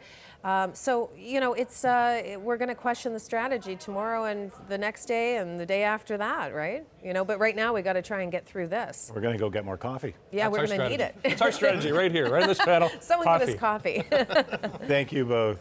Back to you, Andrew. Thanks a lot, Stephen. Yeah, who would have thought this would be the result that we're looking at this stage in the game? A dead heat between the Liberals and the NDP. I want to put things out to Anita Bath, who's standing by at Liberal Party headquarters. And Anita, the Liberal Party, this is not the result that they are looking for. They were hoping to be much further ahead than this. Oh, absolutely. I mean, I was listening to Natalie's hit, and the sheer noise that I heard in my ear was a stark contrast of what we're seeing here tonight. Every time a result comes on, you're only getting a few claps, a few cheers. So we've brought Rachel Curran up here with us. She is a former Stephen Harper Party organizer. She's also a Christy Clark organizer on this campaign. Rachel, I want to ask you, I mean, I walk in the crowd, I hear a lot of talk of a really good possibility of a minority government. Yep. What do you make of this? Well, so I think you're seeing the results are very tight tonight. I don't think that's surprising at all. There are a couple of reasons for that. First of all, the NDP has run a very negative campaign against Christy Clark. They've thrown all of their money and their time and their resources into negative advertising against the Premier.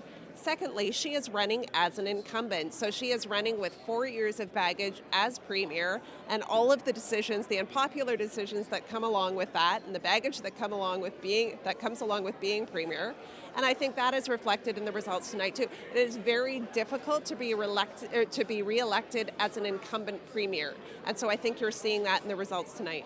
Well, you talked about those NDP attack ads, very different from what we saw in the last election in 2013, when the NDP decided not to run any attack ads. They didn't want to run a negative campaign. What do you think that your campaign did wrong this time? Well, I don't think Christy Clark did anything wrong. I think she presented a positive vision for British Columbia. I think British Columbia's, frankly, economic record has been second to none in the province. It's first in job growth. It's the lowest unemployment rate in the country. Christy Clark has created close to 250,000 new jobs since 2011. British Columbia really is the shining star of the Federation. So Christy Clark has run on her record and said, look, I have done all of this for British Columbia. We really are first in the nation when it comes to economic growth, when it comes to economic performance. Re-elect me and I will do more of the same. And I think that's exactly right. That's exactly what she should have done and exactly what she did. The problem is that when you are an incumbent Premier, you also wear the baggage of the unpopular decisions that come along with being Premier. And so I think those are being reflected in the results tonight as well. So the NDP has taken advantage of that, and they have run a negative campaign against her. They have not presented a positive, I would say, a positive and forward-looking vision for the province. They have instead said, don't elect Christy Clark again. Here are all the reasons why we think she's bad for BC. They've presented a very negative vision of her, and I think that has an impact too. Okay, but look, I mean, you can say that Christy Clark has run a campaign based on positivity and the future of the province, but the Liberals have also run a number of attack ads on John Horgan himself. Well, I think look, most of her campaign has been based on her record and her forward-looking vision for the province. Has she said, look, John Horgan doesn't have a coherent policy platform, John Horgan has no plan to pay for all of the promises he's made during this campaign? Absolutely. But those are fact-based responses to what Horgan has presented. She has not gone out and said, you know, John Horgan's bad for British Columbia because, you know, he has no plan. She has not presented a negative, a sort of negative bombardment of advertising in the same way that the NDP has towards her. She has responded factually, I think, to his platform that has some pretty major gaps. But she has not run a negative campaign in the same way that the NDP have. But the reality is that negative campaigns work. Negative campaigns work particularly when you are an incumbent and your opponents can say, you know, you haven't done this, you haven't done that, you have made these decisions that have upset a number of people. And so if you are able to take advantage of that, as John Horgan has, I think you can gain some traction. Okay, Rachel Curran, Christy Clark, organizer here at the BC Liberal headquarters. Andrew? Okay, Anita, interesting conversation you're having there. I'm not sure either party has a monopoly on negativity. I'll put it in as simple terms as I can. But Richard, meantime, you're looking at a few ridings that are too close to call. I should mention, by the way, that I believe we're getting close to having a final picture here, because you look at some of the ridings scrolling by at the bottom of the screen, 55 of 57 polls reporting. In some ridings, we have 100% of the votes counted. Yeah. But so many of these very close, 63 out of 72 polls. We're getting close, but there are still a lot of ridings in play. We are, but those ridings in play are getting less and less, which means that we're getting closer to this being an incredibly close election. Have a look at this. There are just 5 seats across British Columbia that are within less than 500 votes, and in every single one of these, so Coquitlam Burke Mountain here, there's no incumbents leading at all. So Coquitlam Burke Mountain, the Liberals trying to turn this one in what has become the closest race in the province, 138 votes. More than 90% of the polls are now reporting. And in all 4 of these, the NDP is on the verge of flipping them. And these leads continue to grow. Morgane Auger here could become the first transgender elected representative in Canadian history. That would be quite the story against former Vancouver Mayor Sam Sullivan. Maple Ridge, Michigan and Maple Ridge Pitt Meadows were swing ridings the NDP needed to get, and it looks like they're getting there. So what I'm telling people here is that ridings are flipping hands, but as these margins continue to grow, there's more and more certainty, which means we're getting closer and closer to this idea of a minority government. To a very uncertain political future. Yeah, exactly. And one of the other things people are asking about are absentee ballots and things like that. When will we know the results tonight? Absentee ballots don't get counted till May 22nd to 24th, but often there aren't a lot of those ballots. So that may not change the fate of any of these races, considering we don't have that many that are super, super close. But still, one of those questions you never thought you'd have to answer, because you never thought you'd be in a situation where things are this close. Incredible. Looking at this board, the closest ones, all possibilities here the incumbents could lose. Well, neither of us was alive last time there was a minority government here in British Columbia, so that would certainly be something. It's great. A lot of the comments and questions that are coming in, they're coming in via social media, so we appreciate all those that we get. Dan Burt's been the one getting a lot of those on our end. Holy moly. And if you haven't stocked up on cheesies or that favorite box of wine you have, do it now. Or maybe not, because if you blink, you might miss something. Watching by-election from a fishing boat in the middle of the Pacific from Kevin. He's seasick. Maybe that's from just watching this election. BC Liberals back in the lead. Nice gift. Thank you, Laura, as well. Not sure if this is the real Dan Burritt, but we're having minority party hoping for green power. Eileen, it is me, I think, and Tostitos and salsa out in Saskatoon. And that question you mentioned, Andrew, yes, people want to know what happens if it's 42-43-3. Well, the answer is negotiations. Back to you. Indeed, Dan Burritt. Maybe, you know what, maybe I'll take things over to the panel if I could, because I think that's an interesting question that a lot of people have been asking and that they're curious about in terms of how would they make it work. And I'm wondering, I mean, at this point, each party surely knows their platform pretty darn well, but you've got to figure they're going in there and trying to figure out, okay, what do we have in common with the Greens? Well, I think that was canvassed quite a bit during the election. I think the convention is that whoever is negotiating with who, and I'm sure everybody will be negotiating with everybody else, the government of the past administration will try to form a government and see how long they maintain the confidence of the House. And at that point, if they lose the confidence of the House, there could either be a new government formed or possibly another election.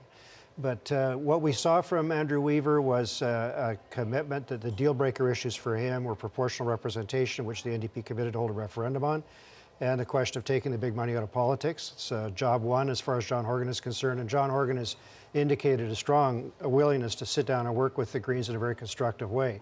You know, I don't think that we've heard the same from Christy Clark, but that she was starting from a different position, and I'm not sure how they would play that situation out. What is the common ground between the Liberals and the Greens? Well, I think the common ground that I could see would be an increase in the revenue-neutral carbon tax. I think that that would be something that Christy could move on very quickly to give to the Green leader. I would certainly have that conversation fairly quickly.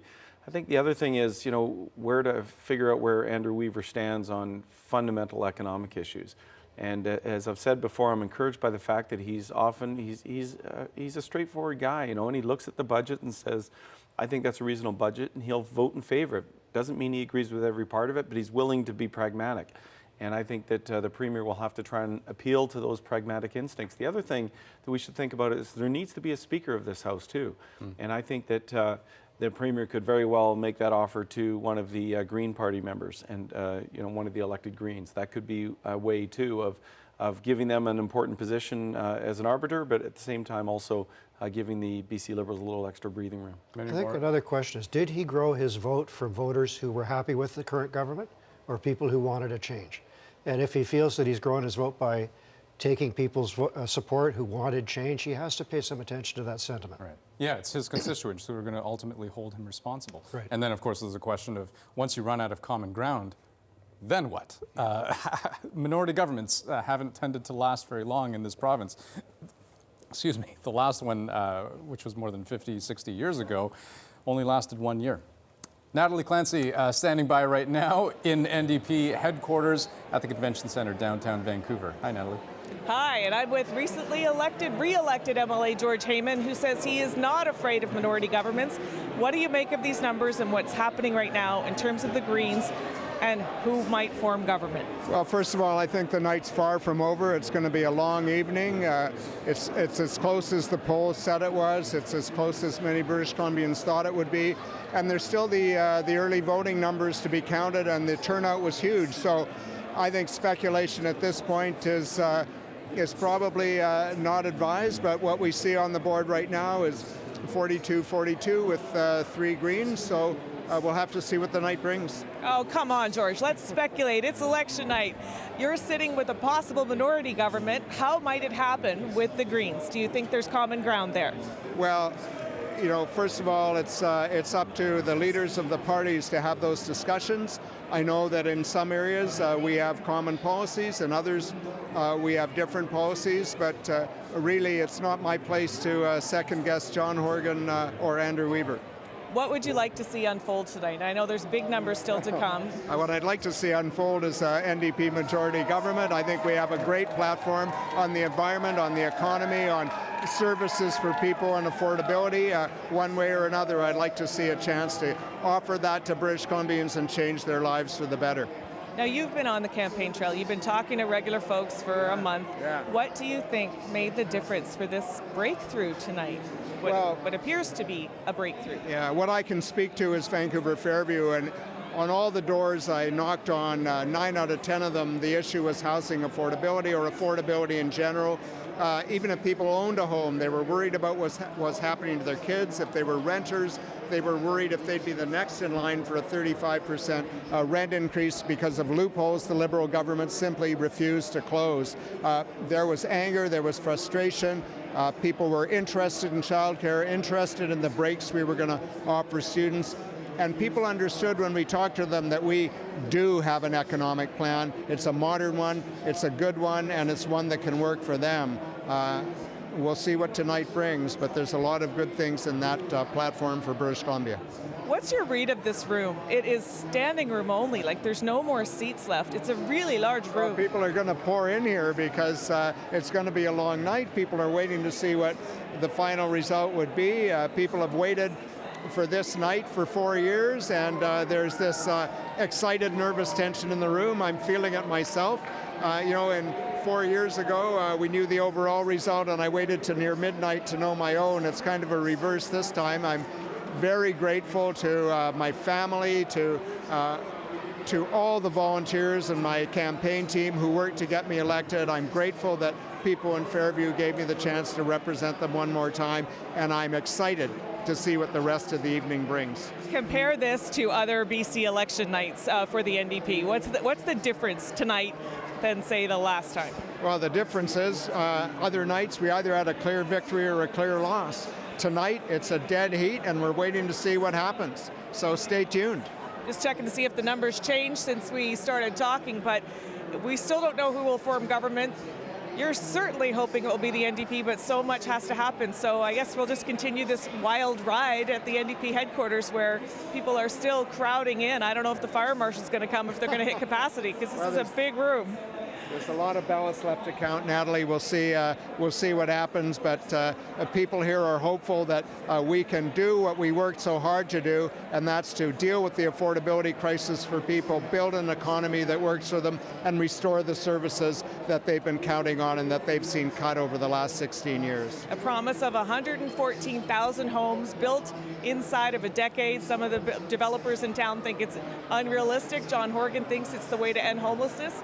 Perhaps one of the reasons we're seeing the numbers tonight. Andrew? Indeed. All right. Natalie Clancy live from NDP headquarters down at the Convention Centre, downtown Vancouver. There are two races that we've been keeping tabs on. One is at the bottom left of your screen, 42-42-3.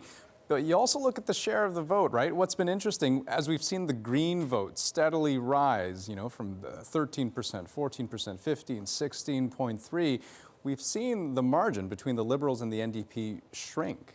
That race getting tighter and tighter and tighter the longer this night goes on.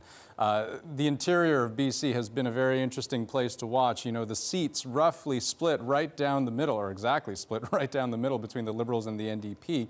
But a lot of that interior still going Liberal red. That's something that they needed to hold on to in order to maintain not just forming government, but forming a majority government.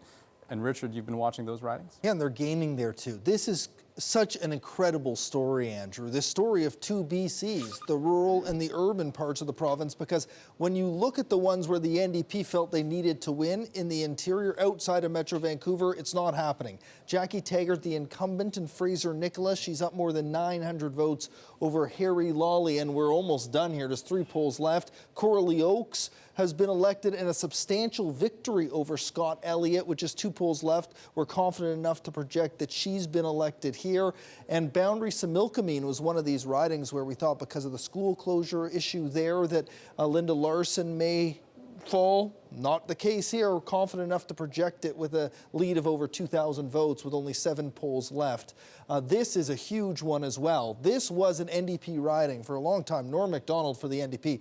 But Doug Klobuchar is going to take this one. We have enough to say that we're projecting it's going to be a gain for the Liberals here. More than 1,300 votes up over Jerry Taft, and all the polls are closed there. And another one here in Skeena. Ellis Ross, he's a star for the Liberals. So I bring in now Max Cameron from UBC. And Max, it is really quite incredible what we're seeing here. This is the story of why we're looking at this minority situation, right? We have the Metro Vancouver ridings going all NDP and the Liberals picking up these ridings outside of the cities. Yeah, I think that's exactly right. What we're really seeing here is big NDP gains in the Lower Mainland, particularly Burnaby, Surrey, Coquitlam, Maple Ridge, Delta, even picking up seats like Lonsdale in North Vancouver.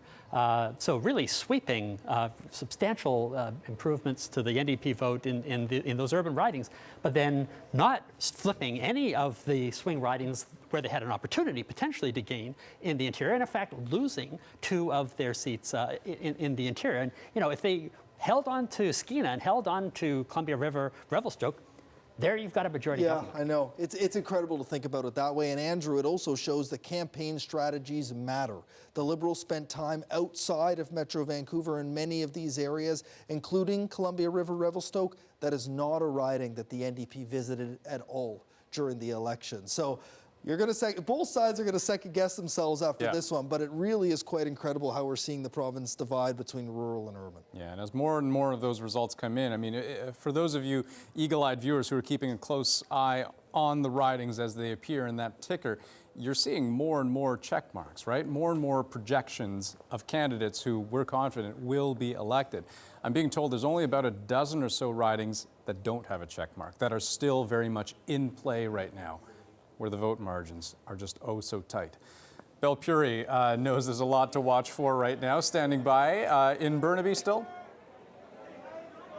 I am still in Burnaby, where there's a lot of excitement, and Peter Julian is the federal NDP member of Parliament for New Westminster Burnaby. And you know, everybody's been saying this, close is one thing, but a dead heat?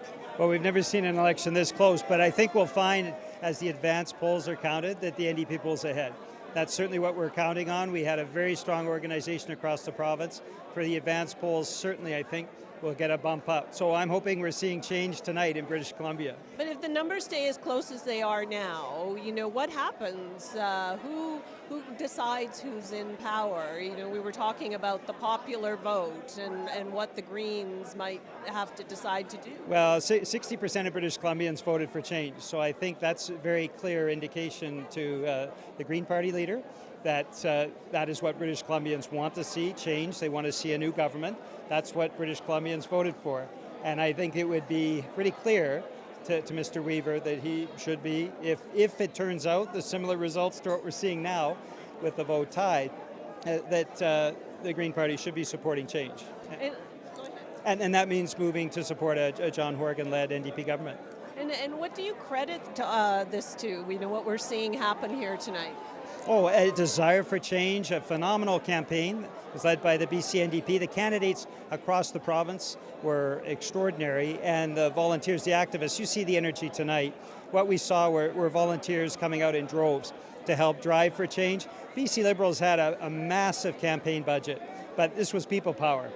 And people power is what is bringing, I think, the NDP to victory tonight. And how crucial were the 4 ridings here in Burnaby for the NDP to do well? They were tight races. I was involved, as well as Kennedy Stewart, my colleague, in all 4 of them, working hard. And this was important because we were looking to pick up a seat in Burnaby North and hold 2 seats where incumbents were stepping down. So Burnaby was a big part of this thrust for change that we're seeing in BC tonight. Yes, you do have young, new, first-time MLAs coming into office. I know you're anxious to introduce the one from... Yes, absolutely. One of them being my former constituency assistant, being elected in Burnaby Lougheed. So I'm very excited about that. Okay, well, we'll let you go and do that. Thanks for talking to us. Thank you. That was Peter Julian, the NDP MP for New Westminster Burnaby, and he's just off to introduce Katrina Chen from Burnaby Lougheed. Back to you, Andrew. Okay, thanks very much, Belle. So yeah, I mean, as I said earlier, there are about a dozen ridings still in play for which we just are not sure which way they're going to go. The margins are getting bigger, though, right? And that allows us to get closer and closer to at least making some sort of projection. Let me show you here.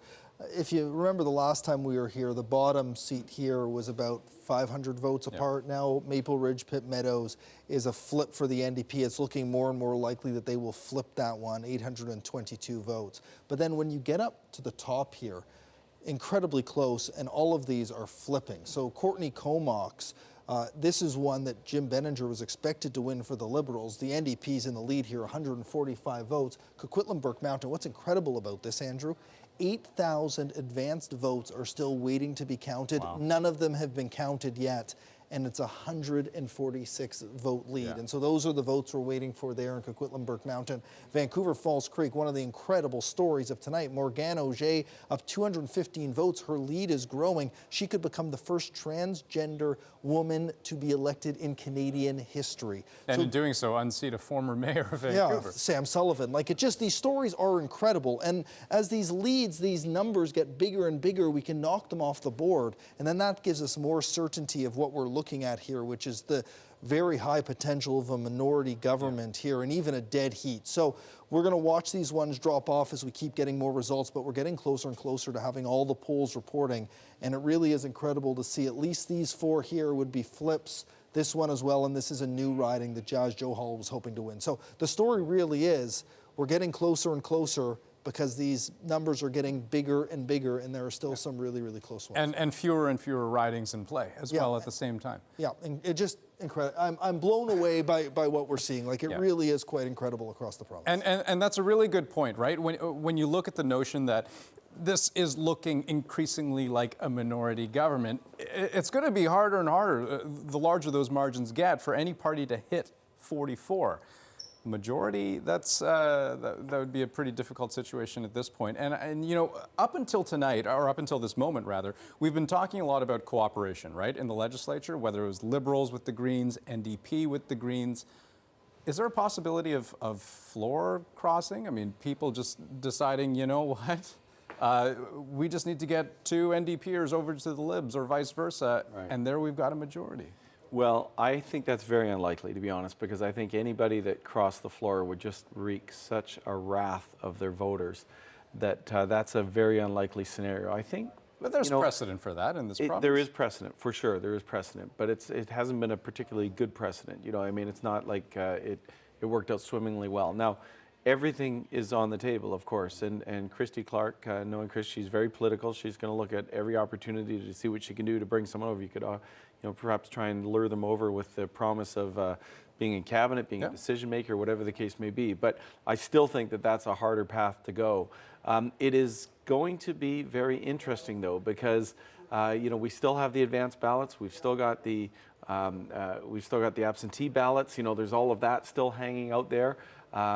It's going to be fascinating. I guess, I mean, once you change teams, it's hard to go back. That much is certain. Jeff, do you see things more or less the same? I agree, but I think you look at David Emerson, a man of undoubted qualities who transferred suddenly from the Conservatives to the Liberals. It wasn't even a minority situation, as I call it. Maybe it was, but he was punished. I mean, he really was put in purgatory by voters after doing that.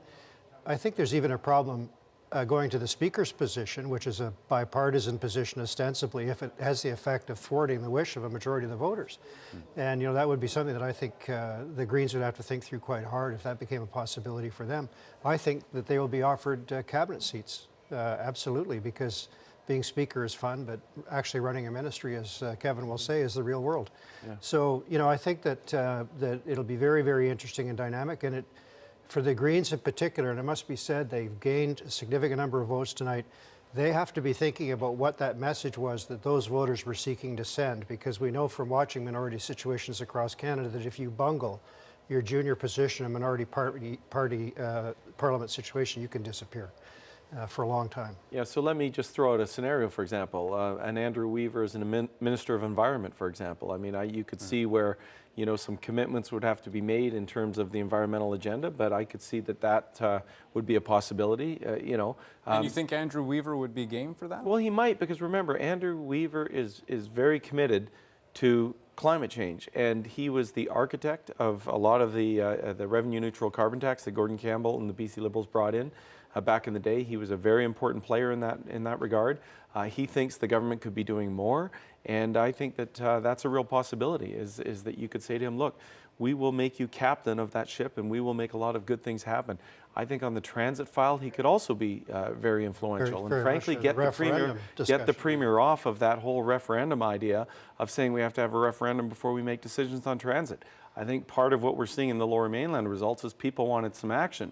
And, that could be another trade-off that could be made. So I can see some possibilities here. And I think if the Premier plays her cards right, assuming that things stay as they are, then it could be interesting. I'm not prepared to throw in the towel because I'm surprised, to be honest, as a Democrat, by some of the ridings that are in play. Yeah. And I think that when you look at those, especially this Vancouver Falls Creek is my own riding.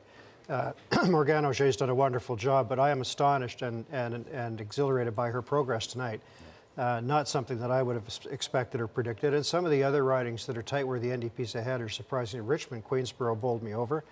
Jas Johal in a very tight fight there with Amrit Singh, who is not out of contention. So Jas is slightly ahead, but a lot could change in that regard, and that would also be a real upset in my view. That's for sure. Let's talk a little bit more about the NDP story. I'm going to take you all the way over to NDP headquarters, where we've got Natalie Clancy standing by. Natalie. And Andrew, joining me is John Horgan's former campaign manager when he ran for the leadership, back when he didn't want to be leader. He wanted one of the younger generation people to be leader, and the party wanted him. This is Michael Gardner. He's an advisor on the campaign, and he's now an independent public affairs specialist. But I got to get your analysis. What do you think is happening, or what should happen next in terms of trying to get John Horgan to negotiate with the Green Party to try to form a government? Well, the first thing I would say is that tonight was definitely a vote for change. British Columbians have rejected the Christy Clark government tonight, and they want a new approach to politics in British Columbia. So knowing that, I think John Horgan tonight will likely start to reach out and recognize that the Greens and the Democrats share many common values. There are fundamental issues on which we agree, on proportional representation, on getting big money out of politics. And with those common places of agreement, I think they're going to be able to put the campaign behind them and have a good, honest conversation about how we bring the change that British Columbians voted for.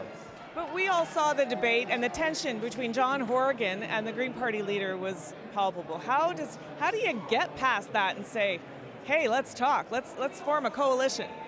Well, look, both John Horgan and Andrew Weaver are strongly opinionated guys. They believe a lot in what they're doing, and they're on a hard campaign. And campaigns are campaigns, and the campaign is now behind us, and I think the two of them will find they have more in common and more to agree on than they have to disagree on. Has John Horgan already, in your mind, probably called the Green leader, or do you think how does this work? What's the protocol? I think tonight all of the leaders will talk, and they'll all have conversations. The results are still uncertain, and so we don't quite know yet what the result is for sure, but when they do, I think all the leaders will talk. And what do you predict? Well, I predict there'll be some very interesting conversations over the next couple of days, and I'm hopeful that British Columbians are going to get the change they voted for. And you think because of that the Green Party leader should pick the NDP because of that? What's your pitch if you're talking to him now? What's my pitch to the Greens? Talk to Andrew Weaver. I mean, look, we have way more in common than we don't, and especially on the fundamental issues that will improve our democracy going forward. That's pro-rep, and that's taking the big money out of politics. And I'm confident that the Green Party are going to want to work with us to do both of those things. If you were advising Horgan tonight, and maybe you are, but what would you say? Call Andrew now? Wait? What would you say? It's too soon yet to call, but the conversations will happen tonight, and they'll happen in more detail over the next few days. Okay, tonight, what do you attribute the results we've seen so far? What's your analysis of how we've gotten to this point where now it's stuck in a dead heat? Well, you have a premier who campaigned on a strong economy and a good job creation record, and she was repudiated. And I think that says that all of the things she wasn't doing for ordinary British Columbians, all of those things like not taking care of affordability, not protecting and expanding services, and not looking at sustainability, had an impact on the ballot box. And she should be very disappointed tonight, and I think both the Greens and the New Democrats, of course, should be very proud of the campaign they ran. So you've been on the NDP campaign when, should you have won in previous elections, you'd have a hard time finding a cabinet with experience. That problem doesn't exist right now. Any cabinet ideas, speculation from your mind, how John Horgan might, should he get to that point, form a cabinet? Well, I think John's got a lot of opportunities and a lot of options in that caucus, regionally, across Vancouver Island, throughout the Vancouver region, and into the interior. And so he's going to have a tough job of putting a cabinet together because there are so many talented people. Okay, your prediction tonight, is going to be a long night? Do you think we're going to get a more definitive result soon? We're here for a bit yet, I think. Well, I appreciate you taking the time to talk to us. This is John Horgan's former campaign manager when he ran for the leadership a few years ago, giving us his assessment of what should happen next. So some phone calls definitely happening. We're going to try to find out exactly what's happening for you, Andrew, and whether he's called or not.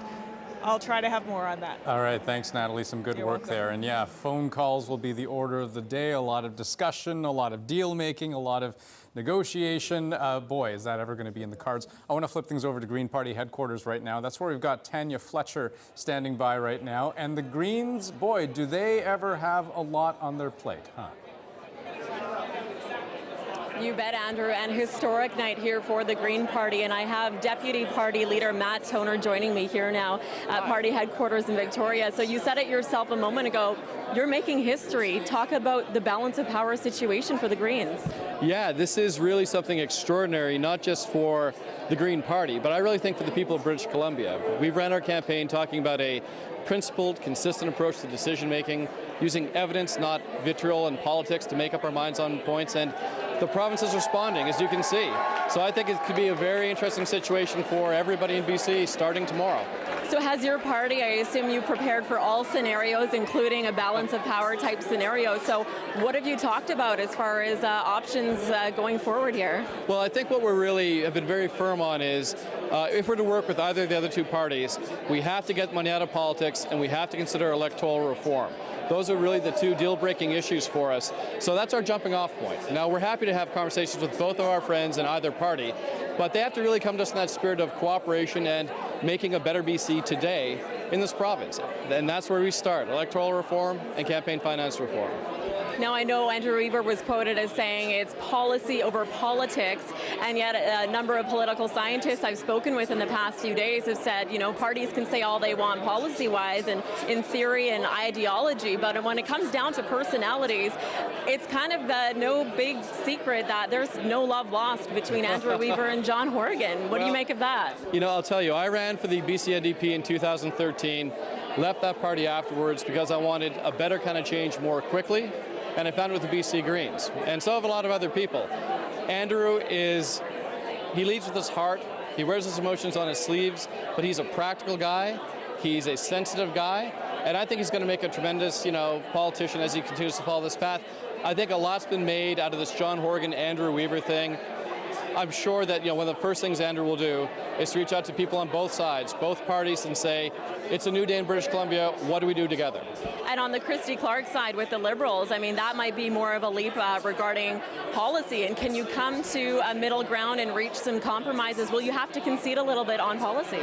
That's going to be tricky, because obviously we're a little more antithetical to a lot of their big economic platforms like the LNG industry.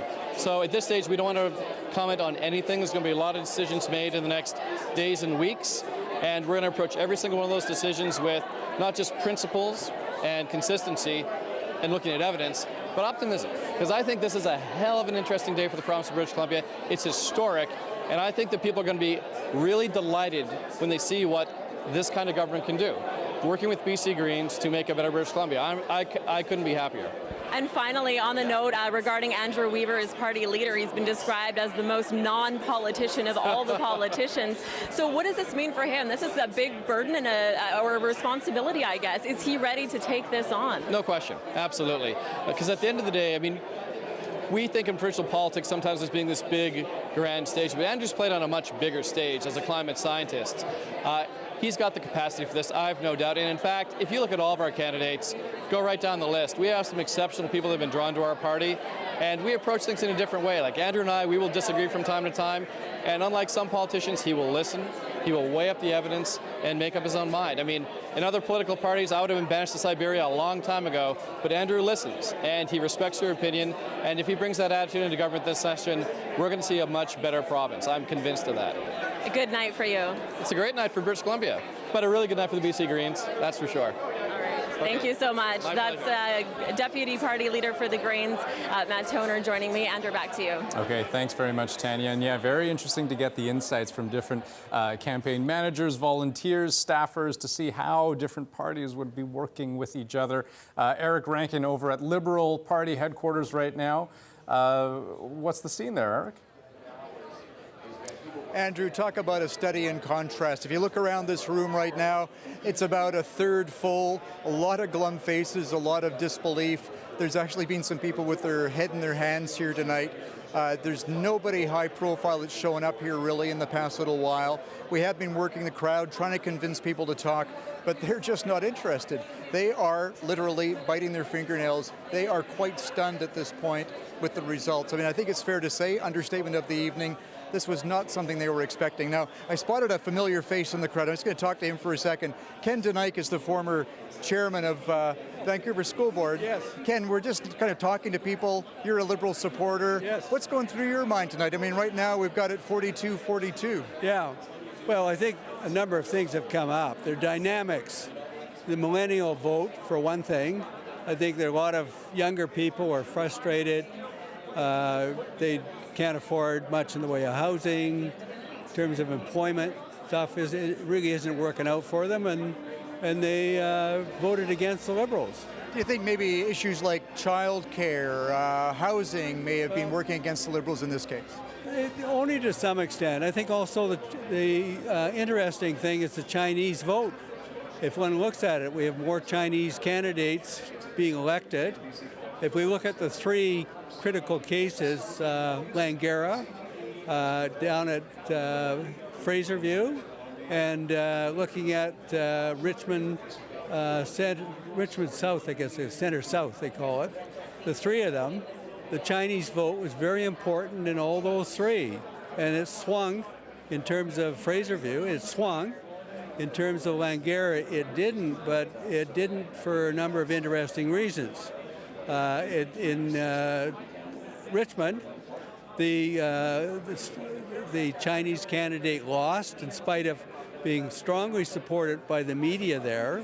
So you think the ethnic vote has been important, but obviously not enough to sway this election. You're wearing a Christy Clark button right now. Yeah. I mean, what's going through your heart? Because, I mean, obviously you were a big supporter. Yeah, I feel that, over the long run, the Liberals have been able to deal with these big situations that have come forward that we're now facing, like with the lumber and other things.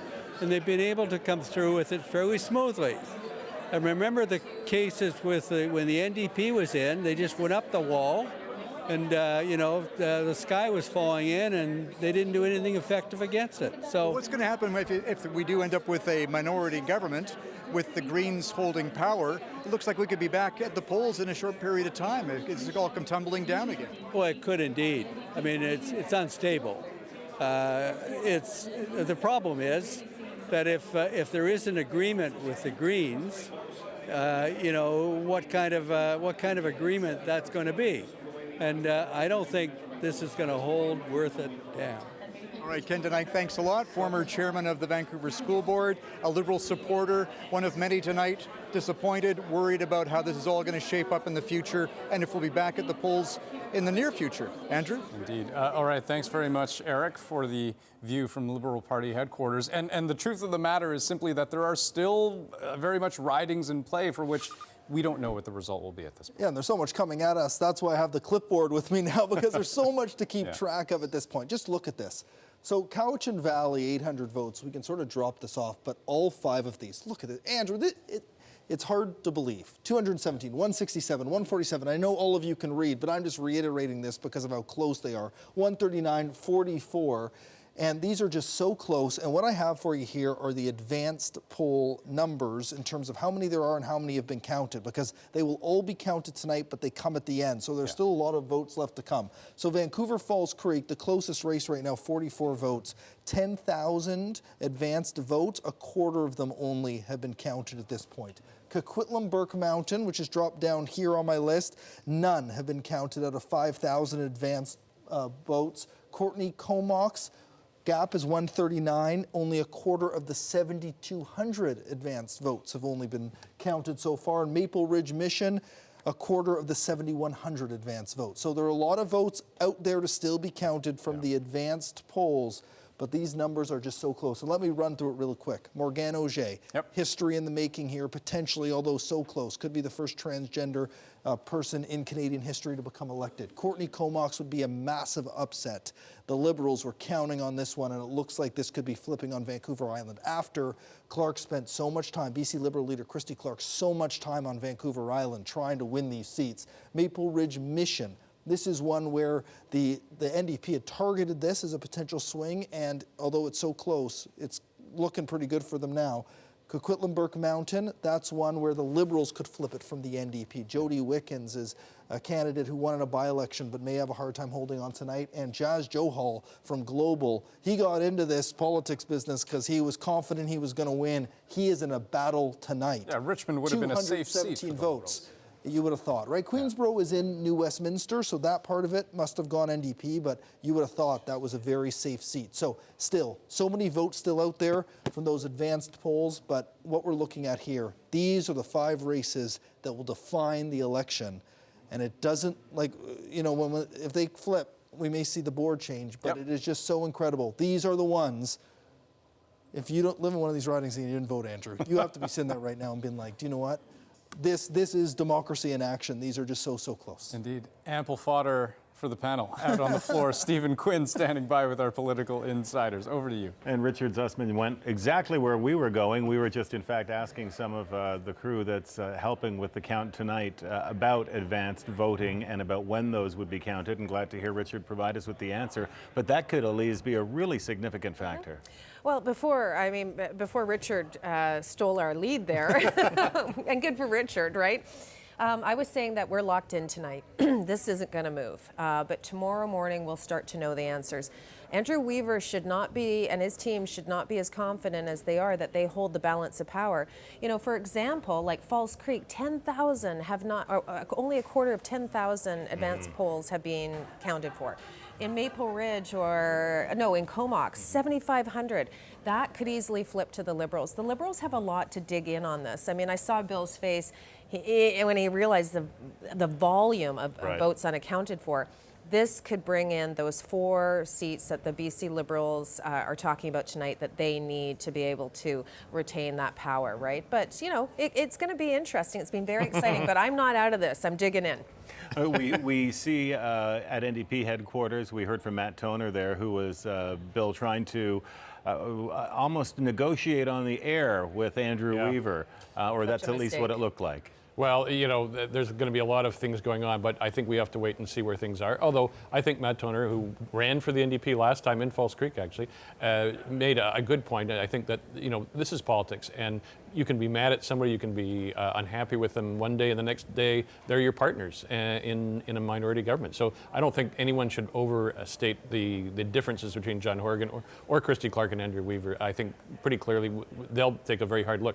What Andrew Weaver will have to do, if he's in that position, though, is say the majority of people voted against the government. It was a referendum on Christy Clark, and so I think he would say, if it's a tie, I think he would be certainly in a difficult position going back to the voters and saying, well, most of you voted for me and for John Horgan, the NDP, but I'm making Christy Clark stay on as premier. I mean, that's a tough position for him to be in, but it may well come down to that, and that's one of the more challenging parts of politics. We've seen negotiations before. We saw in Ontario where the NDP and the Liberals formed a pact to get rid of the Conservatives there in the 80s. David Peterson became the premier and Bob Rae became the second partner in that coalition. So anything could happen.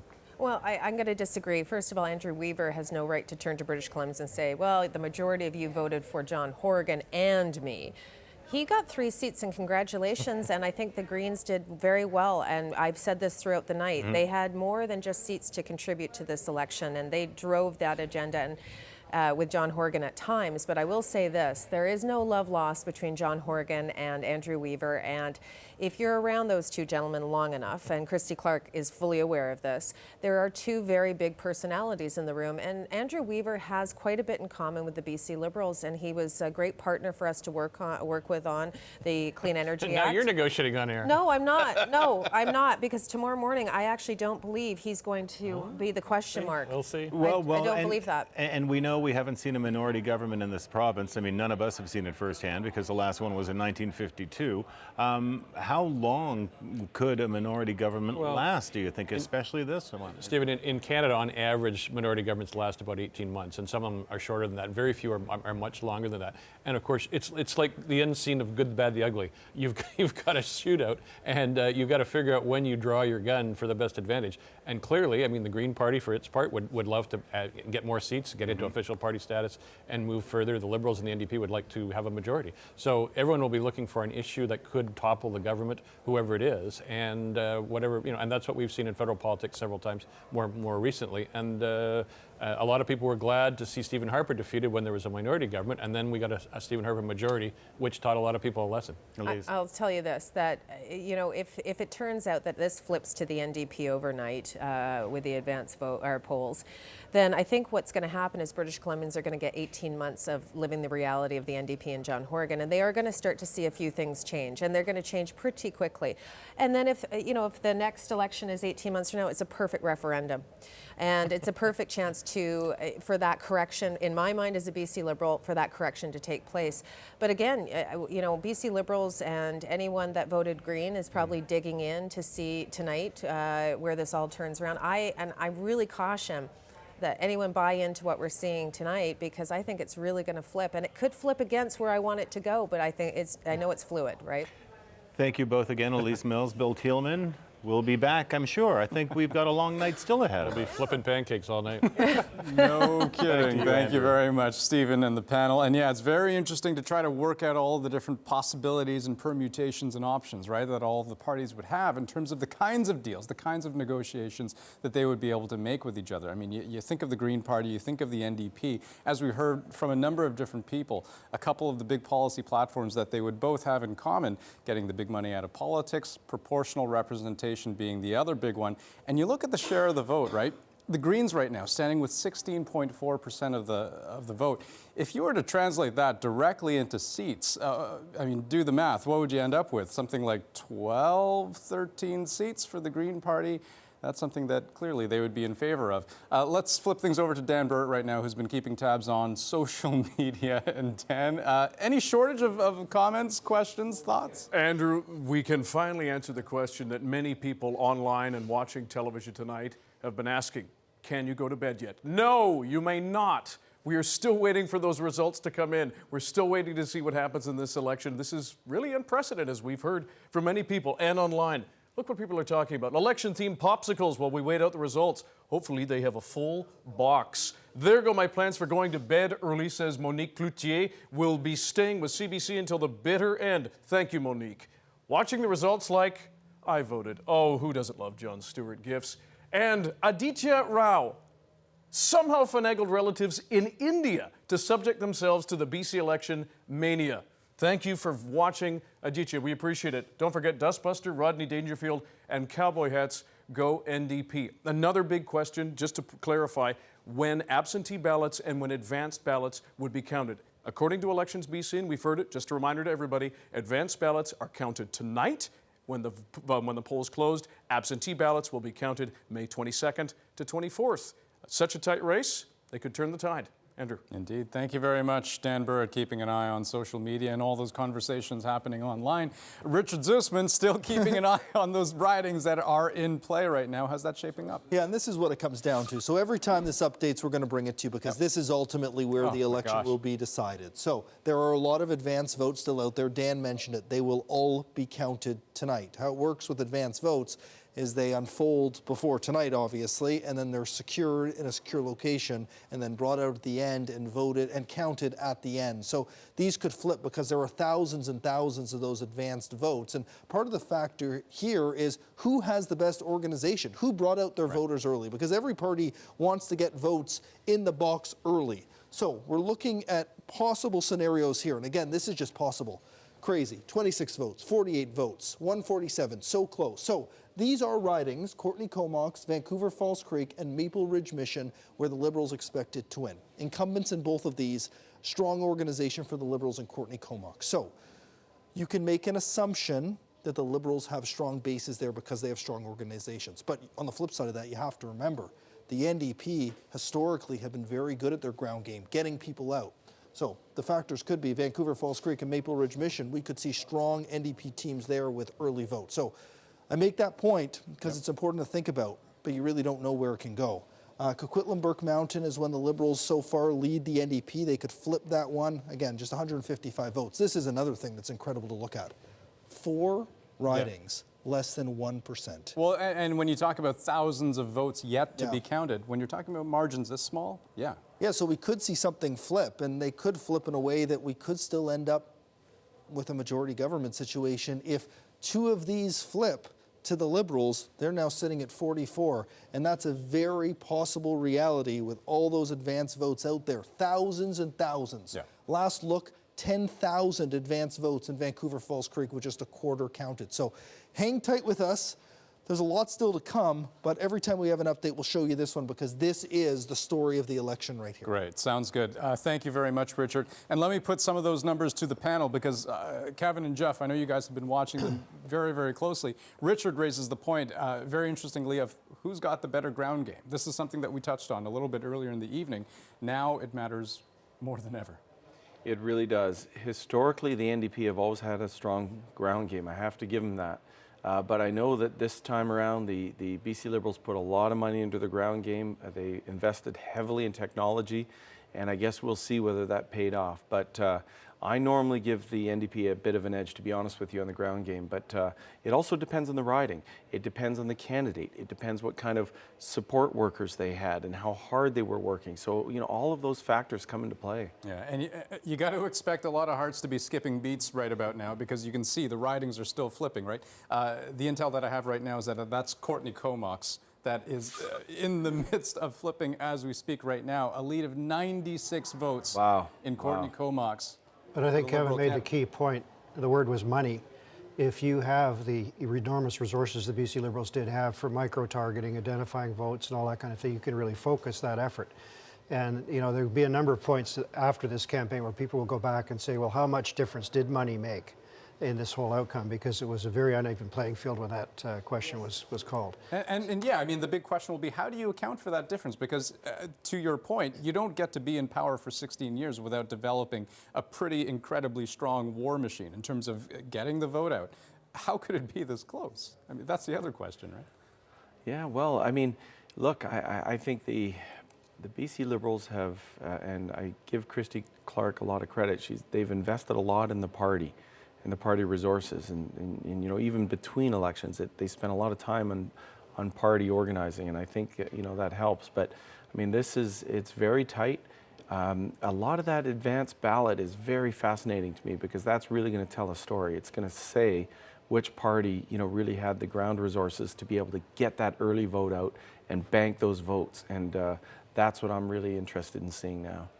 It's not clear to me yet either whether we have a larger turnout than the last time. And the overall numbers? Yeah, because we don't know how many advanced votes there were. It's getting close, but we're late in the evening now, and we're not yet in the territory that we were. We're 100,000 votes for each of the main parties behind where they were in 2013. So, you know, there's a lot that can happen in that, as Kevin says, but it's a big question for me whether turnout went up, and that will have an influence on how you assess the green impact. Absolutely. Thanks very much, guys. Mira Baines standing by right now for us in Surrey. Mira, you've got a guest.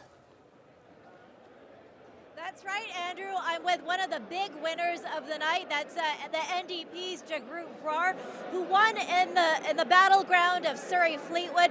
That was a key, crucial riding in the battle for Surrey. Basically, the Liberals lost their stronghold on Surrey tonight, and Jagroop Brar is considered one of the men responsible for that. Now, Jagroop, congratulations. I'm wondering, what do you think was the key in shifting this election? Well, thank you. First of all, I would like to say thank you to the people of Surrey-Fleetwood for putting their faith in me, and I will try my best to stand up in the BC legislature and outside the legislature for the issues. In Surrey, Surrey is the fastest growing community in the province, and for the last 16 years, the Liberals have completely ignored the needs of this fast-growing community. And I think that was the key issue in this election. NDP put forth a very bold agenda for the people of Surrey, and that includes to make life more affordable, which means that we are going to eliminate the tolls on Portman Bridge and Golden Ear Bridge, and also that healthcare is a key issue in the city of Surrey, and we made the promise to build a new hospital, start planning and building a new hospital.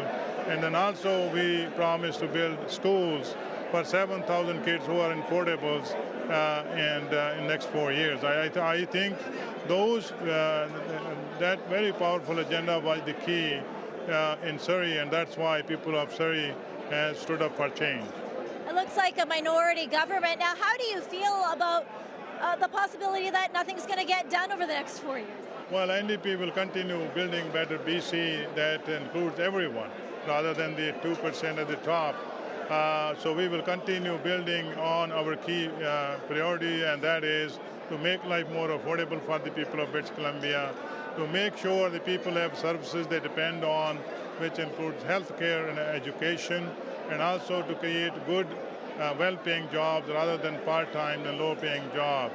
And that will be our priority, irrespective of what the outcome of the election is tonight. Thank you for joining me, group. Back to you, Andrew. All right, thanks very much, Mira in Suri. And now let's flip things over to Natalie Clancy, who's at NDP party headquarters. And I can see you've got Spencer Chandra Herbert. He's got to be a happy guy tonight. We're deep in conversation here. Remembering I have a political science degree, we've been talking about minority governments. But what I want to ask, and congratulations, you've won quite handily, double the vote from your two opponents. What do you think should be happening next? And do you think John Horgan has called Andrew Weaver? I think there's going to be a lot of conversations. Whether that's happened yet, who knows? All I know is that the polls keep switching back and forth, who has more seats, and that'll kind of help determine who gets first crack at forming a government. All I know is the British Columbians have spoken. They clearly want a change. They want a legislature that works more together, that actually listens to each other. Because under Christy Clark, we haven't had a government that listens to anybody except for, I would argue, Christy Clark and her backers. I think that's got to change, and I'm hoping for a more cooperative legislature, reaches across the floor, so to speak, more democratic legislature with a lot more conversation. It may take more to get things done, but hopefully they're better things done better.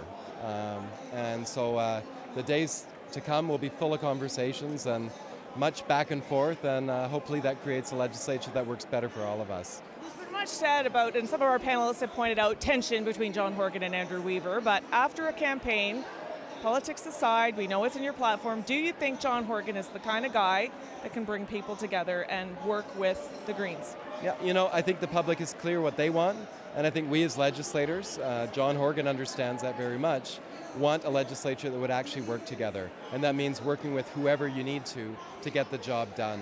And so I'm excited at the opportunity. Finally, we get an opportunity, I hope, to govern, and govern in a good way for everybody. Do you think, you know John Horgan, do you think he's picked up the phone yet to talk to Weaver, just to have preliminary discussions? You know, we're not even sure who's going to win yet, but I know John Horgan is a guy that reaches out, that listens, that puts past slights aside, and we'll want to make sure that the legislature works for all of us. And, you know, with Andrew Weaver, with whoever it takes to get that job done, I know that's the kind of guy John Horgan is. Now, I know when they wanted John Horgan to run for leader, he wanted someone like you or David Eby to be the leader, and the party pushed him. What do you think happened that we're seeing this result? Now, it's still 43-41, it's close, but what do you think John Horgan did, or what was the catalyst, you think, that got us to this night and this room? John Horgan ran an incredible campaign. He highlighted issues that mattered to people, fighting it for average people, not just the elite, who Christy Clark looks after. You know, he fought for all of us. Childcare, working to make sure that the situation on housing improved, but also just being passionate and an everyday kind of person. Not a photo op person, not a fancy, talker, good for media, but a real guy. And I think people want more regular people in politics, not celebrities, but everyday people who will actually listen to the person who has been ignored for far too long. Do you think British Columbians are going to go to bed tonight knowing who the Premier is, or is this something you think we're going to find out in a day or two? I don't think we know yet, and it's almost midnight, so most British Columbians have probably gone to bed already, but we shall see in the morning what the tea leaves read like, and even then we may not know exactly what kind of government we have yet. I don't know how anyone could go to bed with this nail-biter going on, but you were saying before we went on air about the ballots. It's not just about those advanced polls that can make a difference. Tell me more about that. Well, people started voting the absolute first day the writ dropped early in April, and in those days they were writing down the names of the candidates they wanted to win because they weren't on the ballot yet. And so those votes have still to be counted. So in some ridings that could spell the difference between a New Democrat or a Liberal winning, or New Democrat and a Green winning. At this stage, it's too early to say in some ridings who has really won. And so people are watching those very, very closely. So what do you think is going to happen tonight? Are we going to have a Hillary situation, or do you think John Horgan will address these people, this huge crowd, tonight no matter what? I think we're going to have a great big party, whatever happens, because I think we're going to change this government, and hopefully, finally, the public will be listened to. Democracy is an incredible thing. I feel honored to be one of 87 MLAs, and I know that all of us will be working hard in the days ahead to earn that trust and show people that we've really earned that trust when they supported us. I want to tell you, every time one of the NDP MLAs gets elected, this room goes wild, but there was a moment just a few minutes ago when Morgan Auger came in and everybody screamed, and she's in such a tight race with Sam Sullivan. But to have a first transgender woman elected to the BC legislature is an historic thing. What do you think about that and the fact she's in such a tight race? I think what it showed is Vancouver Falls Creek wanted an advocate, somebody who would be vocal, who would be loud, who'd stand up for them, and that they don't care whether you're transgender, gay, straight, whatever. It shows that we can make change. Thank you so much. Back to you, Andrew. All right, thanks so much, Natalie. And yeah, let me just jump in on the subject of Vancouver Falls Creek, because if you're wondering how the Liberals managed to flip to 44 ridings, well, this is it. The advance voting is coming out clearly in favor of Sam Sullivan at the moment as those votes are being counted, pulling out to a lead, 302 votes. This would be a massive shift if the Liberals are able to hold on to this lead. Remember, 44, that's the magic number. That's what the parties need to hit in order to form a majority government. They're happy over at Liberal headquarters right now. How long will that happiness last? It's a pretty tenuous hold on 44. No guarantees that it'll stick. No, none. So let's take a look at the board here. These are the two close to calls, and you can see these numbers here, Andrew. It's just truly incredible. And the fate of the election is in the hands of these 5 ridings right now. And then interestingly, we have Vancouver Falls Creek at the bottom of the list. Yes, exactly. That's moved up from the top to the bottom. So great point. So now it's looking, excuse me, more and more like the Liberals are starting to take a firm hold on these, and that has to do with the advance polls. So there's been a lot of questions about when they count these advance polls. They count them tonight. They were stored away from the other votes because they took place before today, and now they're being counted and they're coming in. So Maple Ridge Mission could also flip. That's a Liberal incumbent in this riding. And that's there's just so much going on right now. Yeah. Mark Dalton in that riding, and the NDP wasn't expected to win it with Bob Deeth, so that shrunk to 112. Yeah. So they may still not win that riding. The margins are so close. No, the Liberal majority is still very much in play here, because you look at these. Courtney Comox, last time we looked at it, it was NDP one that's now flipped to the Liberals. Coquitlam Burke Mountain staying with the Liberals. Richmond Queensboro staying with the Liberals. Vancouver Falls Creek is flipped. So there's a lot there. I've also been looking at the rules around recounts, because a lot of people are going to ask, with these races so close, what happens? What's the threshold where a recount is allowed? So an automatic recount happens if there is a difference between the first 2 candidates in less than 1/500th of the total ballots considered. That's a judicial recount automatically. The final count of these votes will be held 13 days from today. That's also when the absentee ballots are counted. So they will go through all the ballots again. And let me just interrupt you, because I'm just getting word that this little flip that we're seeing on the screen right now, that's Courtney Comox. This is a riding that just a moment ago we had pegged with the Liberals, the NDP taking the lead, 166 votes. 89 of 91 polls reporting. So we're getting close to the end here. And now Ronna Ray Leonard, this would be a major upset, has jumped it up to 166 to take away the majority. So this Christy Clark majority rests in the hands of 2 ridings. It looks like Courtney Comox and Vancouver Falls Creek. Maple Ridge Mission also in play. Yep. Look at this, 22 votes. This is incredible. We have another poll coming here. 0.1% is the margin here. So Maple Ridge Mission is still very much at play. This one has now jumped further up the board. There's so much going on here, and it's moving so quickly. But these 3, I think, less than 200 votes. It's come down to this. Vancouver Falls Creek, with a 300-vote lead, may now be out of the hands of Morgan Auger with Sam Sullivan, the former Vancouver mayor. But still, again, we've seen so much move. Right. You can't predict anything at this point. But these are the ones to watch. 22 votes, Andrew. And I mean, you make a really good point, right? Like with the recount rules, even if we think we have a result right now, it may not be the result that sticks down the line once they go through all those ballots. And there's lots of people who can ask for or call for a recount. So expect that to happen in many of these ridings, especially those that end up in single digits. 22 votes. Future of the province. That's could rest in this riding. Maple Ridge Mission. votes. Yeah, keep your eye out for those folks who live there. Thanks very much, Richard.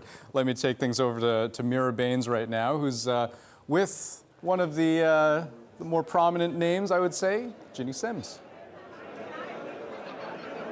That's right, Andrew. I'm with Ginny Sims. She's a former BCTF president, and she's also a one-time federal MP. Now, she won tonight in the riding of Suri Panorama. She beat a relative newcomer, Puneet Sundar, who's a lawyer who was running for the Liberals. Now, Ginny Sims won tonight. Earlier, a lot of people were taking selfies with her. I had to get her away from the crowd. The dancing hasn't started, but how are you feeling tonight, Ginny? Feeling pretty good. I've had tremendous support. So I want to thank all my volunteers, my family, my friends. Everybody came together. This is not about Ginny Sims tonight. This is about the people who live in Surrey Panorama and everybody who came together to fight for education, for healthcare, and for decent paying jobs. That's what I heard at the doorsteps. So for me, this election was about the 98% and not just the 2%. So, Ginny, federally, you were part of the Orange Crush back in 2011, where the NDP won a number of seats, especially in Surrey, and now you seem to be part of a second Orange Crush. Why do you think that is? Well, you know, if you look at me, I just love the color orange. And but I think this election is about people saying we need a change. And people in Surrey have felt neglected. They felt like the third cousins when it comes to public transit, when it comes to 7,000 kids in portables, when it comes to decent paying jobs having gone, the attacks on the taxi industry, and of course the trucking industry as well. So a lot of people here sort of worried about affordability. And what they said to me is, Ginny, we might be living in a $6 million home, but our children won't be able to afford to buy a home. So this was the community coming together, whether they lived in a basement, whether they lived in a multi-million-dollar house, to say we need healthcare, we need education, and we need to invest in our communities. Thank you. That's Ginny Sims, who won tonight in the riding of Surrey Panorama. Back to you, Andrew. All right, thanks very much, Mira. We're getting a little bit more definition, a little bit more clarity as it comes to the results right now. I want to take you to Coquitlam, Burke Mountain, where we've seen enough of the votes because we have 100% of them counted, 82 of 82 polls reporting. And this is Joan Isaacs, the Liberal candidate that we can now say definitively will be elected in Coquitlam, Burke Mountain. If you recall, this is one of the ridings, the handful of ridings on Richard's too close to call list. So we're gradually, bit by bit, eliminating different avenues, eliminating possibilities, eliminating all of the different options and avenues that have been opening up for all the different parties in terms of which way are these ridings going to go. This one is going Liberal. That's got to be reason to celebrate. You got to take every victory you can get at this point. Eric Rankin standing by at Liberal Party headquarters, where I can see some people pretty happy. Andrew, I'll tell you, talk about being punch drunk at this point. I mean, it's just been going back and forth. The mood here has been rising and falling. I'm joined again by Brad Bennett, a trusted advisor to Christy Clark, a member of the Bennett family, of course, the Socreds were in power for many, many years. Brad, what do you make of this? I mean, this has been closer than anything I can remember in the past 3 or 4 decades in the province. Yeah, it doesn't get any closer than this, that's for sure. It's a nail-biter right down to the wire, and I think it's proof positive once again that, as they say, it ain't over till it's over. And until every last vote is counted, because some of these ridings are really tight on the margins, we're not going to know the final result.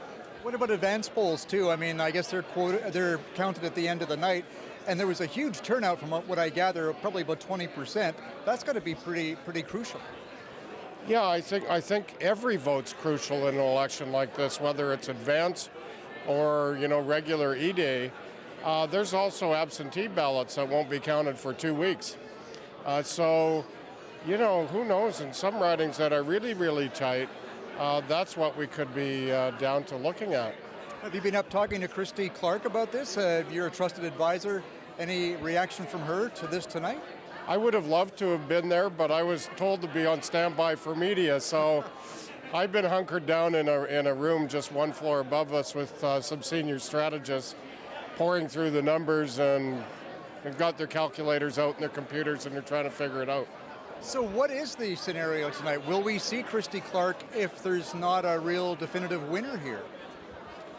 Well, a majority is 44. Anything less than a majority is a minority government. Currently, we're holding the lead. She's the sitting premier. She'd get the call on how to work that out. And I know from, talking to Christy and working with her in the campaign and listening to what she said in that regard, she can work with anybody.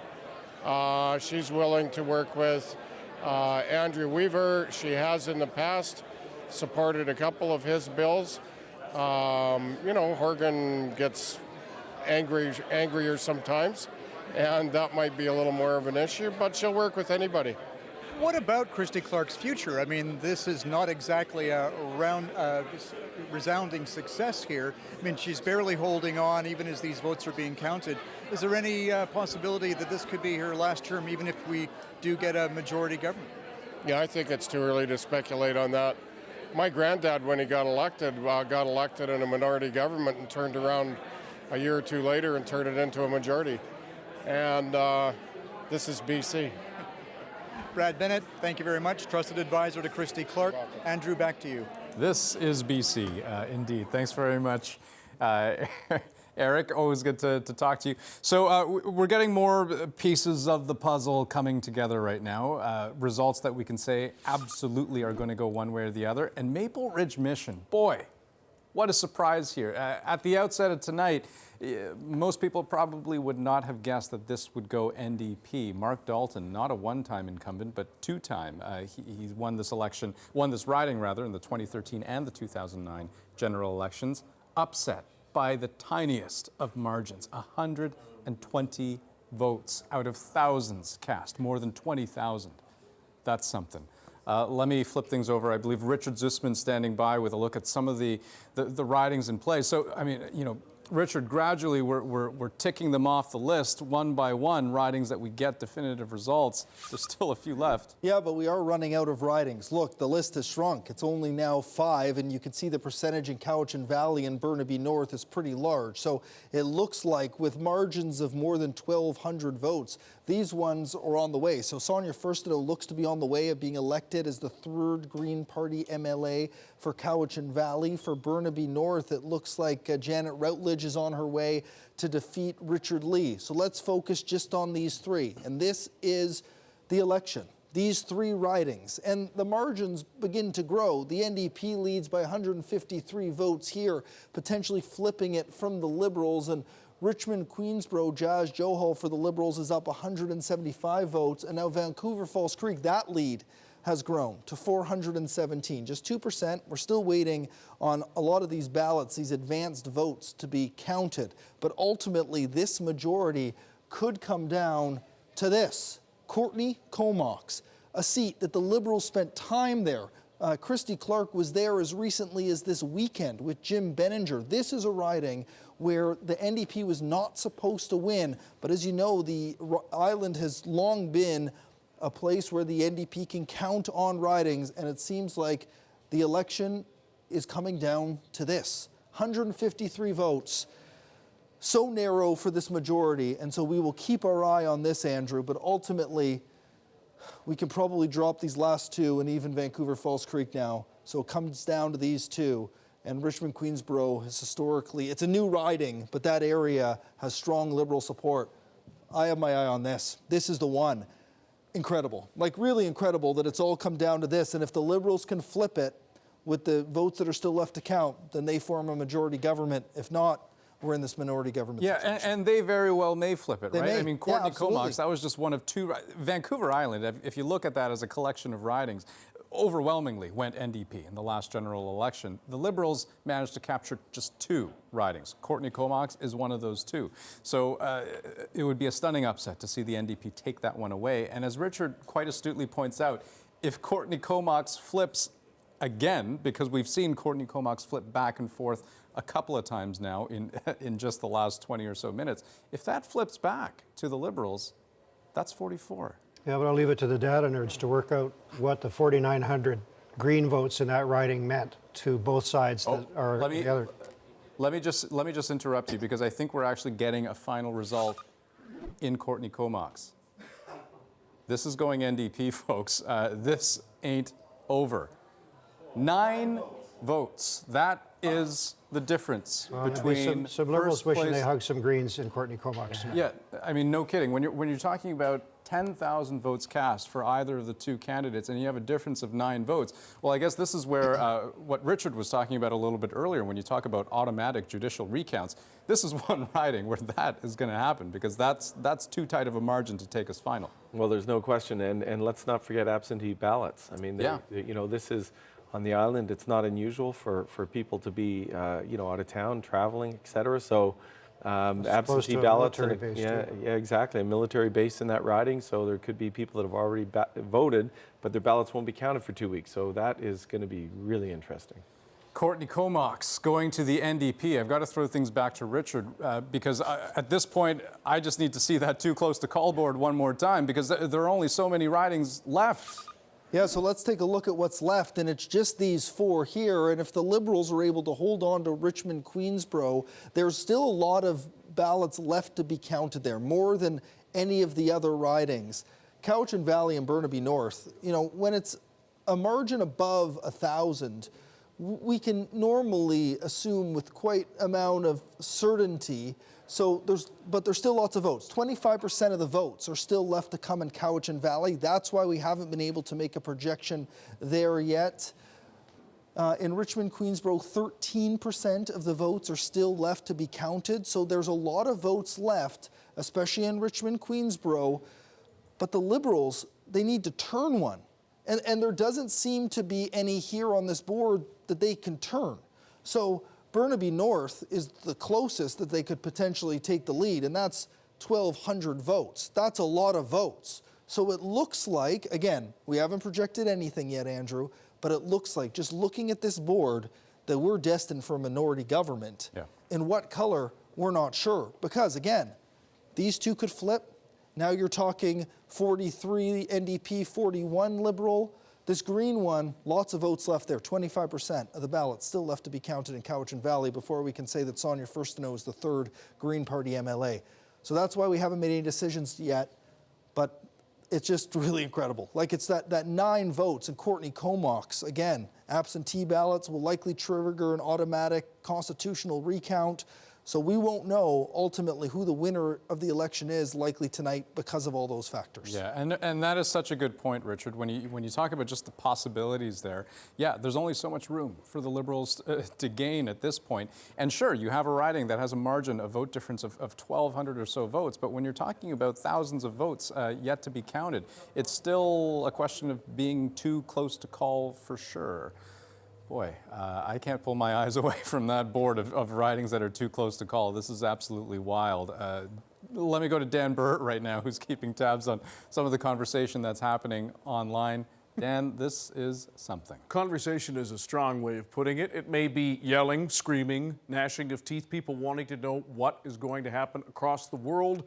We still don't know. As Richard said, 9 votes in Courtney Comox. Let's talk about what people are talking about. So stressed, I've almost chewed off my finger.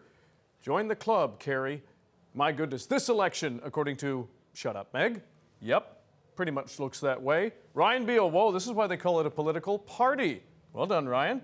And from Dan Snyder, this Canuck is watching live from down under in Melbourne, Australia. We've seen it from India to Australia to Coopville, Washington, everywhere in between. All sorts of people watching from everywhere. Oh, and why not a little Canadian content from William Shatner? Watching the numbers go back and forth. BC votes, BC election. It's not over yet. If you're tired, if you've run out of snacks, please stay with us. Remember, CBC News BC at Dan Burrett. Remember those hashtags, BC votes, BC election 17. It's not over yet, Andrew. Too true, too true. Thanks very much, Dan. I want to swing things out to Natalie Clancy, who's standing by at NDP headquarters right now. Because, Natalie, the NDP in a very interesting position in second place right now. Of course, that could change. Things could just as easily be the shoe on the other foot with the NDP with 43 seats. What's David Eby's point of view on that? Well, this room is on fire, and joining me is David Eby, recently re-elected, and his wife Kaylee. What's your take on where we are right now? Well, it was really satisfying in Vancouver Point Grey to see the community turn out the way they did. A huge margin for us there, and a recognition of the hard work of my team for the last 4 years. Very satisfying. Nerve-wracking, though, to watch the numbers go back and forth here in British Columbia.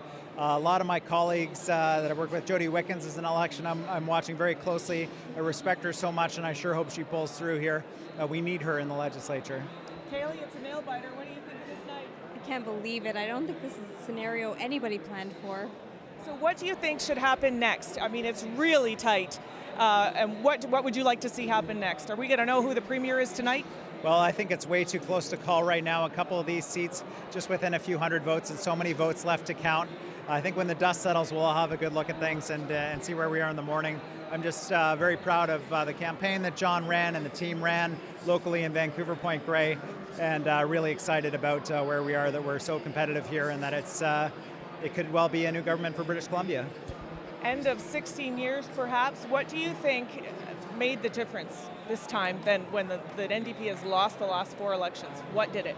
Well, I think the NDP presented a really viable, different vision of the future for the province, one where people don't have to scrape by, and one where friends, donors, and insiders don't get the inside track, and that spoke to a lot of people.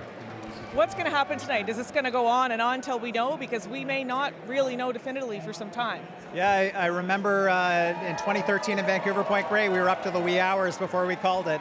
And I feel like it'll be that situation for a lot of my colleagues here tonight. I'm sorry they're in nail biters, but I sure hope they pull through because there's some great people there. What do you think John Horgan's doing now? And do you expect him to show up in any event?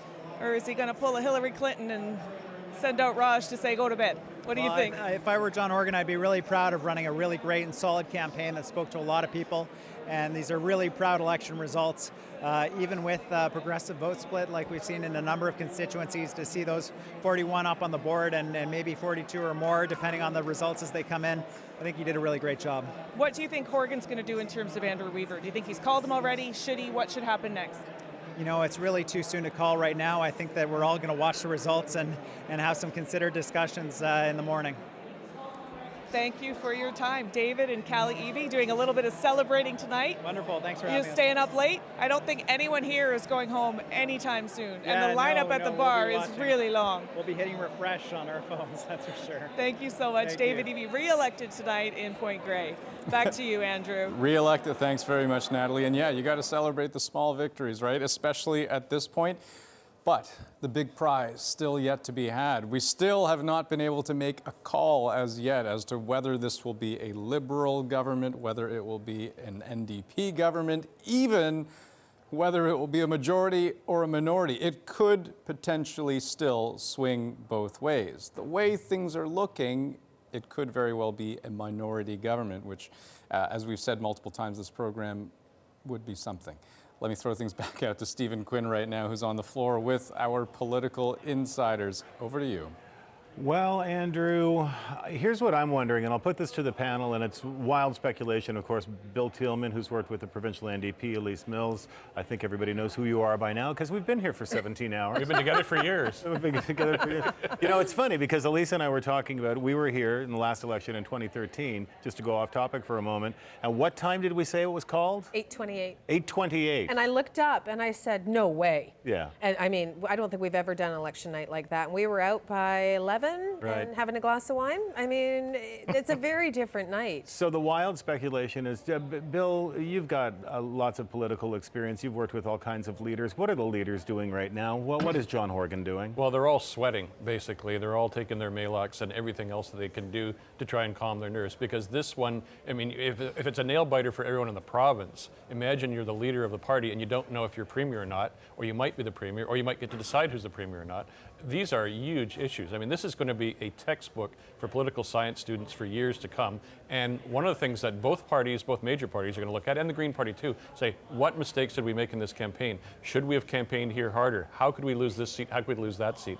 And at the end of that, even if the Liberals were to pull out a majority, I'm sure there'll be a lot of second guessing. And certainly if the NDP don't do that, they'll be saying, well, you know, how could we lose a couple of strong ridings that we held previously? So it's going to be a wild series of things, and I'm sure in each leader's mind, it's just their minds are racing right now with the thoughts of what they should have done differently in that 28-day campaign. What's Christy Clark doing right now? I don't think she's sitting there thinking about the things she should have done differently. I don't want to speak Really? for her. I know. I think at this point you're just wondering. You're looking at those 2, maybe 3 ridings that I know BC Liberals are looking to turn, and whether there's going to be a recount in one of them, and is just sort of waiting. I think it hits you in the face the next day, sort of, or a couple days later, as you start to go, okay, we didn't deliver in our home turf. We didn't dig in where we always do.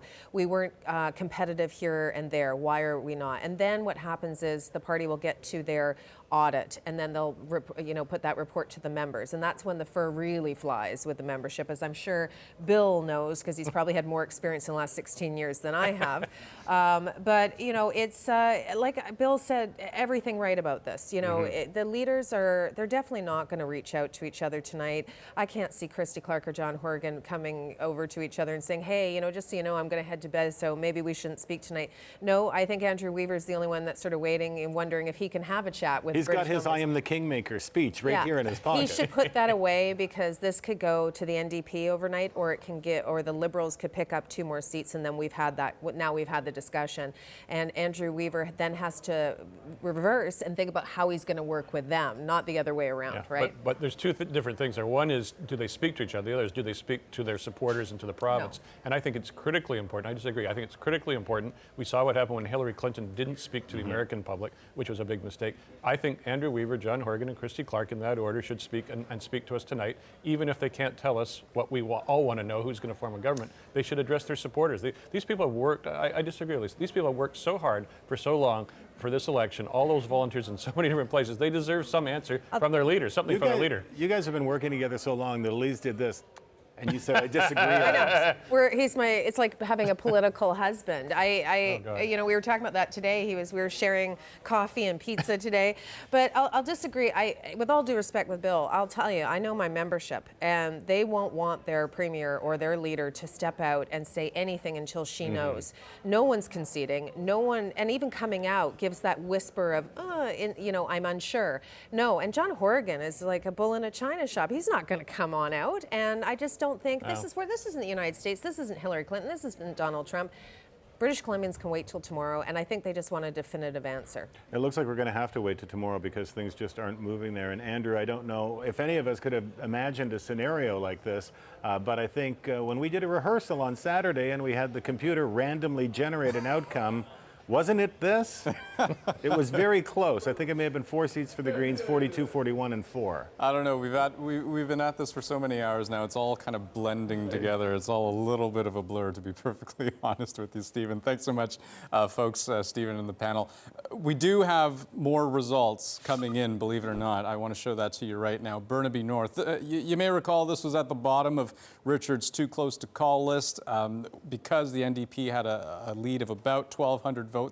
Right now you can see we've got enough of the polls reporting to be able to say with confidence we can project, still with 1 poll left to report, but we can say with certainty that the NDP candidate will be elected in that riding, a lead of 1,300 where it stands right now. So Burnaby North, you can cross that riding off the list in our continuing quest to cross ridings off the list. How many are left now? I think it's three ridings left that are still in play right now. Richmond, Queensborough. That's exactly right. Falls Creek, maybe. Yeah, Vancouver Falls Creek still in the hunt there.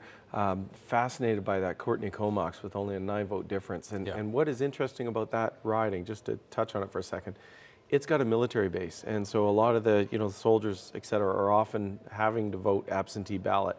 and it is a BC Liberal, the BC Liberal candidate is from the base. Right. And so that could be a very interesting absentee ballot situation in a couple of weeks. That's something that you suspect may swing. I suspect in the that Liberals' could favor? swing back. Yeah, I mean, it's total speculation, but I just, as I handicap that one, I could see that one flipping again. So wow, it's quite a night. And I mean, when you are belonging to the two main political parties at this point, how many second thoughts are running through your head? I mean, Stephen in the panel, they were talking about this whole notion of revisiting the campaign and trying to work through, oh my gosh, if we had just changed this one thing, or if that one incident hadn't happened, then maybe this whole night would have been different. Well, there's all those second thoughts, but I think for John Horgan and his team, it's got to be extremely satisfying to have started, at the place that he did and bring it this far forward. I mean, it's a very significant advance for the New Democrats, and one that we have to be positive about to build on and not start dwelling on some of the things that we think may have gone wrong. We're very good at that. We should refrain, because John has taken us to a brand new place, and the politics of the province are going to be fundamentally different as a result, provided we see some of the changes that I think the voters have signaled they would like to see. Kevin, so, the way things stand right now, the Liberals leading, I'm almost having to do a double take every time I look at this, look at the board. The Liberals leading or elected in 43 ridings, the NDP in 41, the Greens in 3. So, at this point, another interesting point of discussion that we heard on Stephen's panel was this question of, are we actually going to hear from the three leaders tonight? It's not a 100% certainty. I mean, given your experience in, the BC Liberal cabinet as a finance minister, as a former deputy premier, what is exactly the thought process? You're not going to hear from Christy Clark unless they tick into a majority. If that moves to 44, then I suspect she would come out even late at night and grasp the victory. But I think that if it's staying at this sort of level, I don't think you'll hear from the leaders, particularly the premier, until the morning. Why would they? They might as well wait until they can speak when people are actually awake and listening anyhow. So I suspect we're not going to hear from the leaders tonight. That would be my guess. And would we hear from any representative of the party? I mean, would someone come out and It'd be address the unusual. crowd? It'd be unusual because typically the NDP leader and the Green leader are probably going to wait for the party in the lead, which at this point is the BC Liberals. They're going to wait for the premier to say something first, I would imagine. It would be a little bit. I'd be interested in Jeff's thoughts, but it would kind of go against decorum a little bit if one of the other leaders came out. Except that's not the usual order. I mean, you wouldn't normally expect the leader of the party in the lead to come out first. There's nothing to concede here at this stage, as one of the other commentators pointed out. So, I think they could come out and wind up the parties because they're going to wind up on their own anyway. And to Bill Thielman's point, some senior party leader or newly elected person could come forward and make that thank you without, I think, disappointing too many in the NDP camp. So that could happen, and we could see a pause for tonight. But I think that there must be a lot of careful thought. I hope it's careful going on in all three headquarters, because there's a lot to think through here in terms of how the next few days are conducted. And the public will draw a lot of very serious conclusions from how they see the party leaders perform over the next few days. And when you look at all the avenues of communication, you would expect there to be just complete radio silence, whether it's the parties dealing with each other or dealing with the public. Good to aspire to, but I think that one of the things that we talked about earlier was negotiations and the joking about, well, who gets to negotiate and who says it. I mean, one of the tests for the media will be sure that they're getting authoritative information about what the thinking of the party leaderships is. Mm-hmm. But there will be a tendency for a lot of people to want to step in and try to steer the ship as well. And that lack of discipline can be very problematic if it starts to crop up. The game begins, I suppose. Who would have thought a whole new game would be beginning at this hour, at this stage in the game? Let's throw things over to Dan Bird, who's keeping tabs on the conversation. And what an evolving conversation it has been. It indeed, Andrew. People are still awake across the world, across BC, across Canada. Thankfully, my first winning campaign, Sherry Wong says. Thank you to Adam Olson for showing me clean politics will win and what our future will be like. Green surge. Congrats to BC Greens. It's great to see a truly growing third party in British Columbia. I'm conflicted, says Christopher. I wanted a green surge all my life, but this batch wasn't super likable. Okay, thank you very much for that, Christopher. And Mark Wahlberg's Nose, where we go for cogent commentary and insight. That moment where there isn't a majority, but the Green Party could help the NDP win BC Election 17 with a nice hand gesture there. Yes, people are still waiting. They're wondering. We haven't seen it this close in decades. So if you're still up and you're still enjoying a snack, maybe something stronger, tweet us, CBC News BC, at Dan Burritt. We'll be here for a while yet, Andrew. Okay, thank you very much, Dan. Richard Zussman back into the mix right now. You're the man of the hour, I got to say, because you're the one with the closest eye on these three ridings.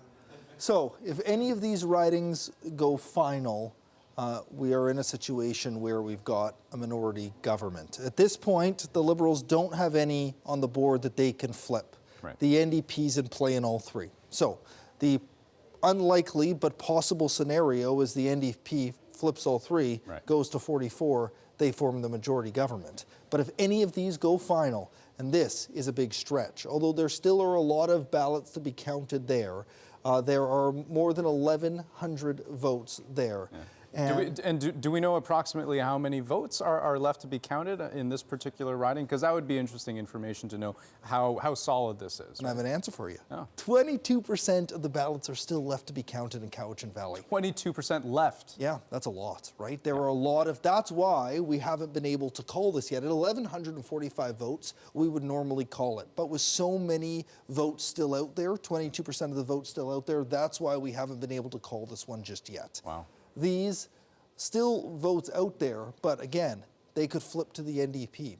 The Liberals aren't winning majority tonight. It's going to be a Liberal minority, if anything. The NDP is the only one that still has the majority in play. Still a lot of factors here, but not looking good, especially with this one. So the election has come down to these three. They're not the three closest in the province. That one, Courtney Comox, we're going to see the absentee ballots come in. It likely will trigger a judicial recount. We've only had, Andrew, since the 1996 election, 4 judicial recounts in British Columbia ever, or since 1996. So that's a lot of elections. And 96, 2001, 2005, 2009, 2013. It's rare, and we're going to see it here, and it's ultimately could be potential part of determining the fate of this election. And that's not going to take place till May, much further down the road after they count those absentees, May 22nd to 24th. So 13 days is when they would trigger that. In 13 days' time is when that recount would take place. It is really quite unbelievable. So it comes down, these are the last ones on the board, but ultimately it comes down to a lot more than just this. But the reason why we haven't called anything yet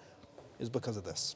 There is the possibility they all move because there's so many votes still out there to be counted. Yeah, and I have a bad feeling that even once we get a clearer picture of these ridings, it's just going to be about clear as mud. Right, exactly. and then the questions are the wrangling that happens. Do we hear from the leaders tonight? All of those questions. It's made my job as a legislative reporter far more interesting and exciting, I guess, over the next little bit. That's that vacation has to be on hold, right? That's why you earn the big bucks, Richard. Okay, we're going to check back with those two close-to-call ridings as we get more numbers, just as that situation evolves. But let me bring Kevin and Jeff back into this conversation. In terms of recounts, I mean, so we've already talked about the idea of an automatic judicial recount, just automatically being triggered at, I think Richard was mentioning 1/500th of the vote, if the margin is that tight between the first and second place candidates. A candidate can also request a recount. What are the procedures, the guidelines around that? The losing candidate, if it's still a narrow victory, is likely going to call a recount. Why wouldn't you? I mean, they're going to hope that maybe some mistakes were made and they might get an opportunity to flip the result. But generally speaking, the recounts. I don't usually see a lot of change. Well, I was about to ask. I mean, what kind of a swing might you see? I don't know any numbers, but of course, Selena Robinson won on a recount last time, and there was an NDP candidate in the Valley who went to bed the winner by several hundred votes, woke up in the morning and was defeated on further votes that came in, and that defeat was sustained on the recount. So and I think the final margin in Selena Robinson's case was 41 votes. Right, so if indeed the other candidate had a lead of hundreds, I mean, if we're looking at swings of hundreds of votes, it may be more ridings than the ones on Richard's board that may be in play. There could be a surprise. You can't rule that out, but I think that you've probably narrowed in on the ones that are worth really paying attention to. Yeah, I agree. Let's take things out to NDP headquarters. I was about to say where a lot of people are probably talking about a lot of things, but then again, I think that's true for just about every party headquarters at this point in the game. Natalie Clancy, hi, over to you. I've got quite a story. This is former Inspector Larry Begg, saying that correctly? Gary Begg. And he beat another RCMP inspector, Amrik Verk, who was a cabinet minister. So congratulations on winning. What's it feel like to be you tonight? Feels tremendous. Tremendous desire for change, obviously, and we're going to make that happen. Two RCMP inspectors, former RCMP inspectors, fighting it out on the election trail, and now you're going to Victoria, and he's not. Yes. Coincidental, I think, that we're both from the same profession, but nonetheless makes for an interesting contest. Well, how did you do it? How did it happen? Well, the issues in Suri were pretty dominant, I think, across the province. There was a deep desire for change. There was a recognition that the Premier particularly wasn't serving the needs of people south of the Fraser, and the people have spoken. It's no mistake that John Horgan and this bus that's behind us here spent a lot of time in the Lower Mainland, a lot of time in Surrey, criticized for not going north. What do you think of that strategic decision to keep the campaign in the urban areas going after the votes here? Yeah, well, I guess the results prove that it was a wise decision. There's a clean sweep in Surrey. All of the seats in Surrey are with the NDP, North Delta as well. So that's a tremendous amount of seats. What do you make of this huge room full of people, the nail biter we're sitting at? Are we going to see John Horgan on this podium behind us? Well, I think until we see a little bit more settled picture, it would be premature of him or of I to speak too confidently at this point. Things are going to change, we know that, and I think until things become clearer, you're not going to hear from either leader. So at this point in the night, what's your plan? Do you think everyone will just stay and keep watching? It's just hard to know. This is all new territory for us at a BC NDP election night. Well, it's been a long time, as you know, since we've had this kind of potential in the province. It's been many years since we've had to wait up late to see the actual results, but you have no choice. That's what we have to do. Let's check the numbers, because sometimes while we're talking it changes. We're still at 43-41, very tight. What would you like to see happen next? Well, obviously, we'd like to see those seats that are in play come to the NDP side and a majority government for the NDP. There you go, newest elected MLA, unseating a BC Liberal cabinet minister and feeling pretty good about it.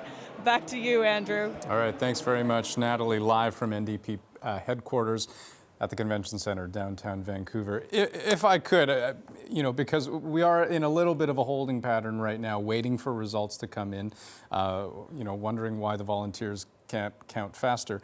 I want to take a little bit of a detour, just a little bit of a sidetrack here to an interesting storyline as we look at the number of women candidates who may very well go on to become MLAs. And what's interesting here, when you look at this tally here, the numbers are going up. And what's also interesting is if you look at every major political party, all three of them, the Liberals, the NDP, and the Greens, have actually fielded more women candidates than ever before. The NDP, more than half of their slate, of their 87 candidates, 44 of them are women. The Liberals, almost half of them, so 36 of 87 women candidates, and the Greens about a third of their slate, 33 of 87 women candidates. And in terms of the numbers who are looking to be elected, right now, well, all of them elected except for one. One of the Green candidates still yet to be elected. But the numbers are up right across the board, approaching parity. So that's an interesting side story here as we look at the makeup of the legislature moving forward. Let's put things back over to Richard Zussman, who at the moment is standing in front of a black screen, which scares me a little bit. So I think something's supposed to come. Here we go. Yeah. And this is a little bit of history that we're going to show you here. As we're in this holding pattern waiting for things to break, we are going to have the most ever First Nations and Indigenous MLAs in the legislature in history. So let me show you where. Melanie Mark, re-elected. She was the first ever First Nations woman to be elected to BC's legislature when she won the by-election last year. She is on her way back to Victoria, and she will have company. Adam Olsen, Indigenous Green Party candidate, one of, it looks like now, 3 that will be heading to the legislature. A big night for him in Saanich North and the Islands. We also have Carol James, Métis, big victory for her, back in the legislature for her, Victoria Beacon Hill. And now there's a fourth, Ellis Ross, First Nations chief, victory in Skeena. This was one that they put a lot of effort into. So you see from there, 2 NDP, 1 Liberal, 1 Green. Incredible to see. This is the most ever First Nation and Indigenous MLAs in history. So congratulations to them, showing really the diversity of this province. And it will be better reflected, like you mentioned, with women candidates. The First Nation and Indigenous people in this province better represented now in Victoria's legislature than ever before. It's a start, certainly, in terms of broader representation. I'm wondering, do you have that too close to call board handy? Because I would love to see that once again. If we could go through those 3 ridings, because is it 3? Yeah, it's 3. My mind playing tricks on me. It's 3, right? So let's take a look at what we've got here, and we're just waiting for results to come in, and we'll get a sense in a minute of how many polls are still left to be counted in each of these. But let's recap. I mean, the percentages are changing, right? So it does seem like. So there are votes that are being counted. You're exactly right. This number has grown. It is a long night, and I'm having a hard time remembering all these numbers. What it was before. So I think I just heard there's 1% left to count in Vancouver False Creek. So we're almost done here. 2% left in Richmond Queensborough. So we're almost there yet. This is the one. 19% left in Cowichan Valley. So that's the reason why we haven't been able to declare it yet. Let me cut you off because, yes. We have. Here we go, Richmond, Queensborough. This is going to be a huge win for the Liberals. Joe Hall, one of their star candidates, a media personality, and this is it. Yeah, so this is final result. You'll have something to say pretty soon, I'm sure, about all of this. But 87 of 87, this one's done. Joe Hall, former journalist, is now heading to the legislature for the Liberals, and that only means one thing. And I believe we are ready to make a very big call. The CBC Decision Desk is projecting a minority government. I repeat, a minority government. The big question mark, of course, right now is which party will form it. Will it be the Liberals? Will it be the NDP? We can see Liberal leader Christy Clark taking the stage right now, smiling to the applause of her supporters. Let's go ahead and listen in because I'm sure she's going to have a lot to say. Thanks, Dave. Thank you so much, everybody. Well, some things only happen in British Columbia. And here tonight, we have an opportunity, we have been presented with an opportunity by British Columbians to open a whole new dialogue in our province, in our legislature. A dialogue about how we do things, what we should do, how we want to shape the future of our province. And so tonight is the beginning of something very different. And something that I think could be really exciting for the future of our province and for our kids.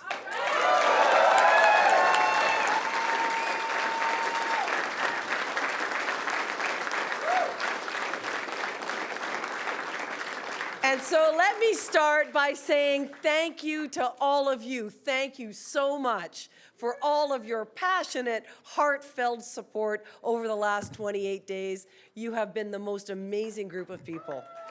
Amazing.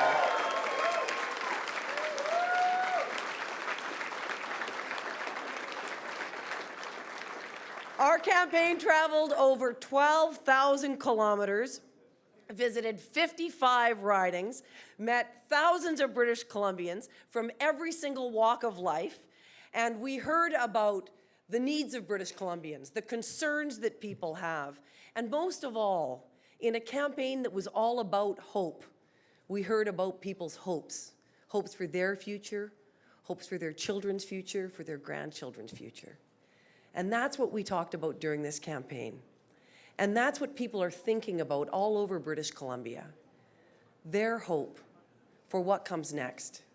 Because elections aren't about the past. And elections aren't even about today. Elections are all about the future.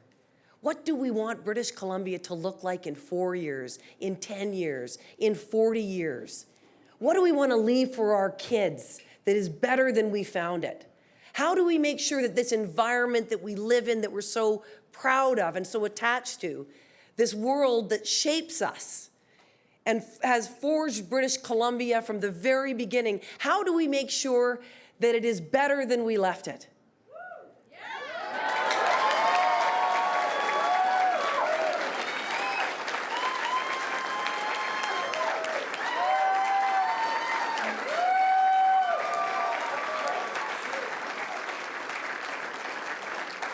How do we make sure that this province is more prosperous than we found it? How do we make sure that our children are better off? Because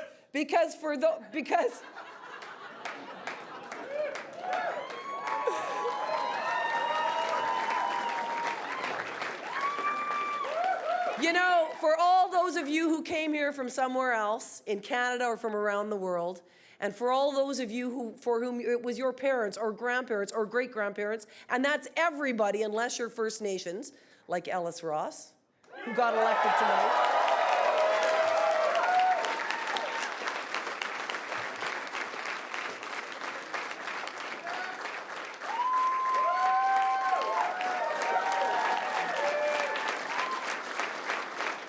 If you came here from somewhere else, you came because you wanted to build something for your children.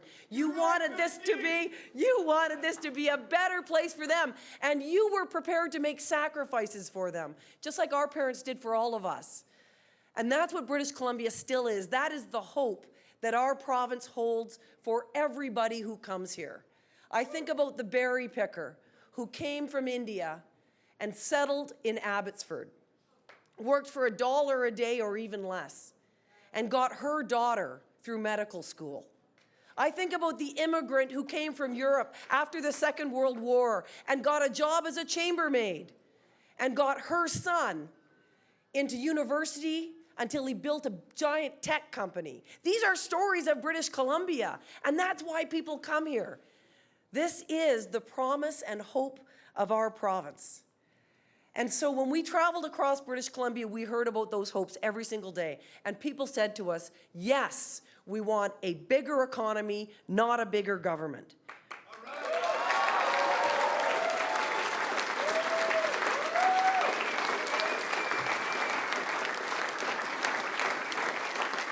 People said to us they didn't want us to leave their kids with a huge bill to pay for services that we wanted but couldn't afford to pay for ourselves. People said to us they wanted us to cut middle class taxes and keep their taxes low so that they can keep more of the money that they work so hard for. And most importantly, British Columbians want to have a chance to get a great, good-paying, secure job that's going to mean they never have to worry about looking after their kids.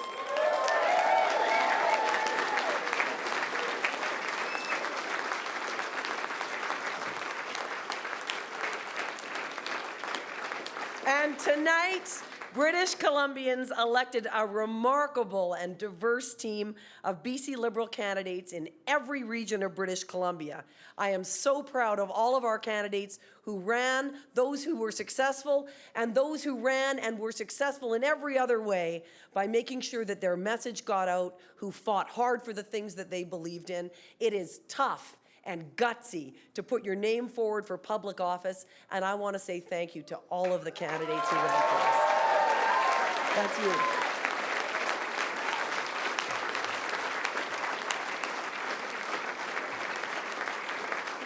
And so, tonight, we won the popular vote.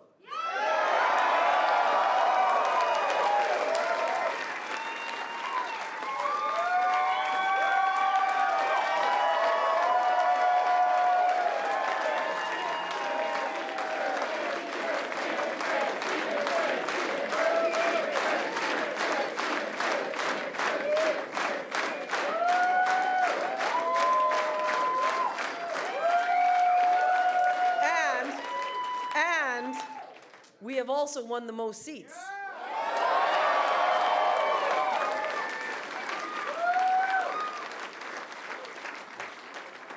And with absentee ballots still to be counted, I am confident that they will strengthen our margin of victory.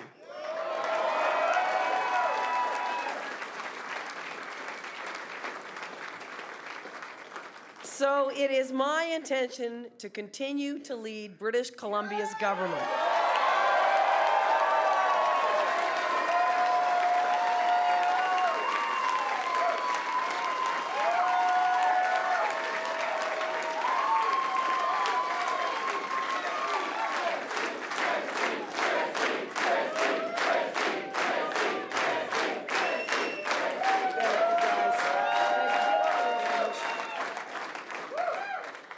British Columbians did tell us tonight that they want us to do some things differently. They want us to work together. They want us to work across party lines. And they want us to find a way to get along so that we can all work for the province that all of us love so very, very much. They want us to work together for a strong BC, for a bright future for our children and grandchildren. And both Dr. Weaver and John Horgan ran strong, tough, competitive campaigns. And I want to thank them for the work that they did and all of their candidates in making sure they stood up strong for the things they believed in.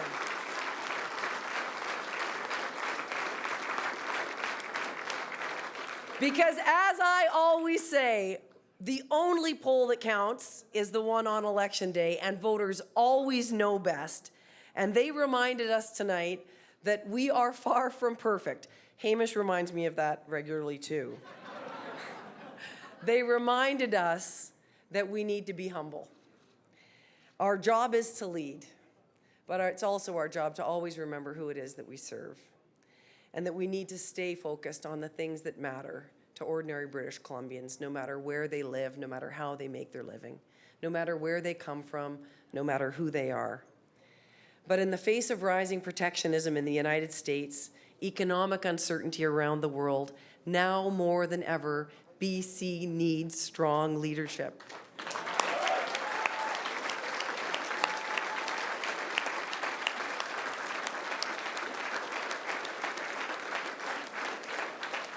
There are thousands of families supporting jobs on the line, and we need to be strong. We cannot afford to be weak. We need to be focused. We cannot be distracted by partisanship. We need to be united. We cannot be divided. And so I will work with the other parties to do what needs to be done to keep fighting, to preserve, protect, and create jobs for working people in British Columbia.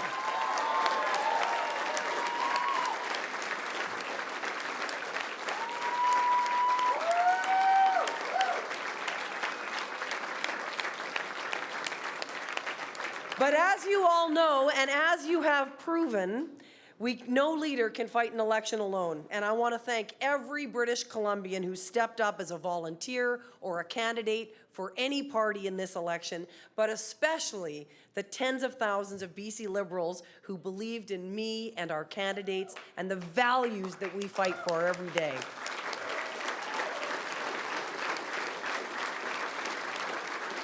Our Free Enterprise Coalition is strong. It is as strong as it has ever been. And campaigns can be tough, they can be tiring, but what has kept me going is that knowing that all of you are there and that you've got my back. And I want to thank...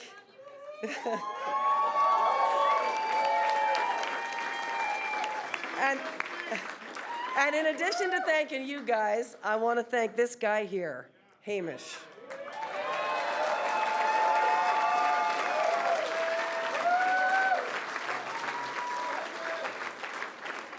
Having a mom in politics is just not easy. And it's not.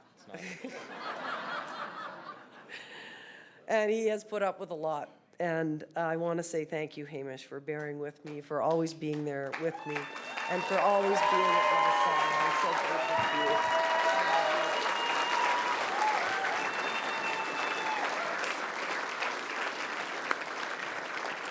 So this is why we all do politics, for our kids. And it certainly isn't for the glory, because if you're in politics for the glory, you will be disappointed. If you do it because you want to be loved, I think you'd be better off getting a dog. We do it because of the people that we love so much. And everything that I do so that British Columbians can look after the people that they love. And that is my promise to you. When I get up every day, I'll be thinking about how I can help you build the life that you want, and how together we can make this province even stronger. Because I believe in the people of British Columbia, people who can defy the doubters, who can accomplish anything if you are just given half a chance. I believe that we have a very bright future ahead of us. I have always believed that, because I have always believed in all of you. So let's get out there. Let's build a strong BC. Let's seize that bright future for our province, and let's do it together. Thank you very much, everybody. Thank you so much for all you've done. Thank you, guys.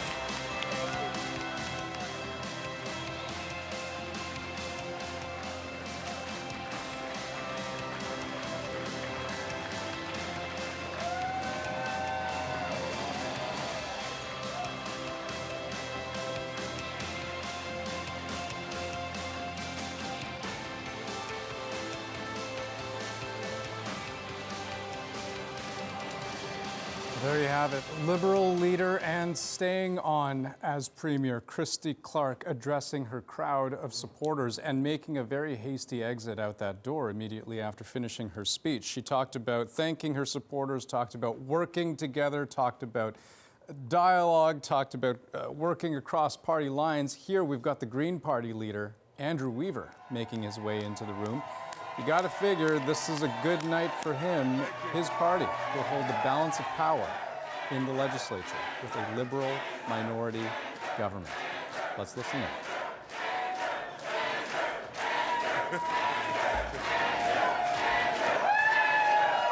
Thank you.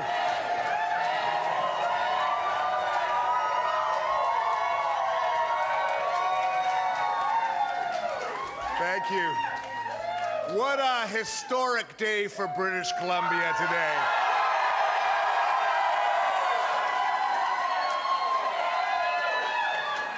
You know, people across British Columbia have shown that they are ready for politics to be done differently in this province.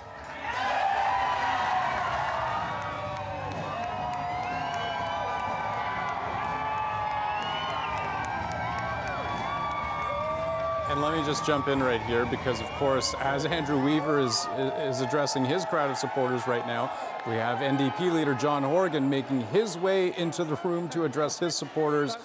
Boy, a little bit of chaos here. Let's listen into what he has to say. Wow. Hi, John. Hello. Hello, British Columbia.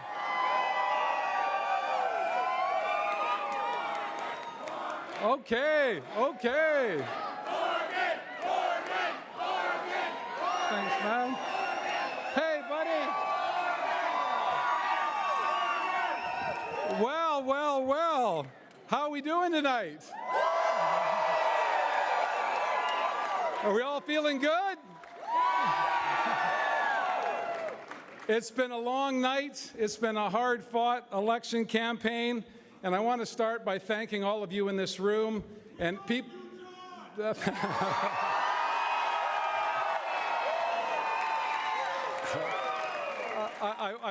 you for that. I want to thank you all for working so hard. All of you who voted, all of you who volunteered, all of you who stepped up as candidates, who believe that we can build a better BC.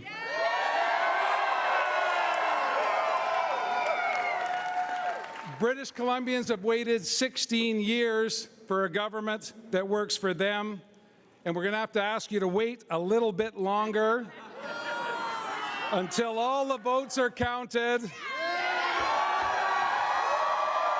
And until all the votes are counted and the final results of this election are known. But this is what we do know. This is what we do know. A majority of British Columbians voted for a new government, and I believe that's what they deserve.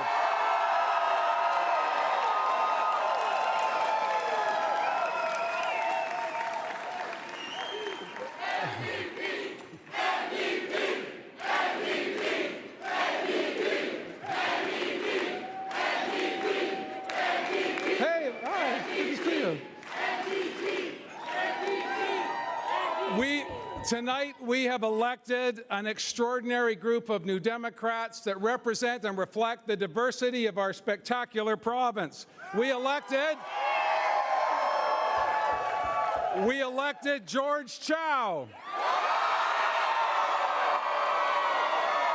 We elected Katrina Chin. We elected Ronna Ray Leonard. We elected Rick Glumac. We elected Bob Deeth and Lisa Baer. We elected Ginny Sims and Jagrup Brar. And we elected Gary Begg and Suri. We elected Bowen Ma in North Vancouver.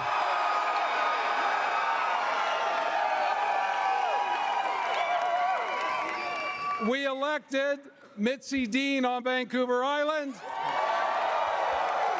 We elected Janet Rutledge in Burnaby North. We elected Ann Kang. And we elected my friend, the Olympian Ravi Kahlon. 18 of our candidates are women, and we're just shy of the 50% we were shooting for, but the votes are not finished coming in yet. I want to say it was a very difficult night for my friend Jody Wickens and for Morgan Auger, but again, we have not finished. We have not finished. There are absentee ballots to come and many more votes to count before this election is over. I want to give a shout out to my peeps back at Langford, Wanda Fuca, who managed to get me elected again without me showing up only once. They worked very hard, they knocked on doors, they made a lot of sandwiches, and they talked to every British Columbian they could find in Wanda Fuca who wanted a better BC, and I'm so humbled and honored to be returned to that constituency for a fourth time. I want to thank my spectacular wife, Ellie, who is right there. I can find you anywhere. We didn't set that up. I just know where she is all the time, and she knows where I am. So I want to thank my wife, Ellie, and my son, Evan, who's here tonight. Right on. And to Nate, who's in London somewhere watching this on the interwebs. We did okay, bud. We did okay. I want to thank my brother, who's, I'm sure, awake right now, watching the events. And Pat, we're all thinking about you. All of us are. I could not have done this without the support of my wonderful family. I could not have done this without the support of every single person in this room. And this campaign has always been not about me, but about us on the Us Bus, about you in this room, about the people in this great province. Our campaign was focused on people from the start, in the middle, and the end, and it is still focused on people tonight as we look forward, as the majority of British Columbians did today, voting a new government to power in Victoria.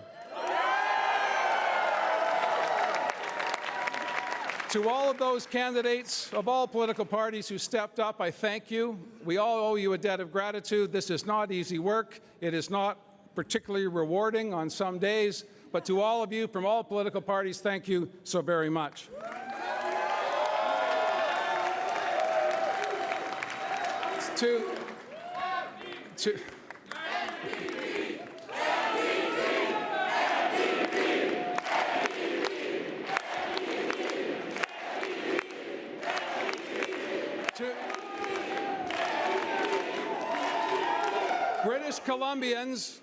British Columbians voted today to get big money out of politics. British Columbians voted today for proportional representation and a better way to make this business. British Columbians voted for action on climate change. And they voted for an economy that works for everyone, not just those at the top. I want to thank Andrew Weaver and his team. I want to thank Christy Clark and her team for running an election campaign that will go down in the history of this great province as one that will transform us to a better BC. I'm confident of that. We have to wait a bit longer, but I didn't want the night to pass without coming and saying once again, thank you to all of you for all you've done over the past weeks and months. But we're going to have to. Thank you. Thank you, John. Thank you, John. Thank you, John. Thank you, John. Thank you, John. Thank you, John. Thank you, John. Thank you, John.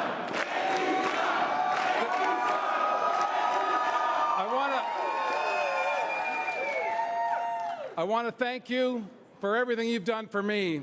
This is one of the most humbling moments of my life. I have enjoyed every single minute. I do not regret a moment, and it's extraordinary in this world to be able to say that you are proud of the people you're hanging around with, you're proud of the movement you're a part of, and you're proud to be a part of a movement that will make BC better in the days and weeks ahead. So let's hang tight. Let's hang tight and get back to the party. Thank you very much. Thank you.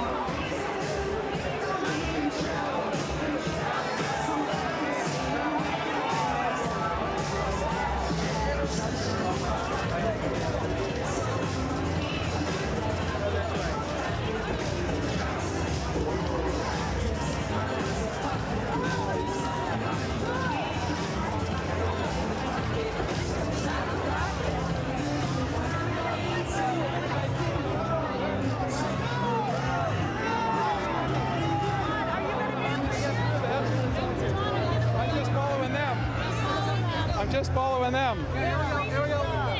Looks pretty good. Okay. Look. Really good. Really good. Whoa. How are you feeling? Good. And with that, John Horgan does not want to take any questions. He says he's going to have a news conference tomorrow. All right, Natalie Clancy, live down there at a very raucous convention center right now. As you can see, John Horgan wrapping up his speech. Not a speech that I would call a concession speech by any stretch. He seems to be holding out hope. He says, look, we're going to wait for the votes to come in. We're going to wait for the absentee ballots. We're going to wait for a whole number of things, all these balls still in the air before we concede anything. Are you surprised at all by what you just heard? Oh, I think that's practical. And, you know, on the other hand, you see the Premier being pretty aggressive, saying, I won and I'm going to win bigger when the rest of the votes are counted. And sure, we're going to have to do some things differently, but my message remains the same one I had during the election. So it's a very strong contrast in that regard. But the whole rollout of all of this is highly unusual. And I suppose these are unusual times. But I mean, just prior to that, we had the Green Party leader, Andrew Weaver, addressing a crowd. Then all of a sudden, we have a live shot of John Horgan coming off, making his way into the room. What did you make of that moment? I think that was a purposeful decision. I think they probably thought over at the NDP camp that they don't want Weaver going out there and sort of trying to frame the election in with his spin, and so they sent out Horgan to go in. And let me just jump in because we've had Andrew Weaver speaking with reporters. Let's listen. Ms. Clark as well, because we believe that we have a lot to offer, and I'm looking forward to advancing those ideas in the BC legislature. When can we expect to see that happen? Well, I would expect that as soon as government sits in the legislature, there will be very soon after that legislation tabling banning big money in BC politics. That's a condition that we made as part of our agreement moving forward. What do you expect to concede on and any other policy? Well, you know, everything is give and take. BC Greens have said we would work with anyone. We'll continue to have discussions, and we know how to compromise. We're looking forward to that. One more time, LNG. Well, LNG is not happening. And this is the truth. I mean, we've been sold, I've been saying this for 4 years now. British Columbians were sold a bill of good on LNG. It wasn't going to happen then, it's not going to happen now, and you can't squeeze water from a rock, and by squeezing harder, still does not make water come out. So, LNG is not happening. So let's move on to the new economy. How long do you think this government's going to last? You know, we're here to work with anybody. I see no reason why it can't last a full term. BC Greens know how to work with people and compromise. We're not in this for political gain. We're in this to ensure that good policy is put forward. Thank you, everyone. Thanks. Yeah, I'm happy. Can Yeah. you talk about the roller coaster? I mean, it still hangs in the balance. Comox recount. I'm getting pulled. The roller coaster is a roller coaster, and I'm on the upside of the roller coaster right now. You know, it's fun. It's fun. Will you form a coalition with the NDP? I'm not going to answer questions like that. We're starting negotiations. I'm getting pulled. Thanks. Thank you. Thank you, sir. Thanks so much.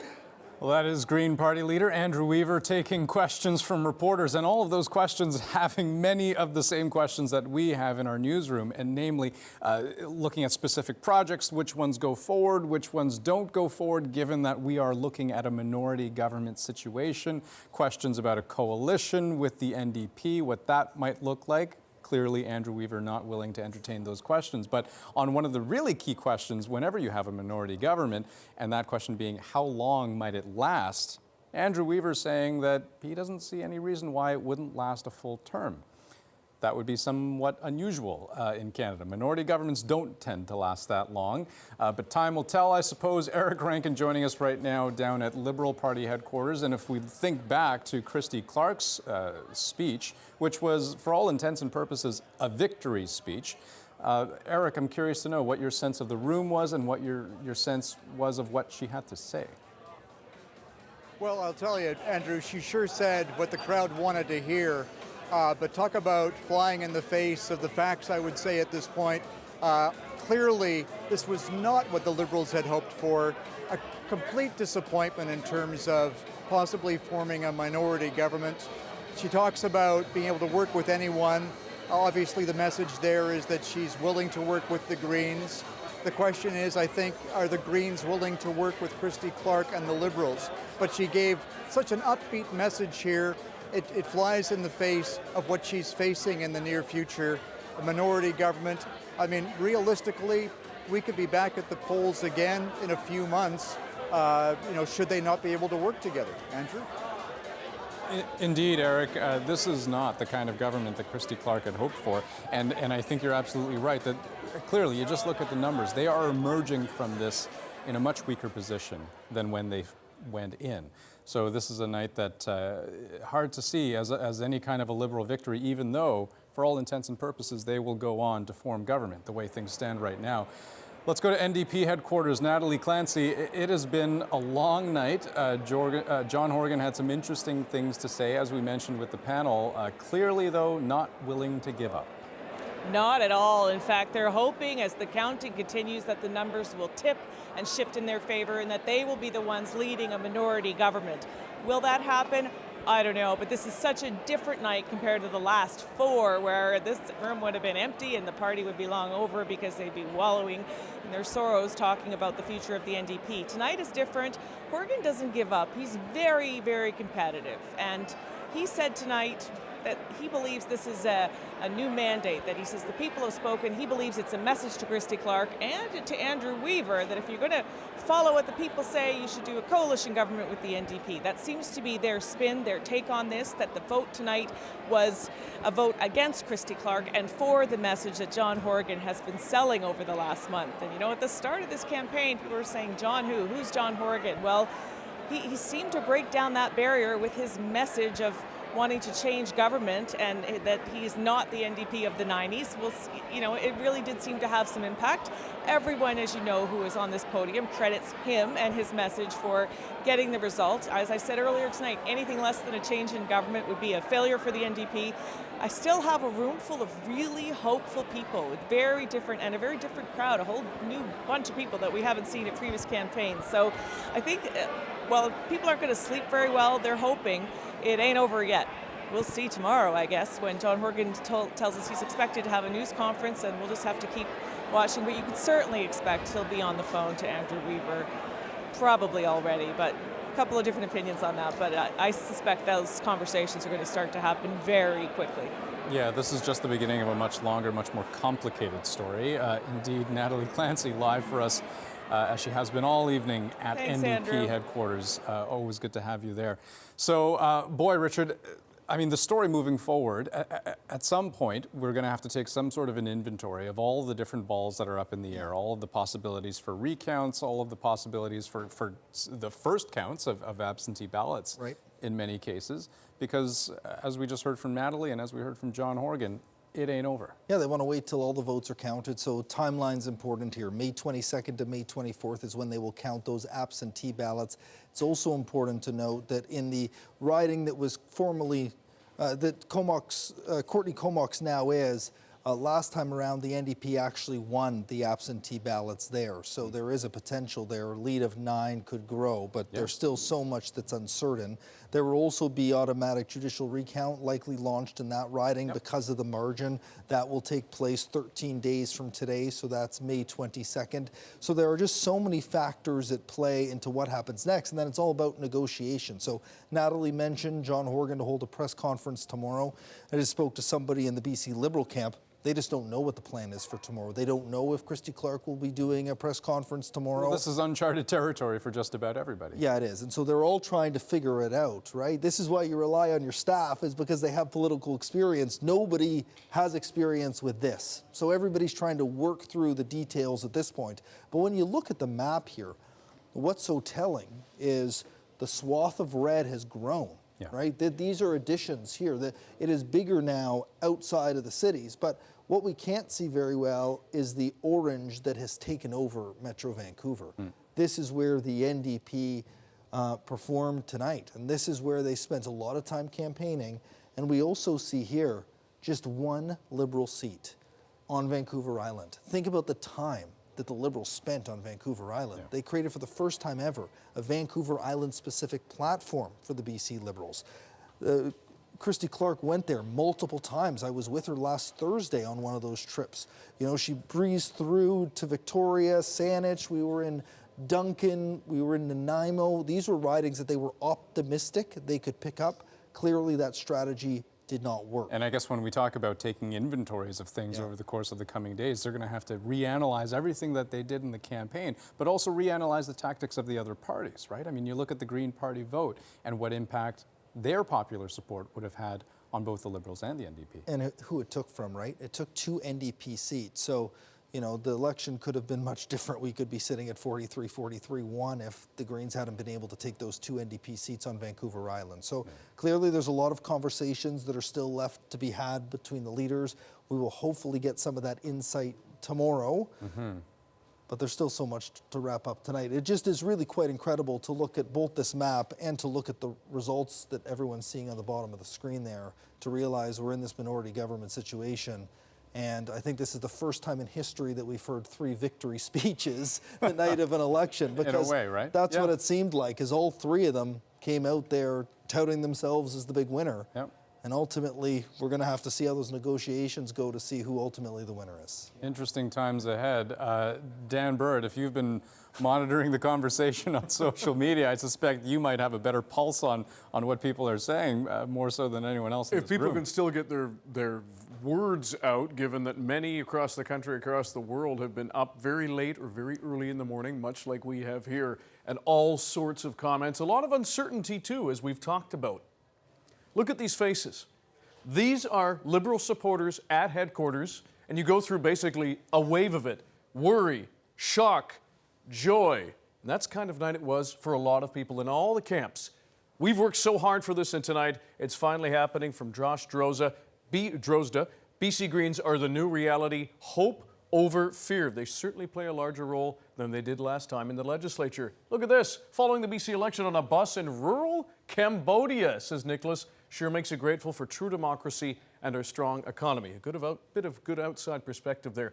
Dallas Smith, Liberal candidate, well done, Claire Trevena, great job. Also want to acknowledge the great work by Sue Mohan and John Twigg. This was an incredible journey. The Liberals were hoping that Dallas Smith would take that seat. Steve Darling, former morning anchor, want to congratulate Katrina Conroy on her win. She was a great opponent and someone who really cares. I wish her nothing but success. A lot of courtesy, a lot of class at the end of this. It's a brutal contest for everybody. And Naomi Yamamoto, former Minister for Emergency Preparedness in the Liberal government, congratulations to Bowen Ma on winning the privilege to serve this most amazing community, as I have done over the last 8 years. 2 terms she served. Such an honor.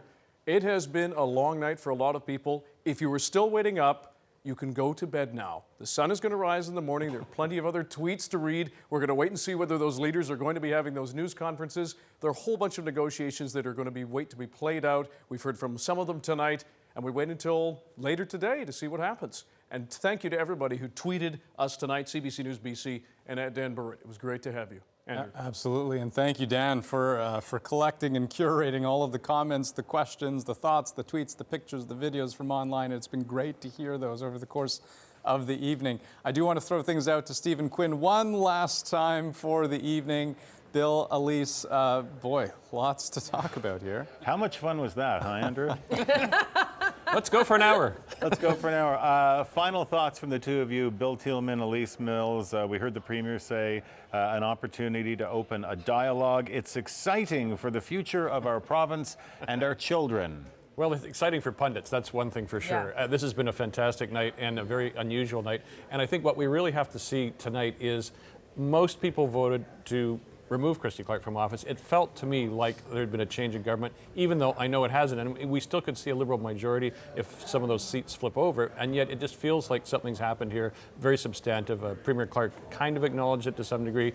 John Horgan made it more clear, and Andrew Weaver made it more clear, I think, as well. And Christy Clark convinced that the Liberals will make gains when those absentee ballots are counted, when the judicial recounts happen where they need to. Yeah, I believe there's at least one more. I think there's at least one seat that will flip back over to the BC Liberals. But I disagree. Andrew Weaver made it less clear, about as clear as mud. What is this agreement that he's talking about? Is he negotiating that just with himself and himself?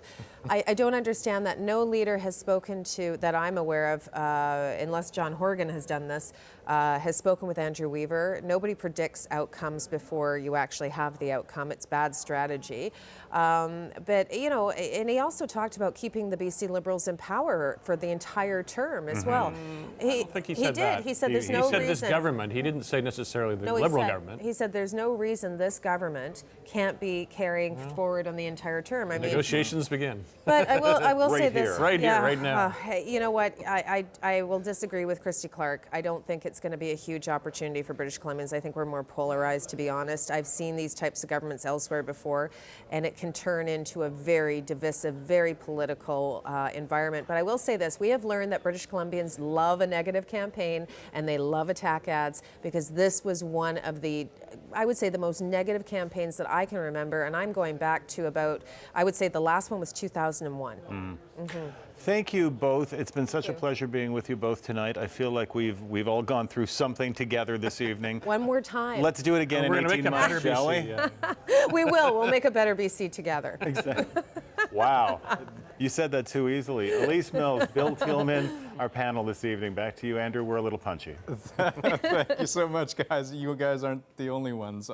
Bonding happening all around. Boy, Kevin, Jeff, final thoughts from you guys. Jeff, maybe I'll start with you. What do you make of this? Well, it's a very striking change, and I think that, as I said earlier, the Premier asserted that she's won the election, that she's going to drive forward, and I think her idea of dialogue is saying, I want to do the following to solve the softwood lumber crisis. Would you like to join me in that cage match with Donald Trump? Or however she formulates it, and the refusal or the reticence of the other parties will be seen as signs they don't want to move forward. John Horgan, I think correctly, is also not prepared to say he knows the final decision, but he laid out what he has in common with Andrew Weaver: proportional representation, a different kind of economy, a province that works for others. Those are things that Andrew Weaver has spoken to, especially campaign finance reform. Given that minority governments don't last that long, I think there'll be a strong incentive on the Clark side to say we've got to fundraise as much as possible now before we find ourselves forced, perhaps, to make a change in the law. And that will be a tricky reef for them to get over. For Andrew Weaver, I think, he's made an important gain tonight. I think both Horgan and Weaver can try to get some sleep with some satisfaction, but he shouldn't overplay his hand. He should be very careful to try to show some willingness to engage as well. And so I was quite surprised at how specific he was about some of his comments. And I'm sure he's facing a tremendous amount of excitement and enthusiasm from his team, but there's some very careful thoughts to look at. It's a whole new political universe for him, certainly. Sure it is. Kevin, final thoughts? Well, final thoughts. When I listened very carefully to Andrew Weaver, and I see some basis there for some common ground that could be built if the Premier plays her cards right.